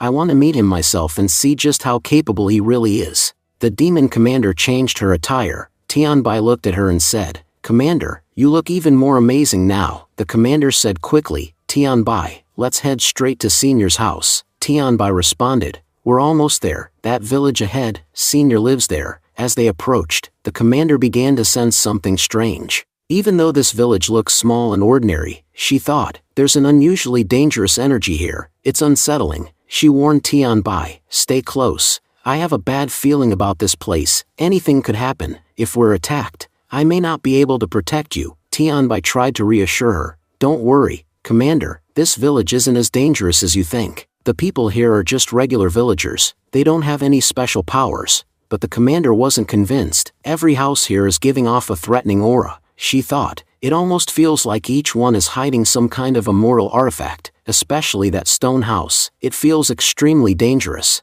Tianbai noticed she had stopped walking. Commander, why did you stop? Keep following me. We're almost at Senior's home. Meanwhile, Li Fan was up in a tree, picking peaches. Save one basket for us, and distribute the rest among the villagers. We won't be able to eat them all ourselves. It's better if everyone gets to enjoy them. Prince Ji-wan, who was watching, commented, I heard a rumor that high-quality peaches take a long time to grow. A heavenly peach can take up to 3,000 years to mature. But here in Master's courtyard, they grow so fast. He continued, what amazes me most is that the Master shares them with others. If he kept them all for himself, his cultivation would have advanced dramatically. Lu Rang interjected, Ji-wan, are you crazy? Our Master already possesses incredible skills. Do you really think these peaches help him grow stronger? They're useful for us. Not for him. Li Fan smiled. Today, you both are going to follow me and learn farming. Watch what I do throughout the day. As he looked down at the ground, he noticed a tree sapling. What's this sapling doing here? He wondered aloud. Looks like someone from the village left it behind. That's great. I'll use it to teach you how to plant a tree. Ji-won felt a powerful energy emanating from the wooden sapling. Lu Rang agreed. Any other wood would have dried out by now, but this one feels full of vitality. Li Fan began the lesson. Planting a tree the right way makes all the difference. First, you need to dig a deep hole in moist soil. Then, place the sapling right in the center. After that, be patient. Let the seedling emerge naturally. Once it sprouts, you'll need to water it regularly. He turned to Nan Fong. Go fetch some water. Nan Fong soon returned with the water. As she watched Li Fan work, her mind wandered. Just a while ago, I was fighting that terrifying creature. I could feel the world tree helping me during the battle. It must be badly injured now, and came here to Senior's house seeking refuge. The Demon King had similar thoughts. Nan Fong only won because the world tree helped her. It's wounded now and came here to recover under Senior's protection. Actually, that's smart. Staying near Senior will help it regain power. The world tree made the right choice. Li Fan continued. Once the tree is in place, cover it well. The roots are the most valuable part. The deeper the roots grow, the taller and stronger the tree will be. If you ever see a plant with unstable roots, you can be sure its foundation is weak, and eventually, it will fall. He concluded, to grow a strong tree, it needs to connect with everything around it. Without roots, that's impossible. Nan Fong reflected on his words. I've been growing fast lately. Maybe Master is trying to tell me I need to control my power. Today, I couldn't even strike a single clean note. If Master hadn't helped, all my strength would have been useless. The Demon King also pondered. In my previous life, there was a loophole in my cultivation. That's why I lost the battle against the Immortal King. It feels like the Senior is explaining where I went wrong. This time, I'll follow his teachings exactly. Maybe then I'll become strong enough to defeat that bastard immortal king. Jiwan was also deep in thought. Because of my weak foundation, my family abandoned me. Maybe Master is saying I need to strengthen it. If my roots are strong, I'll grow too. Lu Rang nodded to himself. Now I finally understand how to plant a tree properly. Li Fan asked. Now, tell me, who's going to eat the peaches? Jining eagerly raised her hand. Brother, I will, Li Fan chuckled. But before that, we'll deliver some to the villagers first. Just then, Tianbai arrived near Senior's house. He turned to the commander and said, Commander, look, our demon king. She's right in front of us.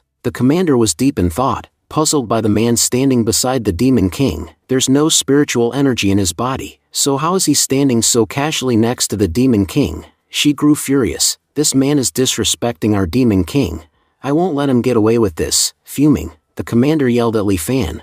Who do you think you are? How dare you speak so casually with my master? Do you even know who she is? The demon king responded. Gongya, think twice before you speak. That man standing before you is no ordinary person. Li Fan turned to Jining and asked, Do you know this woman? The demon king replied, Yes, brother, she used to be my maid at one point. Li Fan nodded and said to Lu Rang, Distribute these peaches to the villagers. I'll be taking Jining and this woman back home.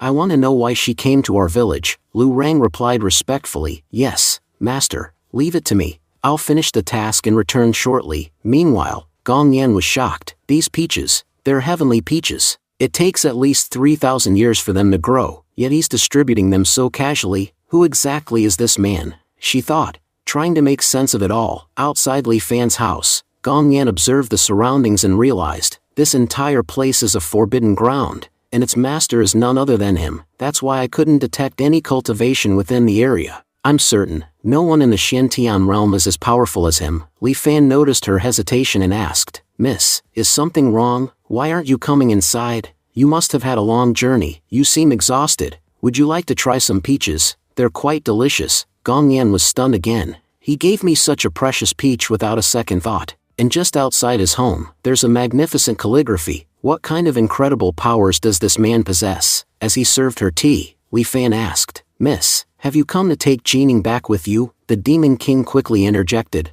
Brother, I don't want to leave you. I'm willing to do anything to stay here. Please don't send me away. Li Fan quietly reflected, this maid, she's clearly not used to a normal life. It seems that their enemies from the Xiantian realm haven't been completely defeated yet. That's why their people are being sent into hiding. He then made an offer, Miss, if you'd like, you can stay here with Jining. Once the outside world is safe again, you're free to return. Gong Yan bowed deeply and said, Senior, thank you so much for this opportunity. If you hadn't offered me shelter, I would have had nowhere to go. Li Fan smiled but added, I'm a kind person, but I won't let you live here for free. You'll have to help out with household chores. So tell me, what kind of work can you do? Gong Yan was stunned. What work can I possibly do? She thought, I'm a powerful demon commander. I've never even swept a floor in my life. But to stay here and experience what this man has to offer, I'll do whatever it takes. She looked up at him and said, Senior, I'll do any work you assign me. Please, don't send me away. The next scene shifted to the spirit realm, where a cloaked figure reported, Your Majesty, the 99 realm gate formation will be fully activated soon.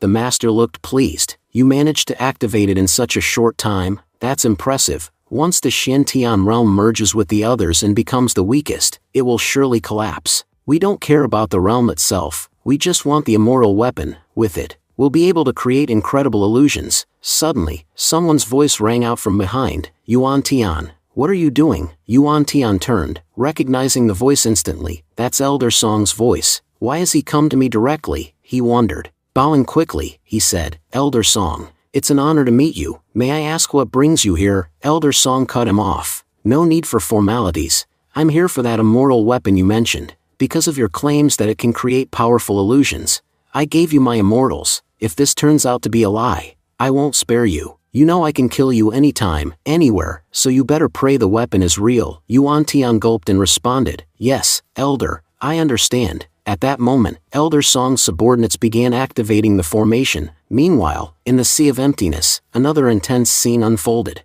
A cultivator reported, Major sects from the immortal domain have sent their top golden immortal realm cultivators here. Alongside them are 25 heavenly immortals, and over 100 true immortals. They've all come to obtain the Jianjin formation-breaking song. If they don't get it, they'll destroy this entire realm. Yuan stood amidst the chaos, confused. What is going on here? Ling Chao, concerned, said, Brother, I have a bad feeling. It seems like our world is about to collapse. The weather has never been this ominous. Yuan clenched his fists and said, No, we won't let this place be destroyed. Saying that, he took on a powerful and dangerous attack directly to his body. Ling Chao rushed to his side. Brother, are you alright? Yuan nodded slowly. I'm fine, but I still don't understand. Who is behind this attack? At that moment, a bald master approached and said ominously, The danger we face is from within. Ling Chao turned to him, startled. Master Kong Ming. What do you mean? Master Kong Ming replied sternly, telling Ling Chao that there was no time to explain.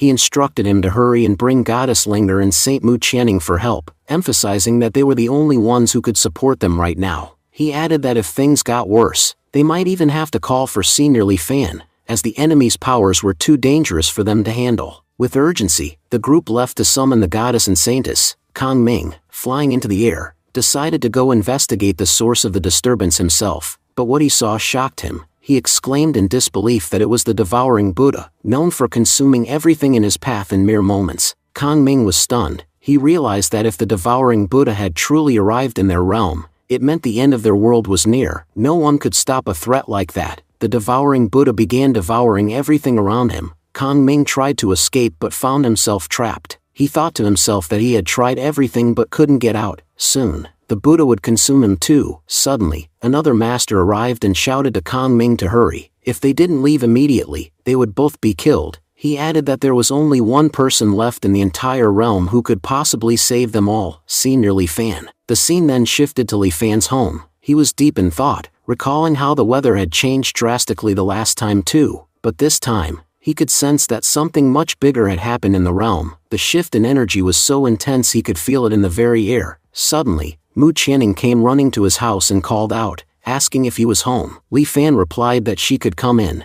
As she entered, Mu Qianning informed him of terrible news. A disaster had struck their realm. Another character added that experts had warned them powerful masters from the Sea of Emptiness were preparing to use their powers to destroy Xiantian realm. Li Fan thought to himself that if what they were saying was true, their realm was on the brink of annihilation. Commander Gongyan asked if she should go outside to investigate who dared attack them, but Demon King advised against it, saying they should wait for Li Fan's instructions. He would surely tell them what to do. Right then, a master arrived and respectfully addressed Li Fan. Senior Li Fan, my name is Dugushan Li. I beg of you, may I enter? Dugu Yukin, shocked, asked, Father, what are you doing here? Li Fan looked at the man outside and asked if he was truly Yukin's father. When he confirmed, Li Fan told him to invite him in. Once inside, Dugushan thanked Li Fan sincerely for allowing him to enter. He explained that the situation in the world was dire. The Sea of Emptiness was unleashing powerful threats upon them, and he feared that there was no one left in the entire realm who could stop the destruction, except for Li Fan. That's why they had come to him with all their hopes. Li Fan, however, was internally baffled. He thought to himself that everyone around him must be going crazy. On one hand, they said the world was about to be destroyed, and on the other hand, they expected him to save them. It made no sense. He wasn't even a proper cultivator. How could he possibly protect anyone? Then he paused, thinking, wait, if the world really is ending, everyone's going to die anyway. He decided that at the very least, he wanted to die with some dignity, especially in front of his students. He couldn't appear weak. He would have to act calm and composed,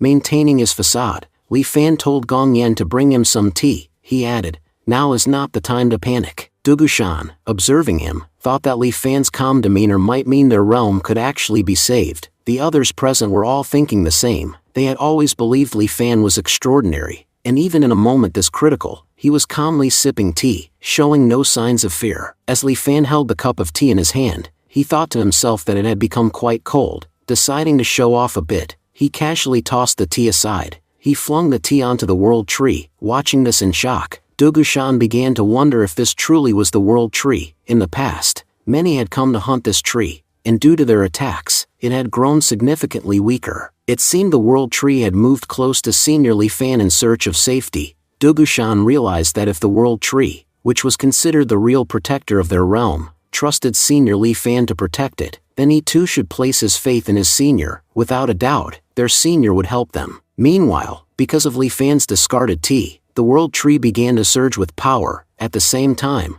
Gong Yan looked up at the sky and commented that many worlds were merging together. This convergence was putting enormous pressure on their continent. If all the realms kept merging like this, their realm wouldn't be able to withstand it and would soon be destroyed. She added that if Li Fan wanted, he could still save everyone, but she didn't understand why he wasn't doing anything. He just stood there calmly, as if nothing serious was happening. Li Fan responded, saying he was just an ordinary person who couldn't save this world, so he decided to leave that responsibility to the world tree, wondering what it could do in his place. As a master, Li Fan declared that he would now teach them how to properly plant trees. He believed this method would be very useful. Li Fan instructed him to fetch water first. Without water, they couldn't plant any tree. He explained that the ground needed to be moistened first, and then soil should be packed around the plant. If done correctly, the roots would heal quickly, and the tree's power would fully recover. Soon after, the world tree began to regain its strength. It felt grateful for the help it had received and resolved not to let its world be destroyed. However, the release of the world tree's energy caused Yuan Tian's mouth to start bleeding. Yuan Tian noted in shock that the realm, which had been on the verge of collapse, was suddenly becoming incredibly powerful. Meanwhile, on the Sea of Emptiness, all the cultivators were using their full strength. Just moments earlier, they had almost succeeded in destroying the realm,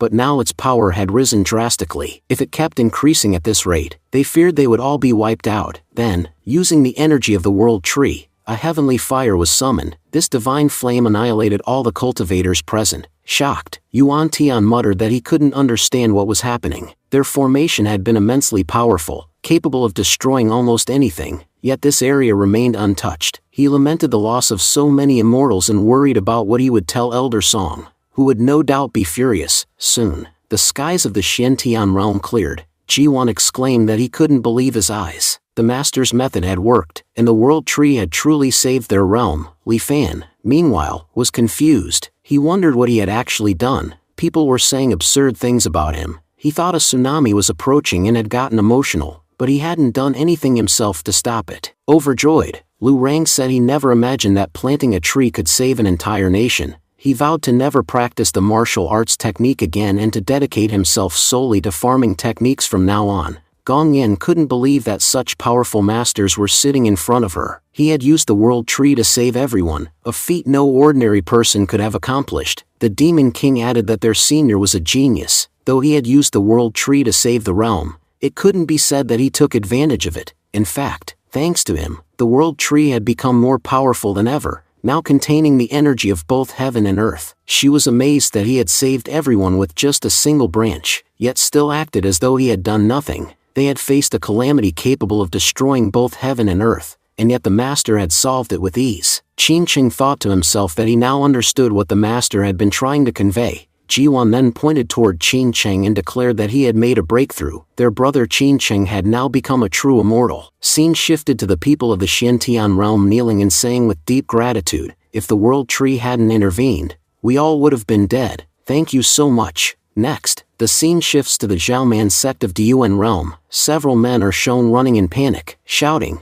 "What on earth is going on here?" Compared to before, this force is far more destructive. It feels like we're all going to die here. Yuan Tian was in disbelief. He couldn't understand how the mighty spirit realm could be pushed back by someone merely using their own force. He stated that in the entire history of the realm, no one had ever accomplished such a feat. Elder Song interrupted angrily, calling Yuan Tian a fool. He reminded everyone that they had already failed in merging with another realm. Because of that failure, their own realm was now being destroyed. He warned that their ancestors would not forgive them. Many innocent people would die for no reason. All the heavenly mortal cultivators and low-level realm dwellers were now as good as dead. He couldn't believe that Xiantian realm had grown powerful enough to bring about such destruction. Just then, Elder Song declared loudly, "Anyone who doesn't want to die, come to me. I am the only one who can save you now." As he spoke, he pulled out a mystical bell from his side. Yuan Tian, still stunned, admitted he couldn't believe that their powerful spirit realm had been destroyed in an instant. Elder Song added grimly that not only had the spirit realm been destroyed,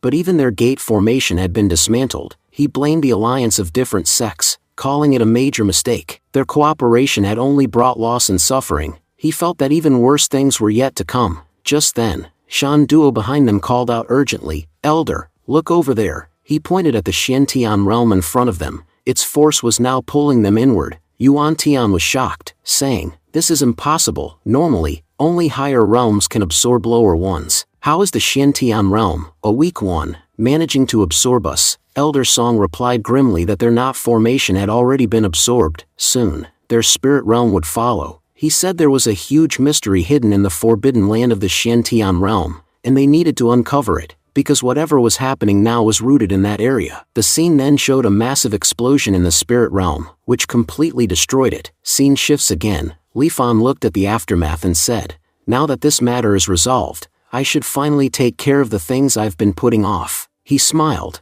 adding that since all the people he cared about were here now, there was something important he wanted to discuss. He asked, "Would you all help me renovate this house?" Mu Qianning replied with a smile that helping him would be an honor. Duga Yukin said confidently that he was quite skilled in carpentry and would handle all the woodwork in the house. Li Fan, pleased, suggested they begin immediately. He mentioned wanting to change the calligraphy on the outer gate. He had some new ideas that he believed would make it look more attractive. In the next scene, Yukin was shown installing the calligraphy sign on the gate while Li Fan directed him, saying, "Place it to the left, that way it'll catch the sunlight better and look even more beautiful." Yukin nodded and agreed that the positioning was perfect. Li Fan confirmed, "Yes, it's looking perfect now." Everyone was happy with the renovated house. They joyfully said it felt great to have helped their senior. Just then, Grandpa Zhao arrived looking worried. He informed Li Fan that something bad had happened. Some people had appeared near their village. These outsiders claimed to be from the Shanhua holy sect and were demanding to fight them. Li Fan asked, "Has someone come out to challenge us?" The scene then flashed back to 30 minutes earlier. Yuan Tian introduced himself, saying he was from the Shanhua sect and had come here to fight. He challenged them confidently,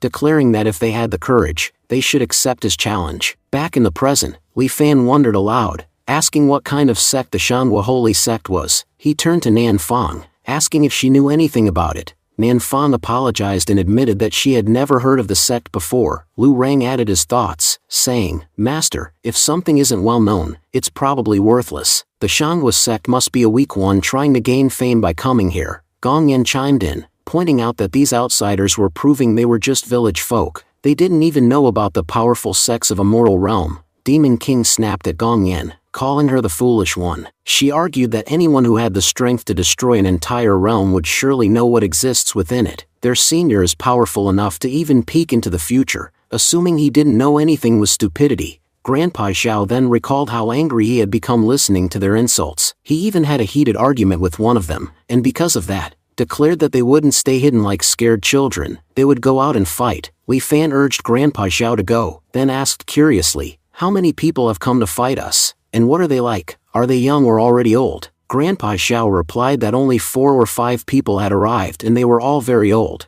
Not a single one of them is young. He added, "If I were 10 years younger, I would have knocked their teeth out already." Li Fan thought to himself that the people who had arrived seemed like middle-aged braggarts, just like the loudmouths on Earth who never grew up no matter how old they got. He figured there was no need for him to do anything personally to defeat them. He addressed his companions, Ji Wan, Lu Rang, Qin Cheng, and Yukin, and told them to pick their weapons. "Go out there and teach them a lesson." All 4 of them got ready and replied confidently, "Master, don't worry, we're more than enough to handle this." Meanwhile, outside, Yuan Tian was nervously speaking to Elder Song, saying he was scared. "We came here to fight like fools, but what if one of the senior gets angry and comes out to fight? You and I both know, we can't win against him." Elder Song scolded him, asking if he had lost his mind. "If we return empty-handed, we'll definitely be killed. If we want a good life, we must kill these people, otherwise, death is a better choice." Just then, Yuan Tian, clearly shaken, alerted them, "They're coming." Then Elder Song's companions start arriving there. They looked around in confusion and said,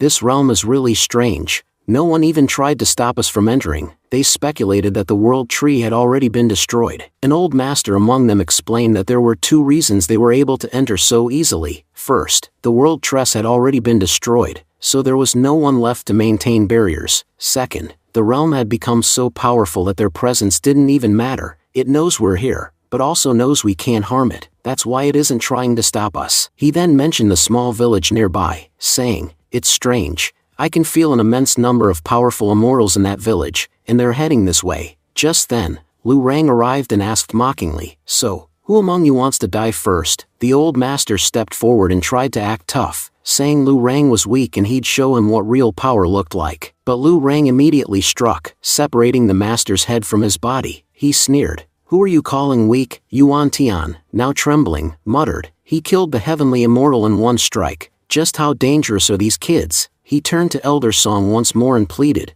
"I'm telling you, we need to get out of here. If we stay, we'll only end up regretting it." Elder Song told everyone not to speak nonsense. He insisted that they still had many heavenly immortals on their side, and even golden immortals. There was no way they would lose. Just then, Yukin stepped forward and killed one of the heavenly immortals. He said the enemies were far too weak and warned them not to come at him one by one. He didn't have time to waste on them individually, so they should all come at once if they dared. Yuan Tian then turned to Elder Song and suggested they should retreat. He believed there was no point in dying without reason, but Elder Song replied that going back would gain them nothing. He declared it was better to die fighting. Ji-won spoke up mockingly, addressing Elder Song as an old man. He said that his companion was right. If Elder Song moved forward, Ji-won would kill him. He also warned him in advance that he possessed the power of a dragon. If he killed them there, reincarnation would be impossible. He scoffed at their claims of being members of the holy sect, saying that in his eyes, they were nothing more than ants, powerless and insignificant. Angered, Song lashed out,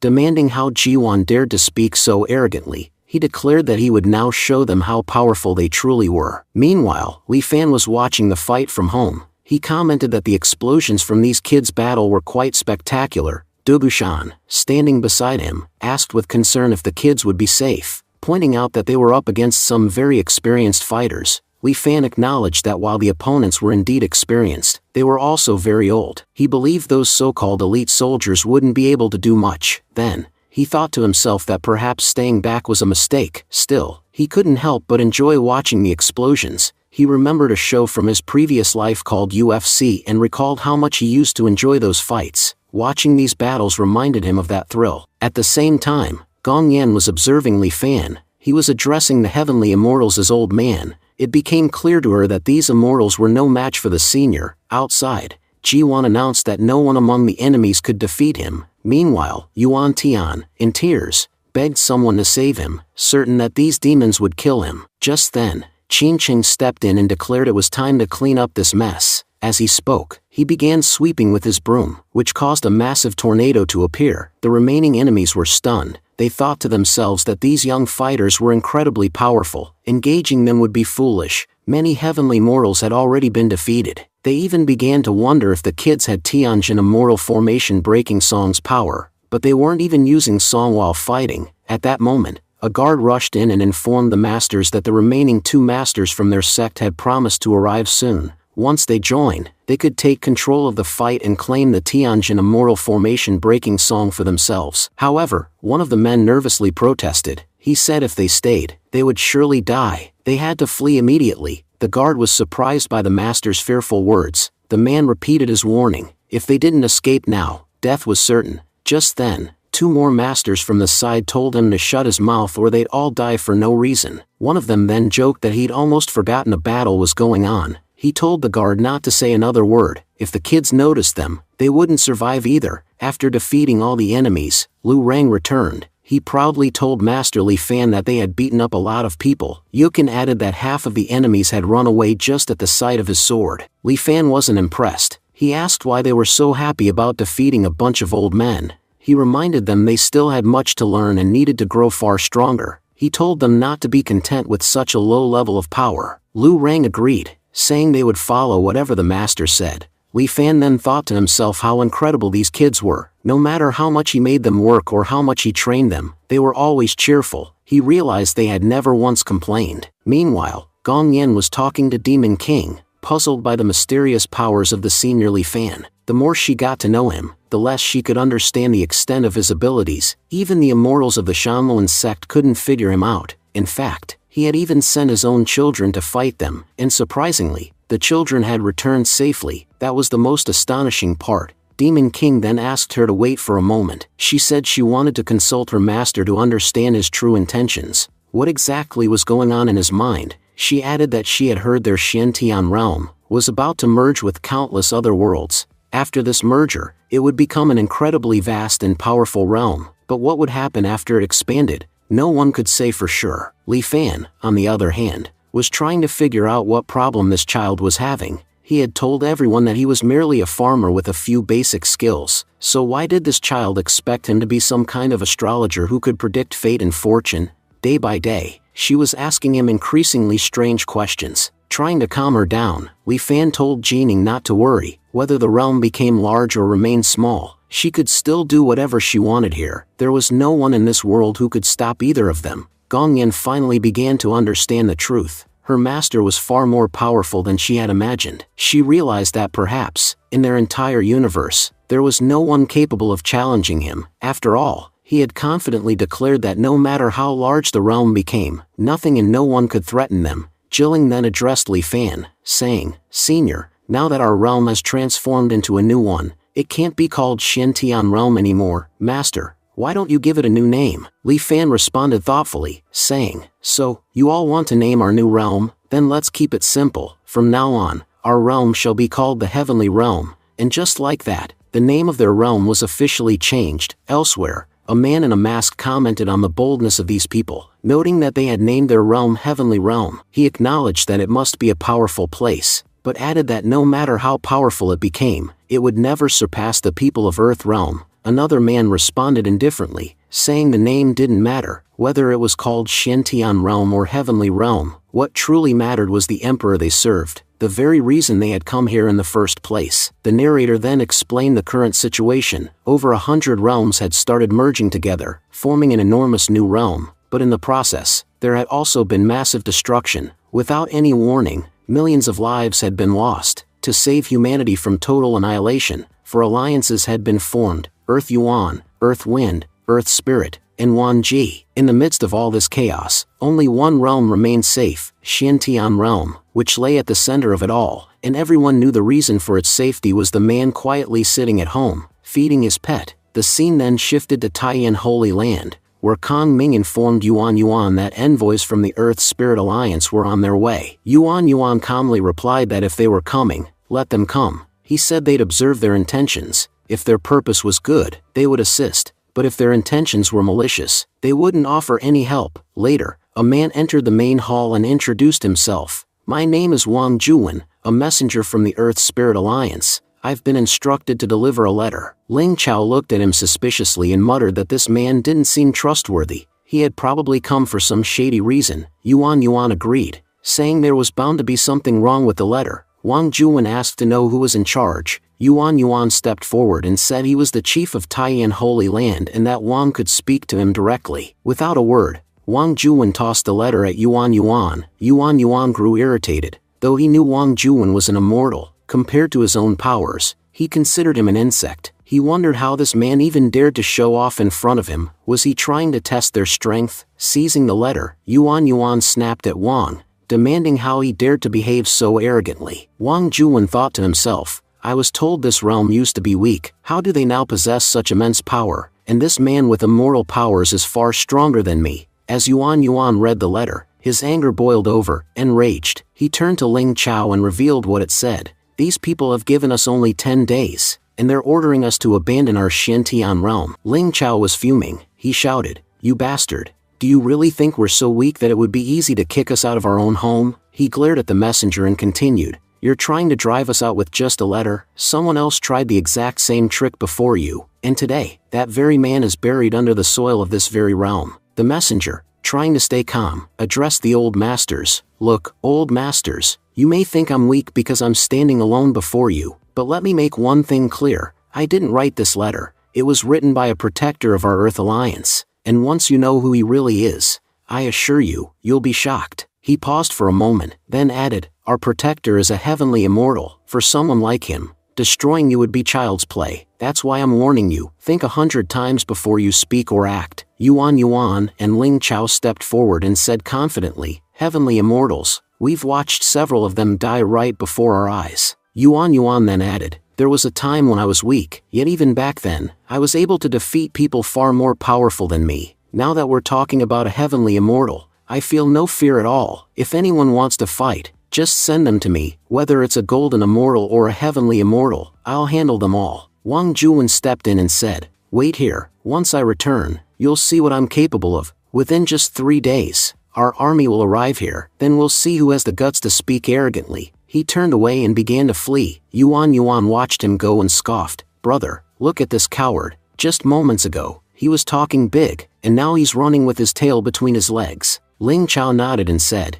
he's no fool. He knows very well that talking big here is easy, but if it comes down to a real fight, he wouldn't be returning alive. The scene shifted to Mu Qianning, who asked, has someone come again to challenge us to a fight? Yuan explained, someone from the Earth Alliance came today. He gave us an ultimatum. We have 10 days to evacuate our land. Hearing that, we were furious. We insulted the messenger, and in return, he warned us that their army would arrive within 3 days. He paused and admitted, at first, we responded arrogantly, but now, we have to accept the truth. Within our realm, only a handful of people have the strength needed to fight or protect our people. Mu Qianning, you're the only one who can convince the others. People across the country believe in you. Mu Qianning replied seriously, this is a serious matter. I won't act on my own. First, I'll visit Senior Li Fan and ask for his advice. I'm sure he'll have some kind of plan. The scene shifted to Li Fan, who was thinking about what he might eat for lunch. Just then, Mu Qianning and the others arrived at his home. Seeing them, Li Fan thought, here they are again. After listening to everything, he responded, you said someone from the Earth Alliance came? Then do one thing, form your own alliance. That way, you'll appear equal in strength. Mu Qianning nodded and said, all right, Senior, we'll do exactly as you say. Li Fan then said, wait a moment, I have something for you. Meanwhile, at the Earth Alliance headquarters, Wang Juwen reported to his leader, the people from that Zuatian realm were extremely arrogant. They rejected our letter outright and said they wouldn't comply. They even claimed that even if we fought them, we couldn't defeat them. No one has ever behaved this arrogantly before. The leader smirked and said, is that so? Looks like I'll be sending a few more souls to the afterlife. I don't enjoy killing people, but when they bring their bowed heads to me, what choice do I have? Back at Li Fan's residence, he was thinking, the painting business has become way too competitive. Linger and Mu Qianning seems to be struggling, which is why they keep showing up at my doorstep. At the same time, the messenger returned with his army and arrived at Taiyan Holy Land. He observed, the Earth Alliance's Wind and Fire sect has arrived, yet no one from Xiantian realm has come out to greet us. It seems their people have become too arrogant. Yuan recognized the man and said, you're the same messenger who ran away last time, aren't you? Ling Chao laughed and said, yeah, when he ran off, he didn't even look back once. I've never seen anyone flee that fast in my life. The messenger, clearly provoked, shouted, how dare you speak nonsense about me? I won't let you go this time. And with that, he charged forward, ready to attack. Yuan says, Brother Ling Chao, I'll teach this man a lesson. With those words, he launched a deadly attack on the messenger. In a single, powerful strike, the messenger was killed instantly. Yuan then remarked that the people of Earth Alliance were shameless. He pointed out that even after one of their own man had been killed right in front of them, none of them dared to come forward to retrieve the body. The elder commented among themselves, calling Wang Jun a complete fool. They believed he was of no use to their faction. The elder observed that judging from Yuan's aura, he seemed to be the strongest among them, which explained his arrogant behavior. Yuan responded firmly, saying they were wrong. The people standing behind him were the leaders of the Xiantian Alliance, and even they weren't the most powerful among them. There was someone even stronger, a master who surpassed them all. However, he added, the current audience was not worthy enough to witness his presence. Linger stepped forward and declared that Senior Li Fan is a great master, someone who would never associate with the trash standing before her. The elder approached aggressively and said, you're like ants to me. When I crush your dignity here, you'll understand that arrogance has no place in battle. Linger responded sharply, saying, so you want to attack us? As she spoke, she began to release her power, causing massive explosions around the area. She then warned the elder, I'll show you the pain of broken bones. With that, Linger hurled her heavenly plate toward him. The elder, now panicking, thought to himself that her power was indeed dangerous. The moment her attack landed, the space around them was distorted. The scene shifted to Xiao Bai, who commented on how dangerous the Xiantian realm had become recently. Living there had become increasingly difficult. She admitted that she rarely went outside anymore. Instead, she enjoyed spending time with Senior Li Fan. as simply being near him significantly boosted Xiaobai's power. The scene transitioned to a battlefield. A commander declared that they would not accept the proposed conditions. Another commander added, "Only a fool would agree to such unreasonable terms. We are not your slaves." A third warrior spoke up, criticizing the elder on the opposing side for thinking too highly of himself. "You're just an old man. Do you think we're so weak that we'd give up so easily?" In response, the enemy commander challenged them to fight, saying, "I gave you a chance to live, but it seems you all have a death wish." The battle resumed. At that moment, a master from the Spirit Earth Alliance arrived, instructing everyone to clear the way. Another master appeared and told the Spirit Earth Alliance members that this wasn't the right place for them. He added, "Brother, even though you're my kin, why are you speaking to me so arrogantly?" He explained that their discussion was only about the lands of the Xiantian realm and had nothing to do with the others. "There's no need for you to interfere." Another master entered the scene, asserting that interference was inevitable. Everyone knew the other realms had already been destroyed, and this was the only one that remained intact. He proposed that the 4 great clans divide the land amongst themselves. "I don't want to waste time on petty talk. I want the southern part of the Xiantian realm. The rest of you can divide the other parts however you like, but the south is mine." A female master countered, saying, "Everyone knows the southern region of the Xiantian realm holds rare treasures and great opportunities. Do you think we're fools who'll just hand it over?" The red-haired master challenged them. "If you have the power, try to stop me. I will get what I came for." Snake Master retorted, "Do you really think we're so weak that we'd let you claim all the rewards?" The red-haired master replied coldly, "I have no time to waste on you. Whoever reaches first will get what they deserve. Rewards will be based on one's abilities." Elder Song agreed and said, "He's right. One's rewards should reflect their capabilities." Master Ning interrupted, "Listening to you all, it seems the Earth Alliance has already taken action without consulting anyone." The Earth Alliance leader responded defiantly, "I'm not your son that I need your permission before doing anything. I sent my people to claim the region, and soon it'll be under our control." The red-haired master, clearly irritated, shouted at Lao Dong, "So you've come here to die? You're acting recklessly without any discussion." Suddenly, the soul of the elder who had died earlier appeared in the sky, calling out, "Master, please save me." Elder Song looked at Shan and asked with concern, "What happened to you?" Shan, visibly distressed, began to explain. He said he had underestimated the enemy. "You know those cunning people from Xiantian realm? They've formed an alliance, led by 2 young girls. At first glance, they seemed weak, so I didn't take them seriously and rushed into battle. But one of them suddenly used her hairpin, and in a flash, we were completely destroyed. I barely escaped with my soul intact. My body, though, it was annihilated." Elder Ning shook his head and said, "Brother, what is this? Weren't you the one who claimed southern region was full of incredible opportunities? But it seems your people weren't capable enough to seize them. I'm telling you, there's no point in fighting anymore. Give up, that's what's best for you." Elder Ing responded sharply, "Brother, you're a fool. The one I sent to fight was a true immortal. And yet, even his body was easily destroyed. Can't you imagine how powerful the one behind this must be?" Meanwhile, Snake Master was thinking to herself, "He's right. It seems Xiantian realm has someone incredibly powerful who never shows themselves.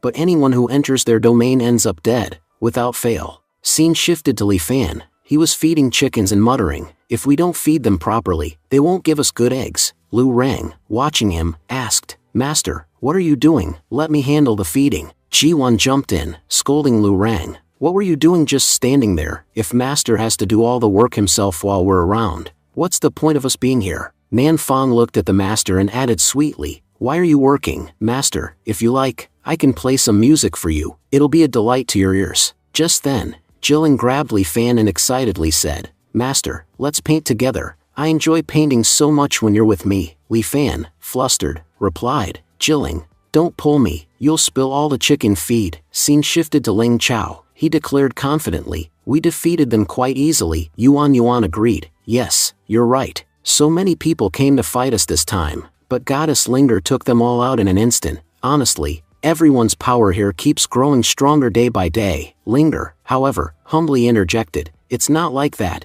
It actually took me a while to take them down, but Senior Li Fan gave me a magical hairpin. Using that, defeating enemies has become a lot easier." Mu Qianning nodded and added, "If Senior Li Fan weren't here, I doubt anyone in Xiantian realm would have survived. There would have been piles of corpses everywhere by now." She reflected further. We've been attacked repeatedly, first by those people in cloaks who tried to destroy everyone, then by our own sex enemies, and now by members of that alliance. Through it all, Senior Li Fan has helped us survive, Yuan added. I'd seen the hairpin's power before, but I never imagined it could be this effective, even against true immortals. None of them could withstand even a single strike. Just then, someone shouted aggressively, whoever killed our comrades, if you have even a shred of courage, come out now. No one from Shintian realm will be spared today, you'll all be slaughtered. Linger began thinking anxiously, why are they here already? That was fast. Mu Qianning pondered, last time only one ship came, but this time 4 have arrived. Ling Chao, noticing the approaching threat, commented, looks like forces from all 4 alliances have joined hands. This has become a serious matter now. Mu Qianning turned to Sister Linger and said, Sister Linger, as you can see, all the great alliances have arrived. What should we do now? Just then, a figure stepped forward and introduced himself. My name is Ji Pashan. I'm here on behalf of the Earth Spirit Alliance. You've killed one of our protectors, Zhuan. I'd like to know, who exactly was responsible? At that moment, Linger stepped forward and boldly confessed, that bastard was killed by none other than me. I'm the one who ended him, so now tell me, what do you plan to do about it? Ji Pashan scoffed, replying, you're just an immortal. I can't understand how a fool like Zhuan could have lost to someone like you. No matter, crushing an ant like you will be easy. I expected someone more powerful, but it seems I alone will be more than enough to take you down. With that, Ji Pashan launched a powerful attack, unleashing his weapon. But Linger responded sharply, so, these are the so-called champions of the 4 alliances? I expected heroes doing righteous work. Instead, you're nothing but greedy thugs trying to seize others' lands. She warned them, beating us won't be that easy. With a swift motion, Linger destroyed Ji's attack, triggering a massive explosion that left everyone in shock. They began to question, how does someone seemingly weak wield such a powerful weapon? Ling Chao muttered, Goddess Linger must give her all in this fight. Her opponent's cultivation is on another level, golden immortal. Mu Qianning agreed, you're right, this man is 3 levels above Sister Linger. Meanwhile, the snake cultivator watched quietly, intrigued by the holy weapon in the girl's possession. She thought to herself, if I kill her, I could claim that weapon for myself. With that thought, she transformed into her snake form and charged at Linger. Ji Pashan noticed her actions and smirked. Smart move, snake, you saw the weapon and jumped in to steal it for yourself. But don't think I'll let you have it so easily. I'll be taking it first. Linger realized attacks were coming at her from multiple directions. Observing the other's eyes, she understood that everyone was after her hairpin. She braced herself, knowing she could be attacked from anywhere. Suddenly, she noticed something happening beneath her feet. A giant skeleton emerged and launched an attack, but she dodged it effortlessly. Furious, she shouted, you people are shameless. If you want to fight, face me properly. Sneak attacks won't help you. With that, she unleashed a devastating counterattack. Ji Pashan was stunned.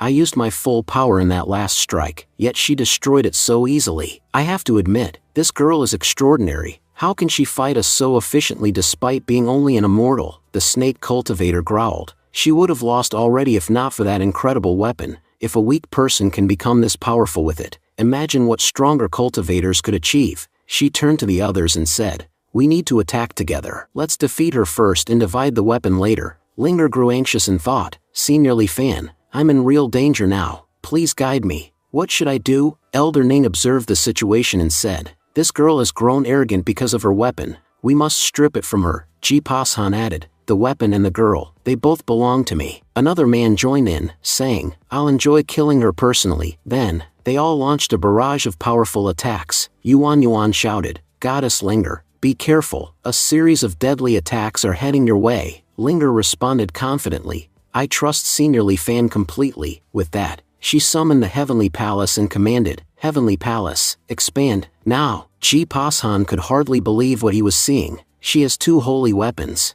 and this one is even stronger than the last. Even in our immortal world, it's nearly impossible to find such artifacts. Where did this girl even come from? Elder Ning advised the others, fighting her alone would be foolish. Let's combine our strength, defeat her, and take the weapons. Together, they launched a full-scale attack on the Heavenly Palace, overwhelming Linger as she struggled to hold them off. She thought to herself, Senior Li Fan, this treasure is incredible, but sadly, I don't think I'm capable enough to wield it properly. Ji Pashan remarked, this weapon is extraordinary, but surely using it drains a massive amount of energy. If we keep attacking together, she'll be finished soon. Just then, a deadly strike hit Ji-Pasan directly. Snake Cultivator was shocked, wondering who could have launched such a powerful attack. On the other side, they saw Mu Qianning speaking angrily. She claimed that it was impossible for anyone to harm her sister Linger. The snake demon accused Mu Qianning of having no martial ethics and questioned how she dared to attack from the side. Mu Qianning replied that just because she launched a side attack, the snake demon immediately labeled her a disgraceful girl. She challenged the elders, asking how such powerful beings had the audacity to attack her sister all at once. She pointed out their hypocrisy. If they truly followed martial ethics, they would take turns fighting one opponent at a time. Since they weren't playing fair, she declared that her side wouldn't fight fair either. At that moment, the leader stepped forward, furious. He said that they had killed his brother, Ji-Poken, and he swore revenge. He promised that none of them would leave alive. But the snake demon interrupted him, scoffing at his dramatic declarations. She said he didn't actually care about revenge, he was just using it as an excuse to push forward his own greedy ambitions. She called him an old man consumed by selfish desires, and claimed that everyone already knew the truth about him. Just then, Linger shouted that they would now join forces and defeat all their enemies together. She activated her Heavenly Palace artifact, launching a barrage of magical attacks on the enemy. Watching the attack, the snake demon expressed disbelief that such powerful weapons had fallen into the hands of ordinary people. She thought to herself that if weaklings could wield such power and become formidable, then in her hands, it could make her invincible, perhaps even unstoppable in the entire immortal realm. Mu Qianning turned to Linger and asked if she was okay, acknowledging the powerful attack she had just unleashed. Linger nodded, admitting that it had drained much of her energy, but reassured her that as long as they had the artifact, they wouldn't lose. They decided to combine the power of their hairpins and fight as one.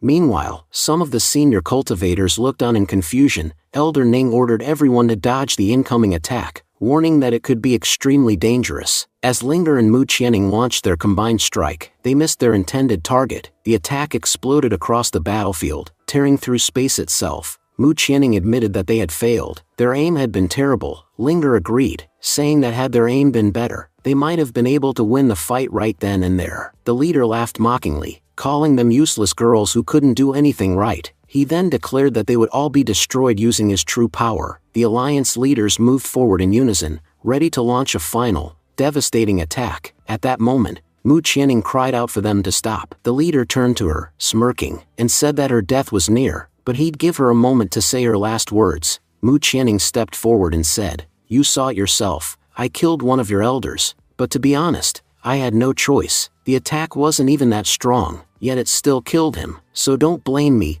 blame your own weakness. From now on, if you're going to attack, make it count. We're not so weak that we'll die from a light tap." The leader's expression twisted in rage. He shouted, "How dare you mock us like this? I knew you were up to something. You want to talk about attacks? Let me show you what real power looks like." He raised his fist, promising to destroy them all with a single punch. But just then, Linger pulled out a mysterious scroll. She looked at him and calmly said, "We'll see who gets destroyed today." The snake demon gasped and said, "That's the degree of the gods. Only legendary beings from the first heavenly realm can inscribe such powerful words." Mu Qianning explained that Senior Li had given her the painting. He had told her that whoever looked at it would be reminded of the value of peace and stop fighting. She pleaded with everyone present to stop the battle, saying that continuing to fight would only bring destruction, not resolution. The snake demon hesitated and asked what they were supposed to do now. If someone with such divine power had sent a message of peace, shouldn't they respect it? After all, against someone like that, they were nothing. However, a man with red hair stepped forward and scoffed. He said he couldn't back down after being humiliated like this. He would not leave until he had destroyed everything in his path. With a smirk, the snake demon turned to Mu Qianning and asked, "Who exactly did I offend?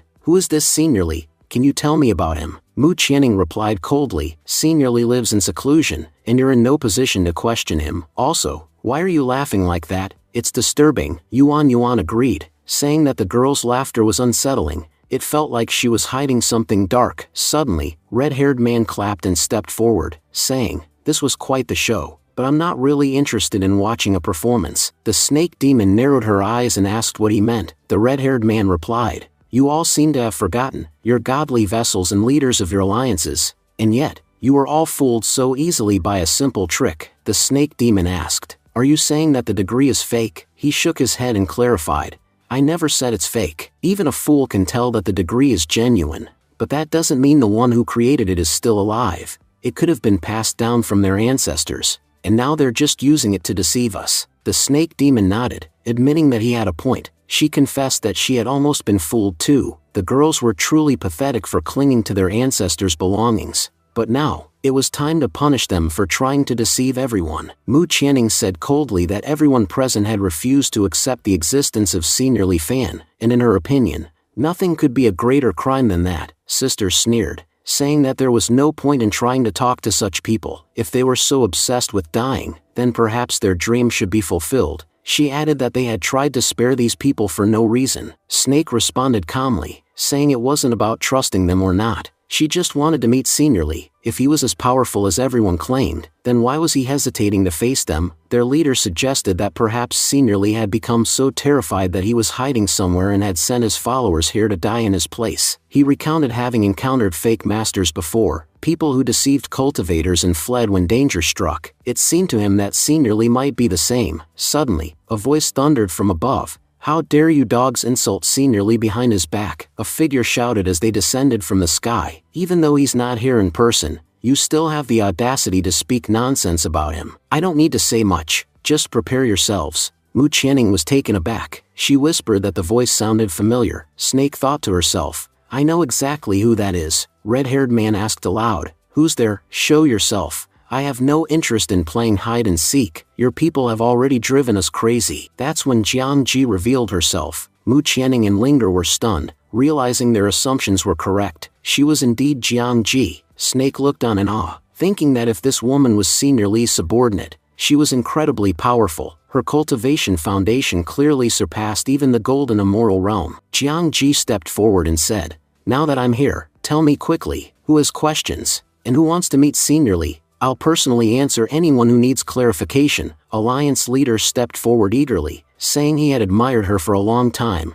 Jiang Ji looked at him sharply and remarked, just moments ago, you were disrespecting Senior Li. You don't deserve to live. With that, she struck him down in a single blow. Everyone watched in shock as the man's body collapsed from just one attack. Members of the Alliance gasped, realizing she had killed a golden immortal in a single move. Such power was unheard of, even in the immoral world. One whispered, how can such powerful beings exist in this realm? Coming here was a grave mistake. We're all going to die for no reason. Jiang Ji addressed the group again. If anyone still has questions, come forward. I'll answer all of you, one by one. When no one moved, she said, fine, I'll choose someone myself. She walked toward the red-haired man. The red-haired man panicked, thinking he had to escape. If he won't run away, he'd be killed. He tried to open a portal and flee, but Jiang Ji froze him instantly, trapping him on the spot. She said firmly, just 5 minutes ago, 5 men were fighting 2 little girls, and yet you justify this? I've been watching the 4 major lands for a while, and none of them have acted justly. All they do is seize territory. I ignored it until now, but you've crossed the line. It's time someone taught you a lesson. Elder Ning fell to his knees. Senior, please forgive us. We may not know who Senior Li really is, but if someone as powerful as you kneels before him, then we are nothing in comparison. From today, we will never attack Shantian realm again. We want peace, not war. All the Alliance members followed his lead and knelt down, trembling. Mu Qianning watched in disbelief. Is Miss Jiang Ji truly that powerful? She asked herself. She used her mere presence to bring all these people to their knees. Jiang Ji responded, you're lucky. Senior Li values peace above all else. If he hadn't said so, I would have wiped all of you out long ago. Just then, an old man stepped forward timidly and asked, may I ask, are you a student of Senior Li? The others scoffed and muttered that the old man must be insane. Has he lost his mind? These people clearly said we're not qualified to ask anything, and yet he dares to ask questions. But Jiang Ji calmly replied, no, I'm not his disciple. I don't have such blessings. But I do know this, Senior Li permits me to train at his residence. Whenever I have questions, he personally guides me. Yuan Qing then asked, may I know Senior Li's name? Jiang Ji answered, no one truly knows his real name. He's never revealed his title either. But if I had to guess, it would be Lord of the Sky. He possesses enough power to halt the universe itself. Such a title would be fitting. Elder Ning found himself deep in thought, reflecting on how a single man possessed such overwhelming power that he was being referred to as the Lord of the Sky. Ning was confident, absolutely certain, that this man must have come from the first heaven realm. Just then, a man stepped forward and addressed them, saying they were from the Juanji Alliance. Their leader, Huang, had been killed by an immortal, and now they had no one to lead them. He pleaded with Linger not to abandon them, begging to be accepted under their Xiantian Alliance. He promised that they would follow every command given to them, without question. Linger responded firmly, saying there was no problem with that. From that day forward, they would all follow her orders. As long as they did their work properly, there wouldn't be any trouble. But if they ever made a mistake, the consequences would not be in their favor. The rest of the group voiced their agreement enthusiastically, saying that the Xiantian Alliance was truly remarkable. They were willing to do anything to be part of such a great alliance. As the scene shifted, everyone returned to the Taiyan Holy Land. Mu Qianning commented that it was truly fortunate Miss Jiang arrived on time, otherwise, the entire battlefield would have been destroyed. She noted that had they not fought together, it might have been their last day alive. Linger chimed in, humbly remarking that they hadn't really done anything special. If they hadn't had the blessing of Senior Li Fan, none of them would have survived. They admitted that, without that divine blessing, they would have been wiped out long ago. They gave credit to Senior Li, saying that it was because of him they had the opportunity to protect their realm without fear. He had made it possible for them to stand strong. At that moment, a guard entered and informed the chairman that an old man had arrived, requesting a meeting. The guard mentioned that he initially tried to turn him away, explaining that the leaders were in an important meeting. However, the old man insisted repeatedly. Linger told the guard to let him in. They would see for themselves who he was. As the old man entered, he introduced himself as Yuan Qing. He stated that he had come to report something extremely important to the leaders. The scene shifted to the Li Fan household,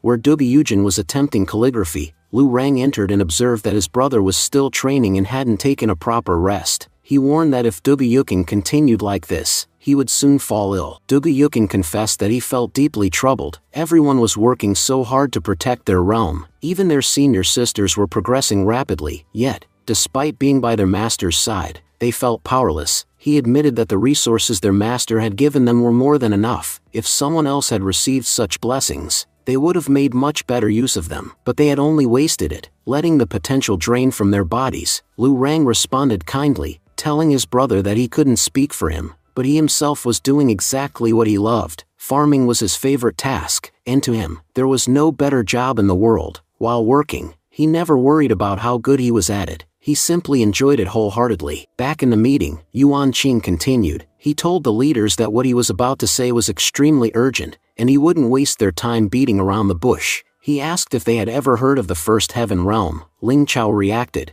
asking if Yuan Qing had really come all this way just to talk about the First Heaven Realm. He mentioned that the people of Zhuanwu were reportedly in conflict with them. Mu Qianning turned to Senior Ling Chao, admitting that she had never even heard of the First Heaven Realm before. Ling Chao explained that, according to ancient legends, the universe contained countless small realms. These realms were divided into 4 levels: Heaven, Earth, Xian, and Huang. Of these, Xian and Huang were considered the weakest. Most realms fell into these categories, and their inhabitants were of little significance in the grand scheme. However, the Earth realm was much rarer. The population there numbered in thousands, and those realms were significantly stronger. Above them were the Heaven realms. Only 4 existed in the entire universe. It was said that those from the heavenly realm could even fight immortals with ease. But surprisingly, above even the heavenly realm existed something more powerful, the First Heaven realm, an exception to everything. Its people were considered the most dangerous of all. They had no fear of death and had repeatedly defeated beings far more powerful than themselves. Their reputation had grown so fearsome that the First Heaven Realm was ultimately destroyed.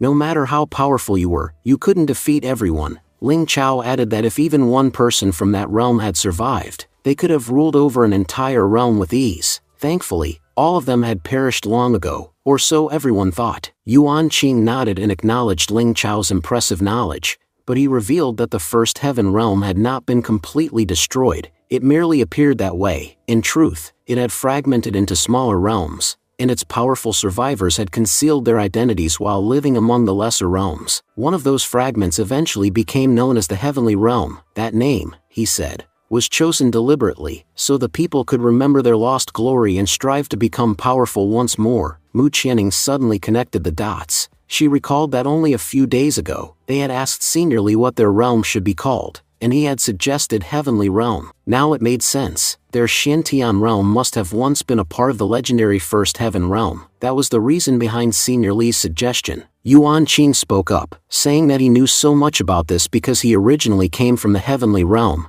He had discovered extensive records about the history of the First Heaven Realm. Only after reading them did he realize how deep and vast their world truly was. He pointed out that Shantian realm, which was once weak, had now absorbed over 100 worlds in just a few days and had become far more powerful than before. Even their Senior Li had begun referring to it as the new Heavenly Realm, which clearly indicated it must have once been an important part of the First Heaven Realm, and might even become the future First Heaven Realm itself. Linger remarked that Yuan Qing was sharing all this information because he must seek the powerful Senior Li, capable of uniting multiple realms. Yuan Qing acknowledged it, saying, "You're very perceptive. My ancestors used to say that one day, a powerful being would appear to reunite the First Heaven Realm, and we should do nothing but wait for and follow him." He revealed that from the beginning, he was destined to meet Senior Li, as it was his ancestors' final wish, and he intended to fulfill it. Realization dawned on Yuan as he said, "Now I understand why you've been so insistent. Honestly, we were puzzled too. If Senior Li is that powerful, why would he remain here? He had many better options in the sacred region." Yuan Qing replied that perhaps that was proof this realm was special. Ling Chao agreed, adding that Senior Li had created an incredibly powerful game-like construct within the realm. It was nearly impossible for anyone to enter or leave it. Linger said they would first report the matter to their senior. "If he wishes to meet you, we'll allow it. But if he refuses, you won't get to see him, and once we're there, don't force anything." Senior Li is not someone who tolerates disrespect. Yuan Qing nodded solemnly, saying there was something important he needed to share. His ancestor had warned him that when the unification of realms began, it would bring serious challenges, dangers so severe, trying to solve them would be foolish. Upon hearing this, Linger urged that they must act quickly and inform their senior before it was too late. The scene shifted to a man submerging his hand into water, angrily shouting, "Nailin, how dare you disgrace the Xiao family? I, Xiao Yan, will never forget your insult, and for every insult you've given us, I'll return it twice as hard." As Xiao Yan kept his hand in the water, an artifact floated up to him. He observed it and murmured, "What is this? It looks like a finger." Suddenly, intense pressure surged around his body. Shocked, Xiao Yan wondered aloud, "What have I just picked up? Is this some kind of curse? And why is this phantom appearing before me?" Just then, a figure materialized before him, saying, "I am Yan Mi Cheng, the first immortal general of the immortal world." Xiao Yan asked why she was here. Mi Cheng thought to herself that it had been over 100,000 years since her world was destroyed, so what had awakened her now? She then looked at Xiao Yan and said, "Boy, do you want to become a hero of this world? Fate brought you to me, and it's clear you're destined for greatness. I will now bestow upon you all the blessings I possess." Surprised, Xiao Yan asked, "Miss Yan, are you really going to do something for me? What are you giving me?" Mi Cheng replied, "Child, you are still weak. Consider this a small gift from me." Xiao Yan felt the surge of power within and realized he had broken through and become a cultivator of the Golden Core realm. Mi Cheng told him, "You're shocked, aren't you? But in reality, achieving Golden Core isn't that impressive. Within just 1 month, I can turn you into an immortal cultivator. Accept me as your ancestor, and together, we'll dominate the world." Xiao Yan respectfully bowed and said, "Thank you, Senior. Nailin, wait and watch. I'll soon show you what I'm capable of." Mi Cheng warned, "Don't get too excited. If you want to be a true immortal cultivator, you must follow my instructions. Follow this river until you reach the ancient battlefield. There, a powerful treasure lies buried. If you obtain it, I guarantee you'll dominate this world with ease." Xiao Yan realized she was referring to the Immortal Mountains, one of the most dangerous places in the world. Mi Cheng asked, "Immortal Mountains? That name alone sounds deadly. Have many powerful people perished there?" Xiao Yan replied that the place was a forbidden zone in their world, one where no one returned from. Mi Cheng reassured him, "Don't worry, I'll be with you. If you manage to obtain that artifact, I'll teach you how to unify all realms, and when the time comes, we'll execute our true plan." Xiao Yan looked uneasy and responded, "Senior, what are you talking about? Our realm only merged with the others a few months ago. How can we redo something that has already been completed?" He then added, "Previously, our realm was known as Shantian Realm, but now, it's referred to as the Heavenly Realm." Yan Mi Cheng's expression shifted as she muttered, "It seems someone else has awakened before me. If there truly is such a person, They must know just as much as I do. We can't let them reach the artifact before us. We'll have to head to Immortal Mountain and retrieve it ourselves. Xiaoyan nodded. All right, Senior, let's go. The scene shifted to another location, where a man was speaking. Patriarch, the souls around Immortal Mountain have grown stronger. Back in the day, they were dormant, but now, they're becoming increasingly active. We believe something immensely powerful is about to be reborn there. That's why all the soul energy is gathering. He continued, if we can refine one of those powerful souls, it will give our Dark Moon sect a huge advantage. We'll be able to dominate the heavenly realm with ease. The Patriarch nodded in agreement. You're right. Our Dark Moon sect was meant to rule. Gather the disciples. We're heading to Immortal Mountain immediately. Patriarch was speaking. Immortal Mountain, it's a battlefield where many legendary battles have taken place, but the truth behind those fights remains a mystery. Everyone knows battles happen here, but no one knows why. What lies hidden in that mountain is still unknown, but if that thing falls into my hands, it'll be a game changer. Patriarch opened a map and addressed his followers. All of you will follow me to the mountain. No matter what happens, obey my commands, because the moment you stop listening, you'll die. The Dark Moon sect members responded in unison. Yes, Patriarch, we will remember this. The next scene showed them arriving at Immortal Mountain. As they walked, some members commented, this place really is awakening. The force of evil energy has intensified. I came here a while ago, but it wasn't nearly this dangerous. Another man added, training here for one day is equal to months of training outside.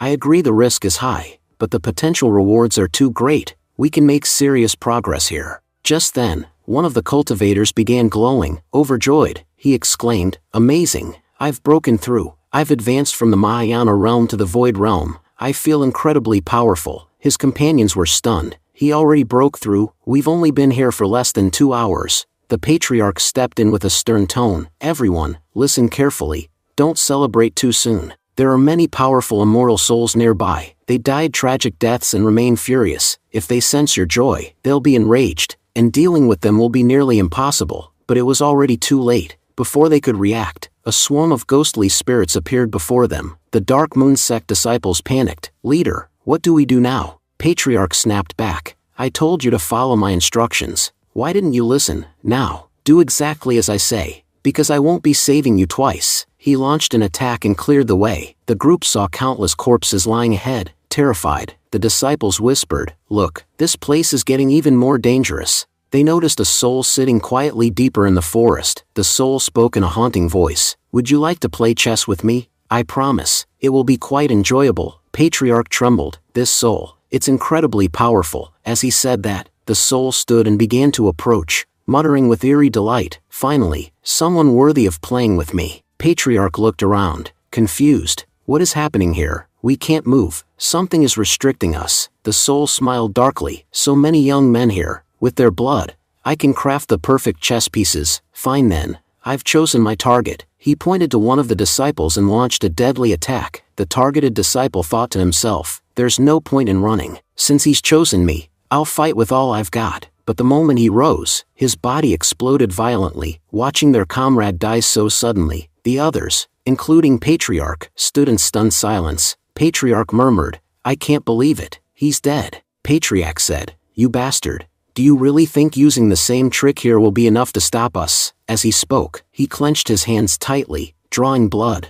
The blood began to glow ominously with powerful energy. He continued, I might not be able to solve this puzzle, but I know someone who can easily break through it. The energy from Patriarch's blood started to surge, and at a distance, a young woman sensed the disturbance. She looked up and muttered to herself, what are these strange sounds? What kind of energy is erupting from Immortal Mountain? Could the prophecy of our ancestors be coming true? Just then, a man approached her from behind and said, this is a message from Patriarch. He wants us to send as many people as we can. It seems the opportunity foreseen by our ancestors has finally arrived. The woman's eyes widened as she recalled the prophecy. The birth of the immortal king will bring destruction and endless wars. But along with it, a new world will be born. Everyone will have unimaginable opportunities. Slowly, everything will return to peace, and the first heaven realm will be re-established. She whispered, it looks like all those predictions are starting to come true. Meanwhile, reports of strange activity at Immortal Mountain began to shake the entire cultivation world. People from every corner began rushing toward the mountain, hoping to seize the mysterious opportunity. The scene shifted to Nan Fang, who who was calmly playing a song. Everyone sitting nearby praised her, saying,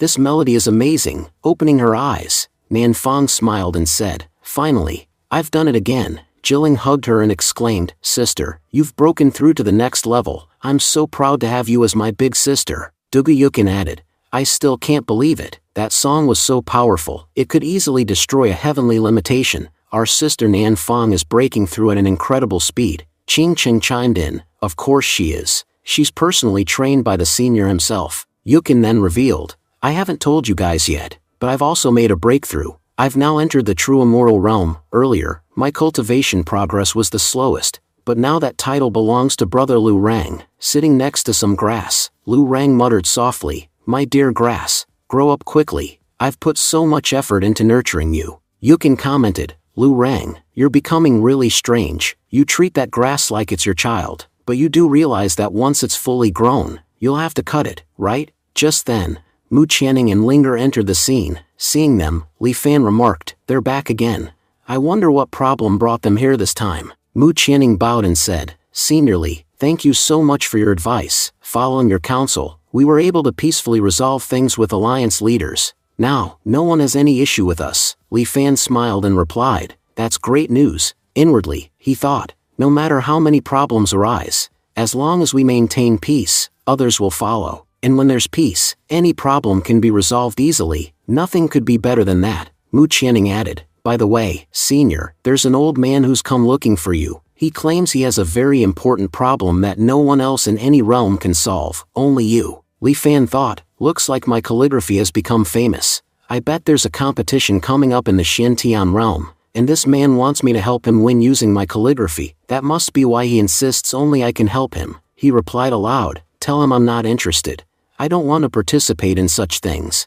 I have more important tasks to do, like recruiting disciples. If I waste my time helping others with their side quests, when will I become a true cultivator?" Linger thought, as expected. Senior Li refused. There's nothing in this world he doesn't already know, and he always has a plan. Trying to advise him is pure foolishness. It's a good thing we didn't bring that old man directly here. Senior Li would have been furious. She then suggested, "Senior, you don't need to participate yourself. Why not send some members of the younger generation instead?" Li Fan considered this and thought, "She's right. Sending my disciples will be even better. The more competitions they experience, the stronger they'll become, and they'll learn which arts dominate the world." Excitedly, Dugu Yukin volunteered, "Master, I want to go." Lu Rang added, "Me too, Master. Last time's competition was so much fun. I bet this one will be just as exciting." Li Fan looked at them and thought, they seemed genuinely excited. "All right, I'll let them go," he said. "I was going to tell you two to go anyway, but since you're so eager, go ahead and pack. Just remember, this isn't a physical competition. Use your minds. The smarter you play, the better it will be for you." Both Lu Rang and Yukin saluted and said, "Yes, Master, we'll do our best." Just then, Lu Rang began digging in the dirt. Yukin watched, confused. "What is brother doing now?" Linger nearby remarked, "He's collecting a whole bag of grass. But I don't get it. What's the use of grass?" Yukin said, "Actually, I wanted to take my brush with me, but I still can't control it properly. Bringing it would have been pointless." Li Fan nodded thoughtfully. "He's right. That brush is too powerful for disciples to wield right now. Carrying it to the calligraphy competition would have been a foolish move. The best brush is always the one you can control. No matter how high its quality, if you can't handle it, it's useless," Li Fan said. "Yukin, wait a second." Then, he lifted Xiao Bai and casually plucked a bit of her fur, causing her noticeable pain. However, no one seemed to notice or care. Li Fan continued, saying, "This pen shall be called the cat pen. Yukin, you'll find it incredibly easy to use. Think of it as a gift from me." Xiao Bai, meanwhile, was fuming silently. She thought to herself, "How shameless is this master? He pulled out my fur without even asking me.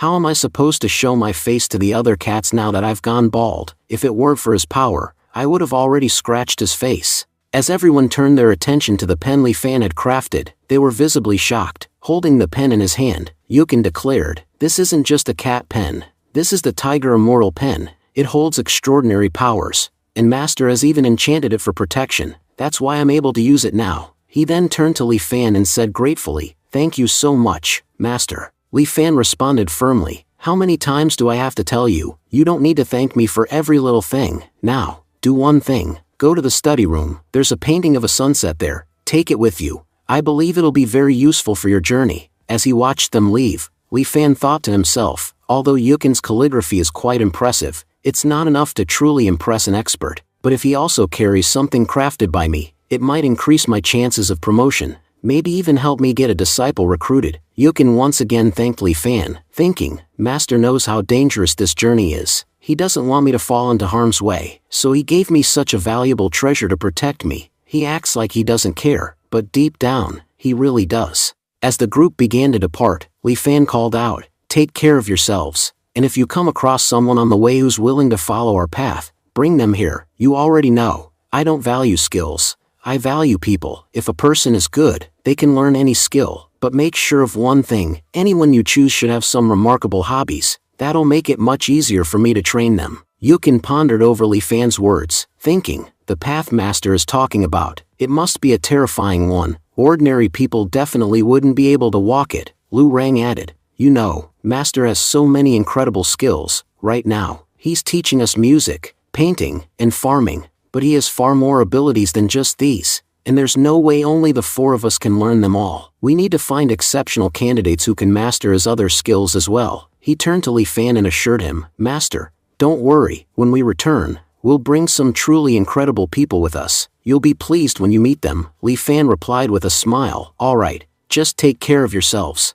At that moment, Commander Gong Yan approached Li Fan. He said to her, Gong Yan, I understand that you're a servant, but if you learn a few things from me, it could benefit you greatly. Even a servant needs a variety of skills to become exceptional. The first of them is tea serving. You don't know how to serve tea properly. If you fail to serve tea correctly to someone from a royal family, they might become angry. That's why I'll teach you how to serve tea properly. Gong Yan responded humbly, thank you, Master. Whatever you ask of me, I'll do it without hesitation. The scene shifts to the teleportation formation of the Taiyan Holy Land. Ling Chao was speaking. Senior Li has sent 2 of his disciples this time. Last time, because of them, our team won effortlessly. Now that they're back, we'll definitely win again. You guys just wait here for a moment.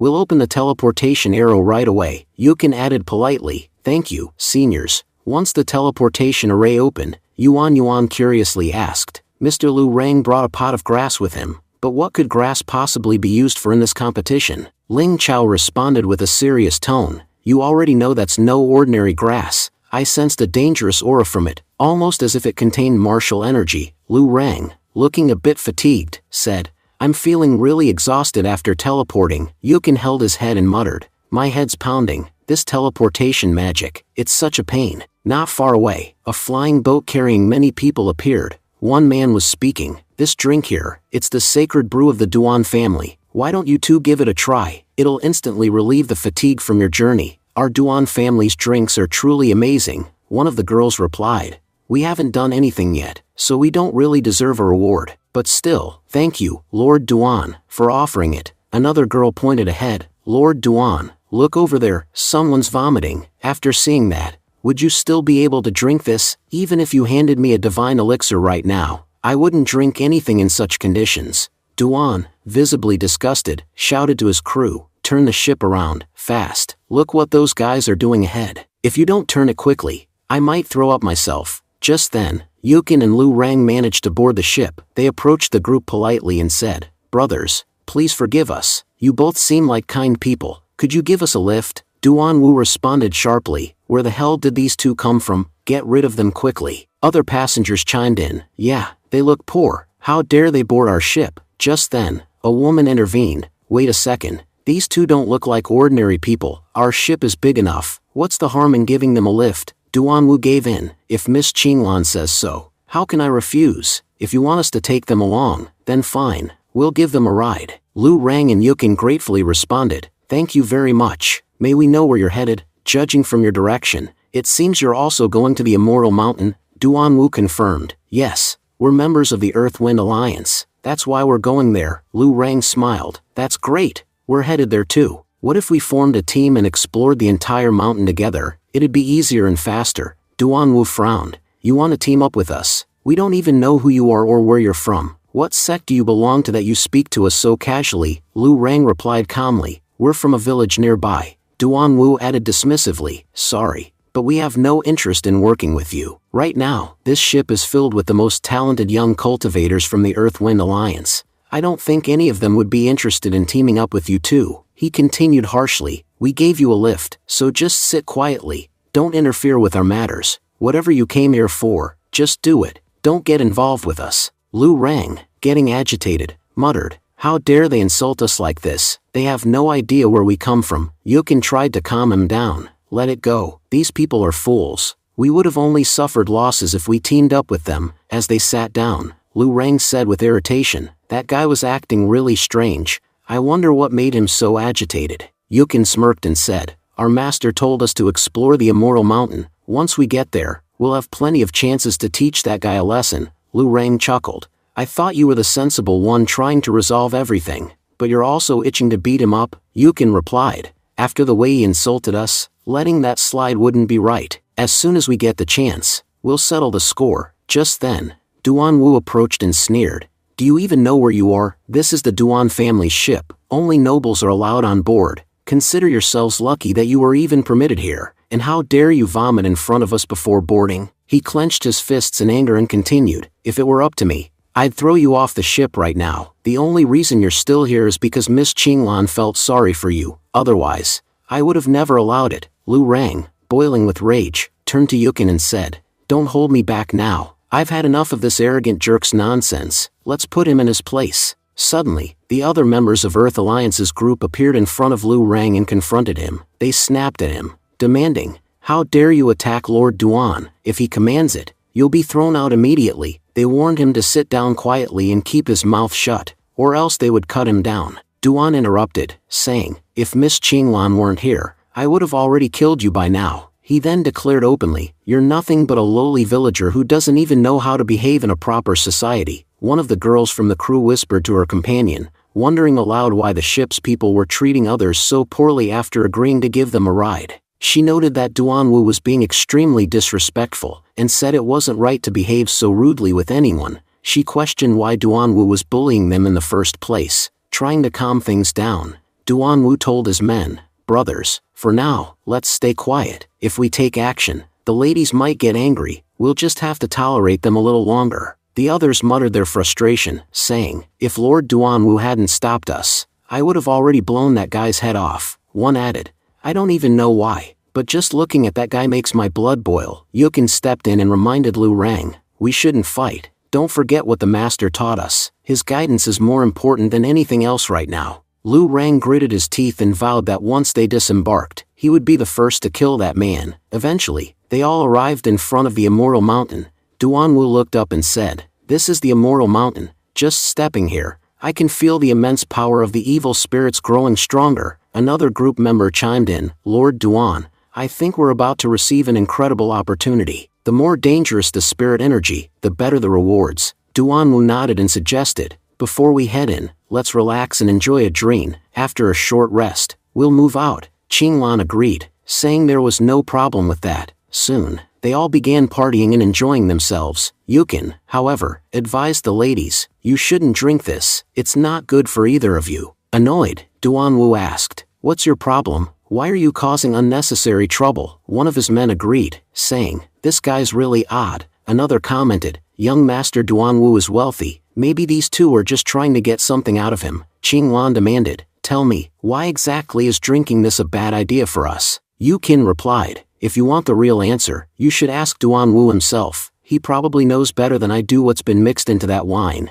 He urged them to find out directly what ingredients were in the drink. Fuming, Duan Wu snapped, what's your issue? Why do you keep bothering me? Honestly, I regret giving you a ride. I should have kicked you off the ship from the start. Yukin replied calmly, so what you're saying is, there's nothing wrong with the wine, right? Then why don't you just switch your drink with the girls to prove it? If there's truly nothing wrong with it, you should have no problem doing that. Duan Wu scoffed, who do you think you are, ordering me around? I won't listen to you. Do whatever you want. Lu Rang called out to everyone, look at this man. Duan Wu is a greedy wolf. He's clearly obsessed with the girls' bodies. He must have added something suspicious to the wine, which is why he refuses to swap drinks. He added that Duan Wu only became aggressive after Yukin exposed the truth, showing he was trying to hide something. He clarified, my brother never said you should drink your wine yourself. He just asked you to exchange drinks with the girls. That's a pretty reasonable request. Qinglan then turned to Duan Wu and said coldly, "Thank you for taking care of us, but from now on, we'll take care of ourselves." Tears welled up in Duan Wu's eyes as he thought, "Miss Qinglan, do you not trust me anymore? They're lying. I didn't add anything to the drink." Lu Rang said calmly, "Little brother, we should leave. Anyway, that place is filled with a bunch of worthless people. Their negative energy could affect us." Duan Wu, irritated, snapped at them. "What do you people think? Is this your house that you come and go whenever you please? You've caused enough trouble for our Duan family already. There's no way you're getting out of here now." He turned to his allies and shouted, "Brothers, attack, kill this bastard." Immediately, all the members of the alliance surrounded Yukin and Lu Rang. They advanced aggressively, yelling, "Let's finish them quickly. We still have to head to the mountain afterward." But suddenly, Yukin launched a powerful attack all by himself and began taking everyone down effortlessly. Startled, the alliance members exclaimed, "This guy's cultivation is insane. Even Supreme Being level cultivators wouldn't stand a chance against him. With just one strike, he's taken down so many of us." Another one added in shock, "Is he a pseudo-immortal? But how is it even possible for someone so young to reach that level?" They all agreed, this man was clearly a genius. In fact, someone like him would normally be called a fighter of heaven. Lu Rang, watching Yukin fight, said softly, "Little brother, why are you being so serious in this battle? If you keep attacking these weaklings like this, they'll die far too easily. You should go easier on them." Just then, two powerful masters stepped forward. The first one declared, "Boys, do you think you can bully the Duan family so easily and walk away unscathed? You shouldn't have attacked so dominantly." Some of the alliance members shouted in relief, "The Duan family is here to help us." Another added, "Everyone knows the Duan family is one of the most powerful clans. Of course, they'd come to our aid." Duan Wu scoffed and warned, "Let me remind you all, no matter how talented you are in this world, if you don't have a strong family background, you are nothing. I, however, do, and I'll use it to crush all of you." Lu Rang sighed and said regretfully, "I'm starting to regret taking a lift from you people. Now I have no choice but to beat you all down." As the elders advanced, one of them mocked, "You arrogant fools. We thought you'd fall to your knees and beg for forgiveness, but clearly, you've chosen otherwise. Now you won't be spared." Lu Rang smirked, "Who lives and who dies? Time will tell." He knelt down and placed his hand on the grass. In an instant, powerful energy began radiating from the grass. The two elders froze in their tracks. One of them gasped, "What kind of grass is this? It's emitting a terrifyingly pure energy. If we go near it, we're dead for sure." The other elder added, "This energy surpasses even the immortal level. These kids must have an extremely dangerous background. Perhaps their master is a true immortal. We can't afford to mess with them." Lu Rang scoffed, "You fools were just talking about backgrounds, weren't you? Let me make it clear, bring your entire alliance, the Duan family, everyone you know. Even then, your qualifications won't match ours," he warned. "So next time, think 100 times before opening your mouth. Teach your family's children some discipline. If this kind of behavior continues, you'll all be dead very soon." The two elders, visibly shaken, pleaded, "Please forgive us. We couldn't recognize who you truly are." Everyone around was stunned to see such powerful elders from the Duan family, renowned immortal level warriors, apologizing so humbly. Even Duan Wu was taken aback, struggling to believe his eyes. One elder added, "We have no intention of fighting you. Please let us go. We are not qualified to stand against you." Yu King turned to Lu Rang and said, "Calm down, Lu Rang. They've already apologized. Beating them up now wouldn't be any fun." Lu Rang stepped forward and shoved Duan Wu aside. "You're lucky. If it weren't for my brother Yu King's mercy, I would have destroyed you all on the spot." Duan Wu, consider this your final warning. Try anything foolish again, and it won't end well for you. Jia Yao and Qing Wan stepped in and said, "We should be leaving now. Thank you for giving us a ride." Frustrated, Duan Wu muttered, "These lowly villagers humiliated me. Just wait until I regroup with the rest of the alliance. I'll make sure they cripple your hands." Later, Duan Wu asked the elder, "Uncle, why did you back down from the fight? Were those villagers really that powerful?" The elder replied, "The grass shown by that chubby boy wasn't ordinary. I believe it was a magical artifact. To be honest, it's a blessing we were spared. Had he activated it, we'd all be dead by now." Shocked, Duan Wu asked, "Can a simple piece of grass really be that deadly?"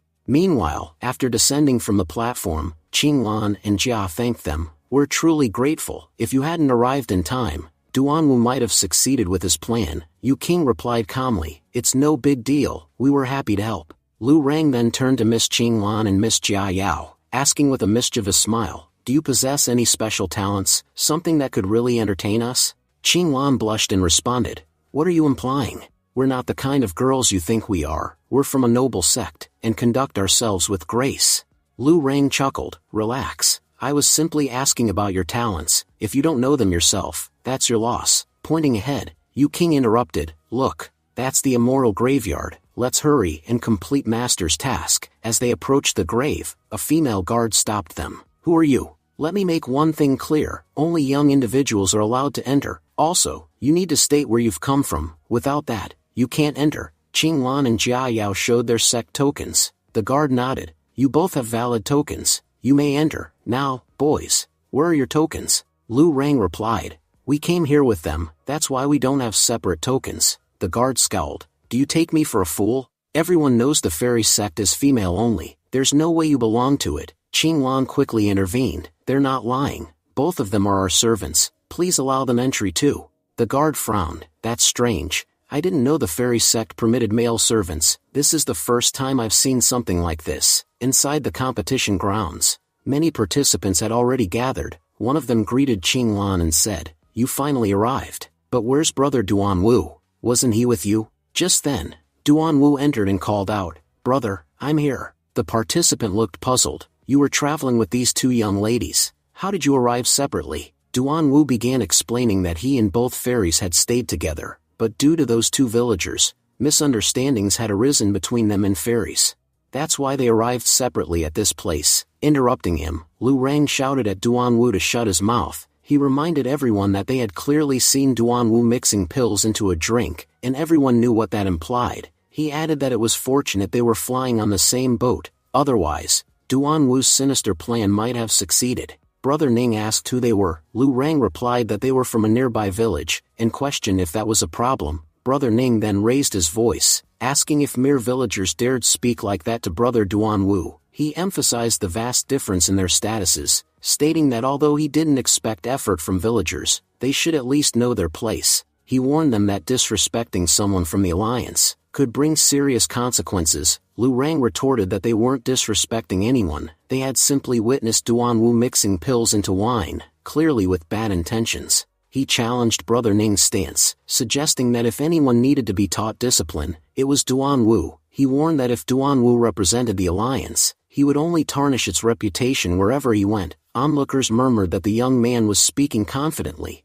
and it didn't seem like he was lying. They found it hard to believe that someone like Duan Wu would stoop to such behavior. Duan Wu yelled back, telling everyone not to trust Lu Rang's words. He reminded them that he came from a highly respected family, and had a strong reputation within the alliance. He asked if they really believed he would do something so low despite his prestigious background. He claimed Lu Rang was merely trying to ruin his name. Lu Rang responded bluntly, saying Duan Wu had done something disgraceful, and didn't even have the courage to admit it. He declared that he had encountered many awful people in life, but Duan Wu was the worst of them all. Duan Wu then claimed that the area was under alliance control, and outsiders weren't allowed. He questioned how two villagers had entered without permission. Turning to the guards, he ordered them to throw Lu Rang and his companion out, insisting they didn't belong there. Lu Rang shot back that people like Duan Wu didn't deserve to exist in this world. He called Duan Wu a burden on the earth, and said the sooner the world got rid of him, the better. Just then, Ning stepped forward and ordered the guards to escort the two villagers out. Lu Rang warned that they were sent there by their master, and if they weren't allowed to join, they would be forced to do so. He cautioned them that forcing their hand wouldn't end well. Brother Ning was taken aback and asked if Lu Rang was threatening him in front of the entire alliance. He pointed out that he was being kind enough to let them leave. Had someone else been in charge, they wouldn't have been spared. Lu Rang replied that if his presence wasn't qualified, then neither was Ning's. Ning arrogantly stated that if Lu Rang knew who he was, he wouldn't have dared say such things. Members of the alliance were shocked, and wondered if this villager really didn't know who Ning was. Just as Ning continued speaking arrogantly, Lu Rang suddenly stepped forward, and slapped him across the face. Lu Rang shouted that he had listened to enough nonsense. He warned that if they kept up this behavior, that slap would just be the beginning. Soon, they'd all be lying on the ground, injured. The crowd was stunned. They whispered among themselves that Brother Ning was the most talented member in their entire alliance. Rumor had it that Ning had already surpassed the immortal level in cultivation, and that no one his age could compare to him. They couldn't believe Lu Rang had just slapped such a powerful figure. Though it was a sneak attack, they feared what would happen next. After all, Ning was the grandson of the Alliance chief. If the chief were here, Lu Rang wouldn't still be standing. An elder appeared, seemingly to protect Ning. He addressed Lu Rang, saying it was obvious he wasn't young. With such incredible power, he couldn't possibly be a child. The elder reminded him that the competition was for young cultivators, and it was inappropriate for a senior like him to participate. The crowd gasped in shock. They couldn't believe the young-looking boy, who seemed barely 20, was actually a powerful old cultivator. Now they understood the source of his overwhelming strength, and how he had dared to strike Ning without hesitation. Meanwhile, Lu Rang was baffled. In his mind, he wondered what nonsense the old man was spouting. He still considered himself young. Just because he was powerful didn't mean he was old. Out loud, he responded calmly, saying if they wanted to treat him like a senior, fine. But he had something to say. He criticized the Alliance members for lacking manners. He urged them to learn to speak respectfully with their elders. Otherwise, with such disgraceful behavior, they would be beaten down wherever they went. Internally, Lu Rang plotted to continue pretending to be a senior to fool the others, and have some fun while it lasted. At that moment, the elder warned him again. He stated that this place was under the control of 4 major alliances, and if Lu Rang continued to bully their children, there would be consequences. Lu Rang sternly told the elder to stop talking nonsense. The graveyard doesn't belong to your father. Look, I'll give you 2 options. Either fight us, if you want to kick us out, or shut your mouth. If you run it again, it won't end well for you. Elder, visibly irritated, replied sarcastically, "Oh, is that so? Fine then, we won't fight you. If you want to stay here, go ahead. I won't interfere in your matters." The surrounding disciples were stunned. They whispered among themselves, shocked that their elder had backed down. What just happened? Did our elder really retreat? Just how powerful is this guy? Who is he, really? His mere presence was enough to shake our elder. Lu Rang then turned toward Duan Wu and said coldly, "Kid, should I even bother touching you? I feel like I'd dirty my hands just laying a finger on you." Duan Wu, trying to assert his status, warned, "Do you even know who I am? I'm from the Duan family, one of the most powerful families. If you lay a finger on me, things won't end well for you." But before he could finish, Lu Rang stepped forward, and punched him in the face. Calmly, Lu Rang told him, "Go tell your elders that I touched you, and let them know I'm the father of the entire Duan family." Struggling to get back on his feet, Duan Wu growled, "You've made a big mistake. The Duan family will never forget this. The moment we get the chance, we'll take our revenge." Jia Yao, observing from the side, commented in surprise, "You both look so young. I didn't realize you were seniors." Lu Rang responded politely, "Don't misunderstand, Jia Yao. These people are just spouting nonsense. Look at me. Do I look old to you?" Yu King agreed, saying, "They're only running their mouths. Because they're weak, you don't need to take their words seriously." Just then, an announcement echoed across the field. Senior Huang had arrived. As Senior Huang approached, he commented, "It looks like everyone is finally here." One of the elders stepped forward and said, "Yes, Senior, everyone is present, but I need to report 2 individuals, who have been causing serious disruptions. They don't seem like young talents to me." He pointed at Lu Rang and continued, "This guy pretends to be a young cultivator around 20 years old, but I believe he's actually at the immortal level. It's impossible for someone that young to reach that level. He's clearly some ancient monster in disguise." The elder went on to accuse Lu Rang of attacking Duan Wu and Ning, and insulting their families, forcing them to kneel and beg for forgiveness. Senior Huang asked calmly, "What's your reason for being here? Everyone knows reaching the immortal level is extremely difficult. If you've truly achieved it, you must be at least 100 years old. So why are you harassing the younger generation? I request that you leave this place. Bullying the young doesn't suit someone of your stature." Coughing up blood, Lu Rang silently fumed. "I'm only 21, not even married yet, and they're calling me a grandpa? If this slander keeps up, I swear I'll never find a wife. I'll make them pay for ruining my reputation." Onlookers began murmuring, "This guy is a shameless cultivator. He's already an immortal, and yet he's bothering us for no reason." Elder Qi stepped in, saying, "Now that Elder Huang is here, aren't you afraid of anyone? I'm warning you, either leave immediately, or face Elder Huang's wrath. You have no idea how dangerous he can be." But before things could escalate further, Elder Huang raised his voice, "Elder Qi, calm down. You seem to have forgotten that our alliance doesn't support unnecessary conflict. Our belief is that peace benefits everyone." Elder Qi protested, "But he attacked our disciples. and was the first to break the rules. Elder Huang responded thoughtfully, "We know nothing about his true power. If he's this skilled at hiding his age, don't you think he might also be concealing his strength? Why risk everyone's safety over this?" Elder Qi countered, "So, are we just going to tolerate him?" Elder Huang interjected with an idea. "I have a better solution. This guy claims to be young, right? Then let's give him a chance to prove it." He pointed to the bone chair and said, "Everyone knows that sitting on the bone chair rapidly reveals a person's true age. If he really is young, he has nothing to worry about. Let Senior Lu Rang sit on the bone chair and prove himself." Gasps rippled through the crowd. Someone whispered, "That chair is extremely dangerous. If someone's age exceeds 80, they'll die instantly the moment they sit on it." Elder Huang's method is brilliant. This fraud will be exposed and eliminated. Elder Huang added, "Senior, if you sit on that chair and survive, I'll accept that you're a young talent. We'll admit our mistake in judging you." Lu Rang looked at the chair, thinking, "It seems pretty ordinary. What could possibly go wrong just by sitting on it?" He confidently walked over and sat on the bone chair. Looking around, he said, "Well, what now?" Everyone watched nervously, convinced he wouldn't survive. He's going to die. No way he makes it out alive.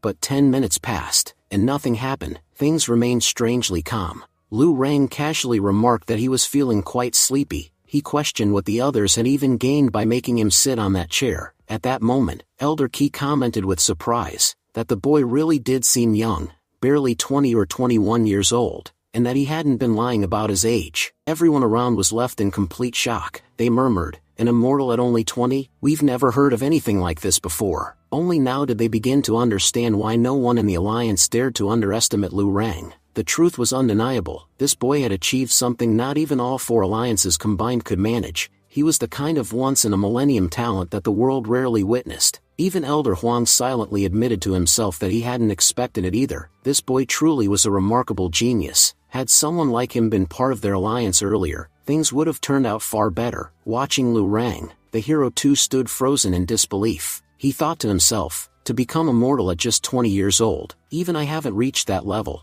Could he be my future rival? He questioned whether such power could really belong to a normal person. Then he turned to Lady Yang and said, "You once called me the true hero, so why don't I, or anyone else, possess that kind of power? I need your help. I have to defeat him today. If not now, then never." Lady Yang smiled and reassured him, "Don't worry, soon, opportunities will come your way that will make you far more powerful. Forget him. There will be people even stronger than him, who won't be able to stand in your path. Let them show off for now. When your time comes, no one will be able to stop you." Meanwhile, Jia smiled at Lu Rang and said, "You're truly incredible. To have such immense power at just 20 years old, it's amazing." Lu Rang responded humbly, "I told you I'm not that old, and this is exactly why I don't reveal my powers. I don't want people around me to be scared, or act differently. I just want to be treated normally. Honestly, my power is nothing. I'm the weakest in my village." He went on to explain that his seniors, just a year or 2 older than him, had already surpassed the heavenly mortal level. Once again, everyone around was left stunned. They whispered, "If someone this powerful is the weakest in his village, then how powerful must the others be?" They all regretted having mocked him earlier, just because he came from a village. Now, it was obvious that his village was far stronger than their entire alliance. Lu Rang thought to himself, "You've all been underestimating me for so long. Now see who I really am, and the funny part is, I've barely revealed even 10% of what I can do." He smiled inwardly, knowing that his master alone had the power to change the entire world. Elder Huang, feeling humiliated, thought bitterly, "This kid just publicly embarrassed me, and I can't even say anything back. He's performed a miracle at such a young age, and no one could have done this without extraordinary guidance. Maybe his village really is home to some incredible people." Lu Rang then addressed everyone directly, "You all saw the extent of my powers just now. I know you're wondering how someone can acquire strength like this. So, ladies and gentlemen, let me ask you a question. Your answers will determine what happens next." He turned to one of the women and added with a smirk, "By the way, miss, you're looking quite gorgeous. If you'd like, you could come to our home and cook. Working as a cook for us would be a great opportunity for someone like you. You have no idea what you could achieve through that." Irritated, the girl snapped back, "Who do you think I am? You can keep your powers to yourself. I'm not your servant, and I'm not going to work for you." Lu Rang replied with disappointment, "I gave you such a golden opportunity, and you threw it away just like that. None of you are worthy of becoming my master's disciple, but there are still many jobs you could have done." He went on mockingly, We have a lot of cows and pigs back home. You could have taken care of them. I struggle with cutting grass. You could have helped there too. Some of you could even draw water from the well. I was offering you all incredible opportunities, but you mistook it for labor." He ended with a grin. "You just missed the biggest opportunity of your lives. One day, you'll regret it. You'll wonder why you didn't feed the cows and pigs with us, why you didn't roll in the mud with them, or even drink a glass of water from our well. You'll regret all of it." The members of the Alliance spoke up in frustration. "You're crossing the line. Yes, we admit you're powerful, but that doesn't give you the right to insult us. It's not like we're weak either. You're just stronger than us, and that's made you arrogant. If our powerful elders were here, you wouldn't dare speak like this. Consider yourself lucky that none of them are present." At that moment, Elder Huang intervened and said calmly, "Everyone, please settle down. We all know why we're here, to break the formation, so let's focus on the task at hand." Then Lu Rang looked surprised and said, "Break the formation? I didn't know that's what we came here to do." Qing Wan responded, "Wait, you really didn't know? Listen carefully, there are 9 incredibly complex chess formations here. They're extremely difficult to break. All the aged masters who tried sitting on the bone chair began aging rapidly, and died soon after. That's why only young individuals have been summoned here, to solve these chess puzzles. If we break them, the formation will naturally collapse." Suddenly, a surge of energy burst forth from the depths of the forest. Lu Xing, observing the field, thought to himself, "Just as I suspected, this game is completely different from anything I've faced before. No matter how many strategies I come up with, the game keeps getting trickier. It doesn't even feel like a regular chess match. It's as if 2 powerful forces are at war, and only the victor gets to live. The loser dies. I've never played a game this intense, and honestly, I'm afraid this might be the last one I ever play." Meanwhile, members of Lu Xing's alliance were watching anxiously. One of them whispered, "That's Lu Xing, our best chess player. He once defeated a powerful master, when he was just 5 years old." A girl among them added, "These chess games aren't normal. Each board is filled with thousands of formations. You can only progress by breaking through each one. No matter how talented someone is, solving them is incredibly hard." Just then, someone shouted, "Look, Lu Xing has made his first move." As Lu Xing moved his piece forward, the spirit across from him responded immediately with its own. Watching the match unfold, Lu Rang thought, "I have to admit, both of them are highly skilled. They've started off strong, but, as more moves were exchanged, the tide quickly turned against Lu Xing. His expression shifted, fear of defeat clearly etched on his face. The alliance members grew uneasy. This game is so tough that even Lu Xing, who's never lost a match in his life, is struggling just a few moves in. Do you think he'll be able to win this one? Then, with a deep breath, Lu Xing played his final move, and successfully cracked the first chess game. Everyone erupted in celebration. "You're amazing, Lu Xing. You're the first person to crack the first chessboard." Others in the crowd echoed the sentiment. "We heard that Lu Xing has never lost. Even when he faced overwhelmingly powerful opponents, he never backed down, so how could he possibly lose to some formations?" Another person added, "It's not just the De Yuan Alliance. The Ling Alliance has also cracked their game. Look at Muchenji, from the fairy sect. She cleared her board effortlessly." Then someone noticed something peculiar. "Wait a second. She's using a powerful artifact. That chessboard she's using is the legendary board created by all the fairy sect leaders. They love chess so much, they combine their powers to forge one ultimate board. This chessboard can easily break the formations beneath the heavens. That's why Muchenji is progressing so quickly." Members of the Deling Alliance praised her. "Muchenji, you're doing great. If you keep going at this pace, you'll clear all the games in no time." Chenji, reflecting silently, thought to herself, "Yes, I can do this. Thanks to my ancestors' guidance, I solved this much faster than expected.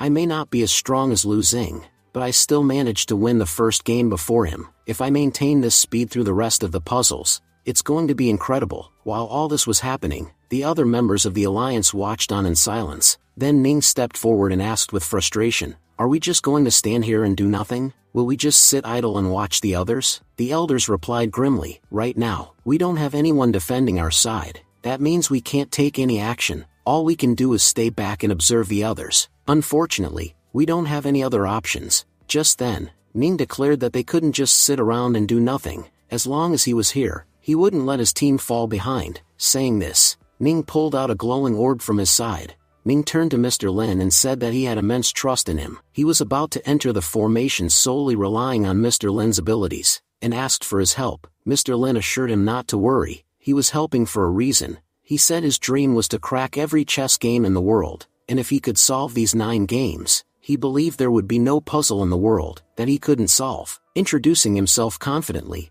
Mr. Lin said he was the greatest chess master in the world, and today, he would help Ning crack all 9 games. He told Ning that they were about to make history together. As he said this, he took control of Ning's body, ready to assist him. Meanwhile, members of the other alliances started protesting, claiming that the Dafeng alliance was cheating. They argued that others were cracking the formation using their own skills, but the Dafeng alliance had inserted another master's soul into one of their players, giving them an unfair advantage. Ning thought to himself that he wouldn't lose today, no matter what. On the other side, Lu Xing was struggling, but had just managed to crack the second game. Miss Mu had also completed her third game, but in the process, her chessboard broke apart. Up until now, she had relied on her board's special properties to play effectively. With it destroyed, her situation was about to become much more difficult. Ning quickly cracked his first game, and immediately moved on to the second with the same momentum. An alliance member commented that while Mr. Lin was helping Ning,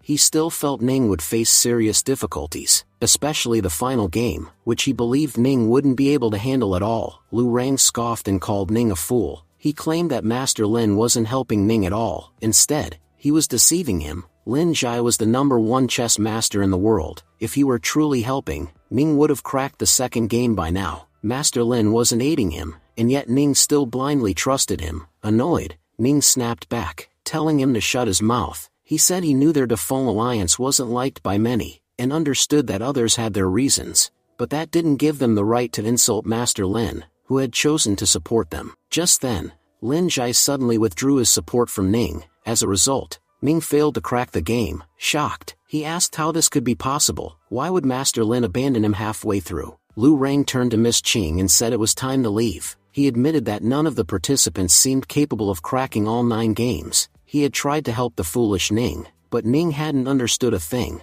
What just happened to him would soon happen to the rest. Meanwhile, Lu Xing successfully cracked his third game. However, as he did, his body aged rapidly. Once youthful, he now looked significantly older. Realizing the danger, he thought to himself that if he didn't complete the remaining 6 games quickly, he would die of old age. Watching him, Lu Rang commented that Lu Xing now looked like his own grandfather. He was the only one playing strategically, but even he might not be able to clear all the games. Lu Rang concluded that Lu Xing was in a terrible state and decided to leave to observe other players, saying no one here would be able to do anything impressive. At that moment, a new contestant stepped forward and began playing. The crowd was stunned, wondering who he was and why they had never heard of him. Without asking anyone, he simply walked in and started playing, which led everyone to suspect that he wasn't part of any alliance, but rather a native of Huangtian, which explained his familiarity with the surroundings. The mysterious player thought to himself, everyone is wondering who I am. Soon,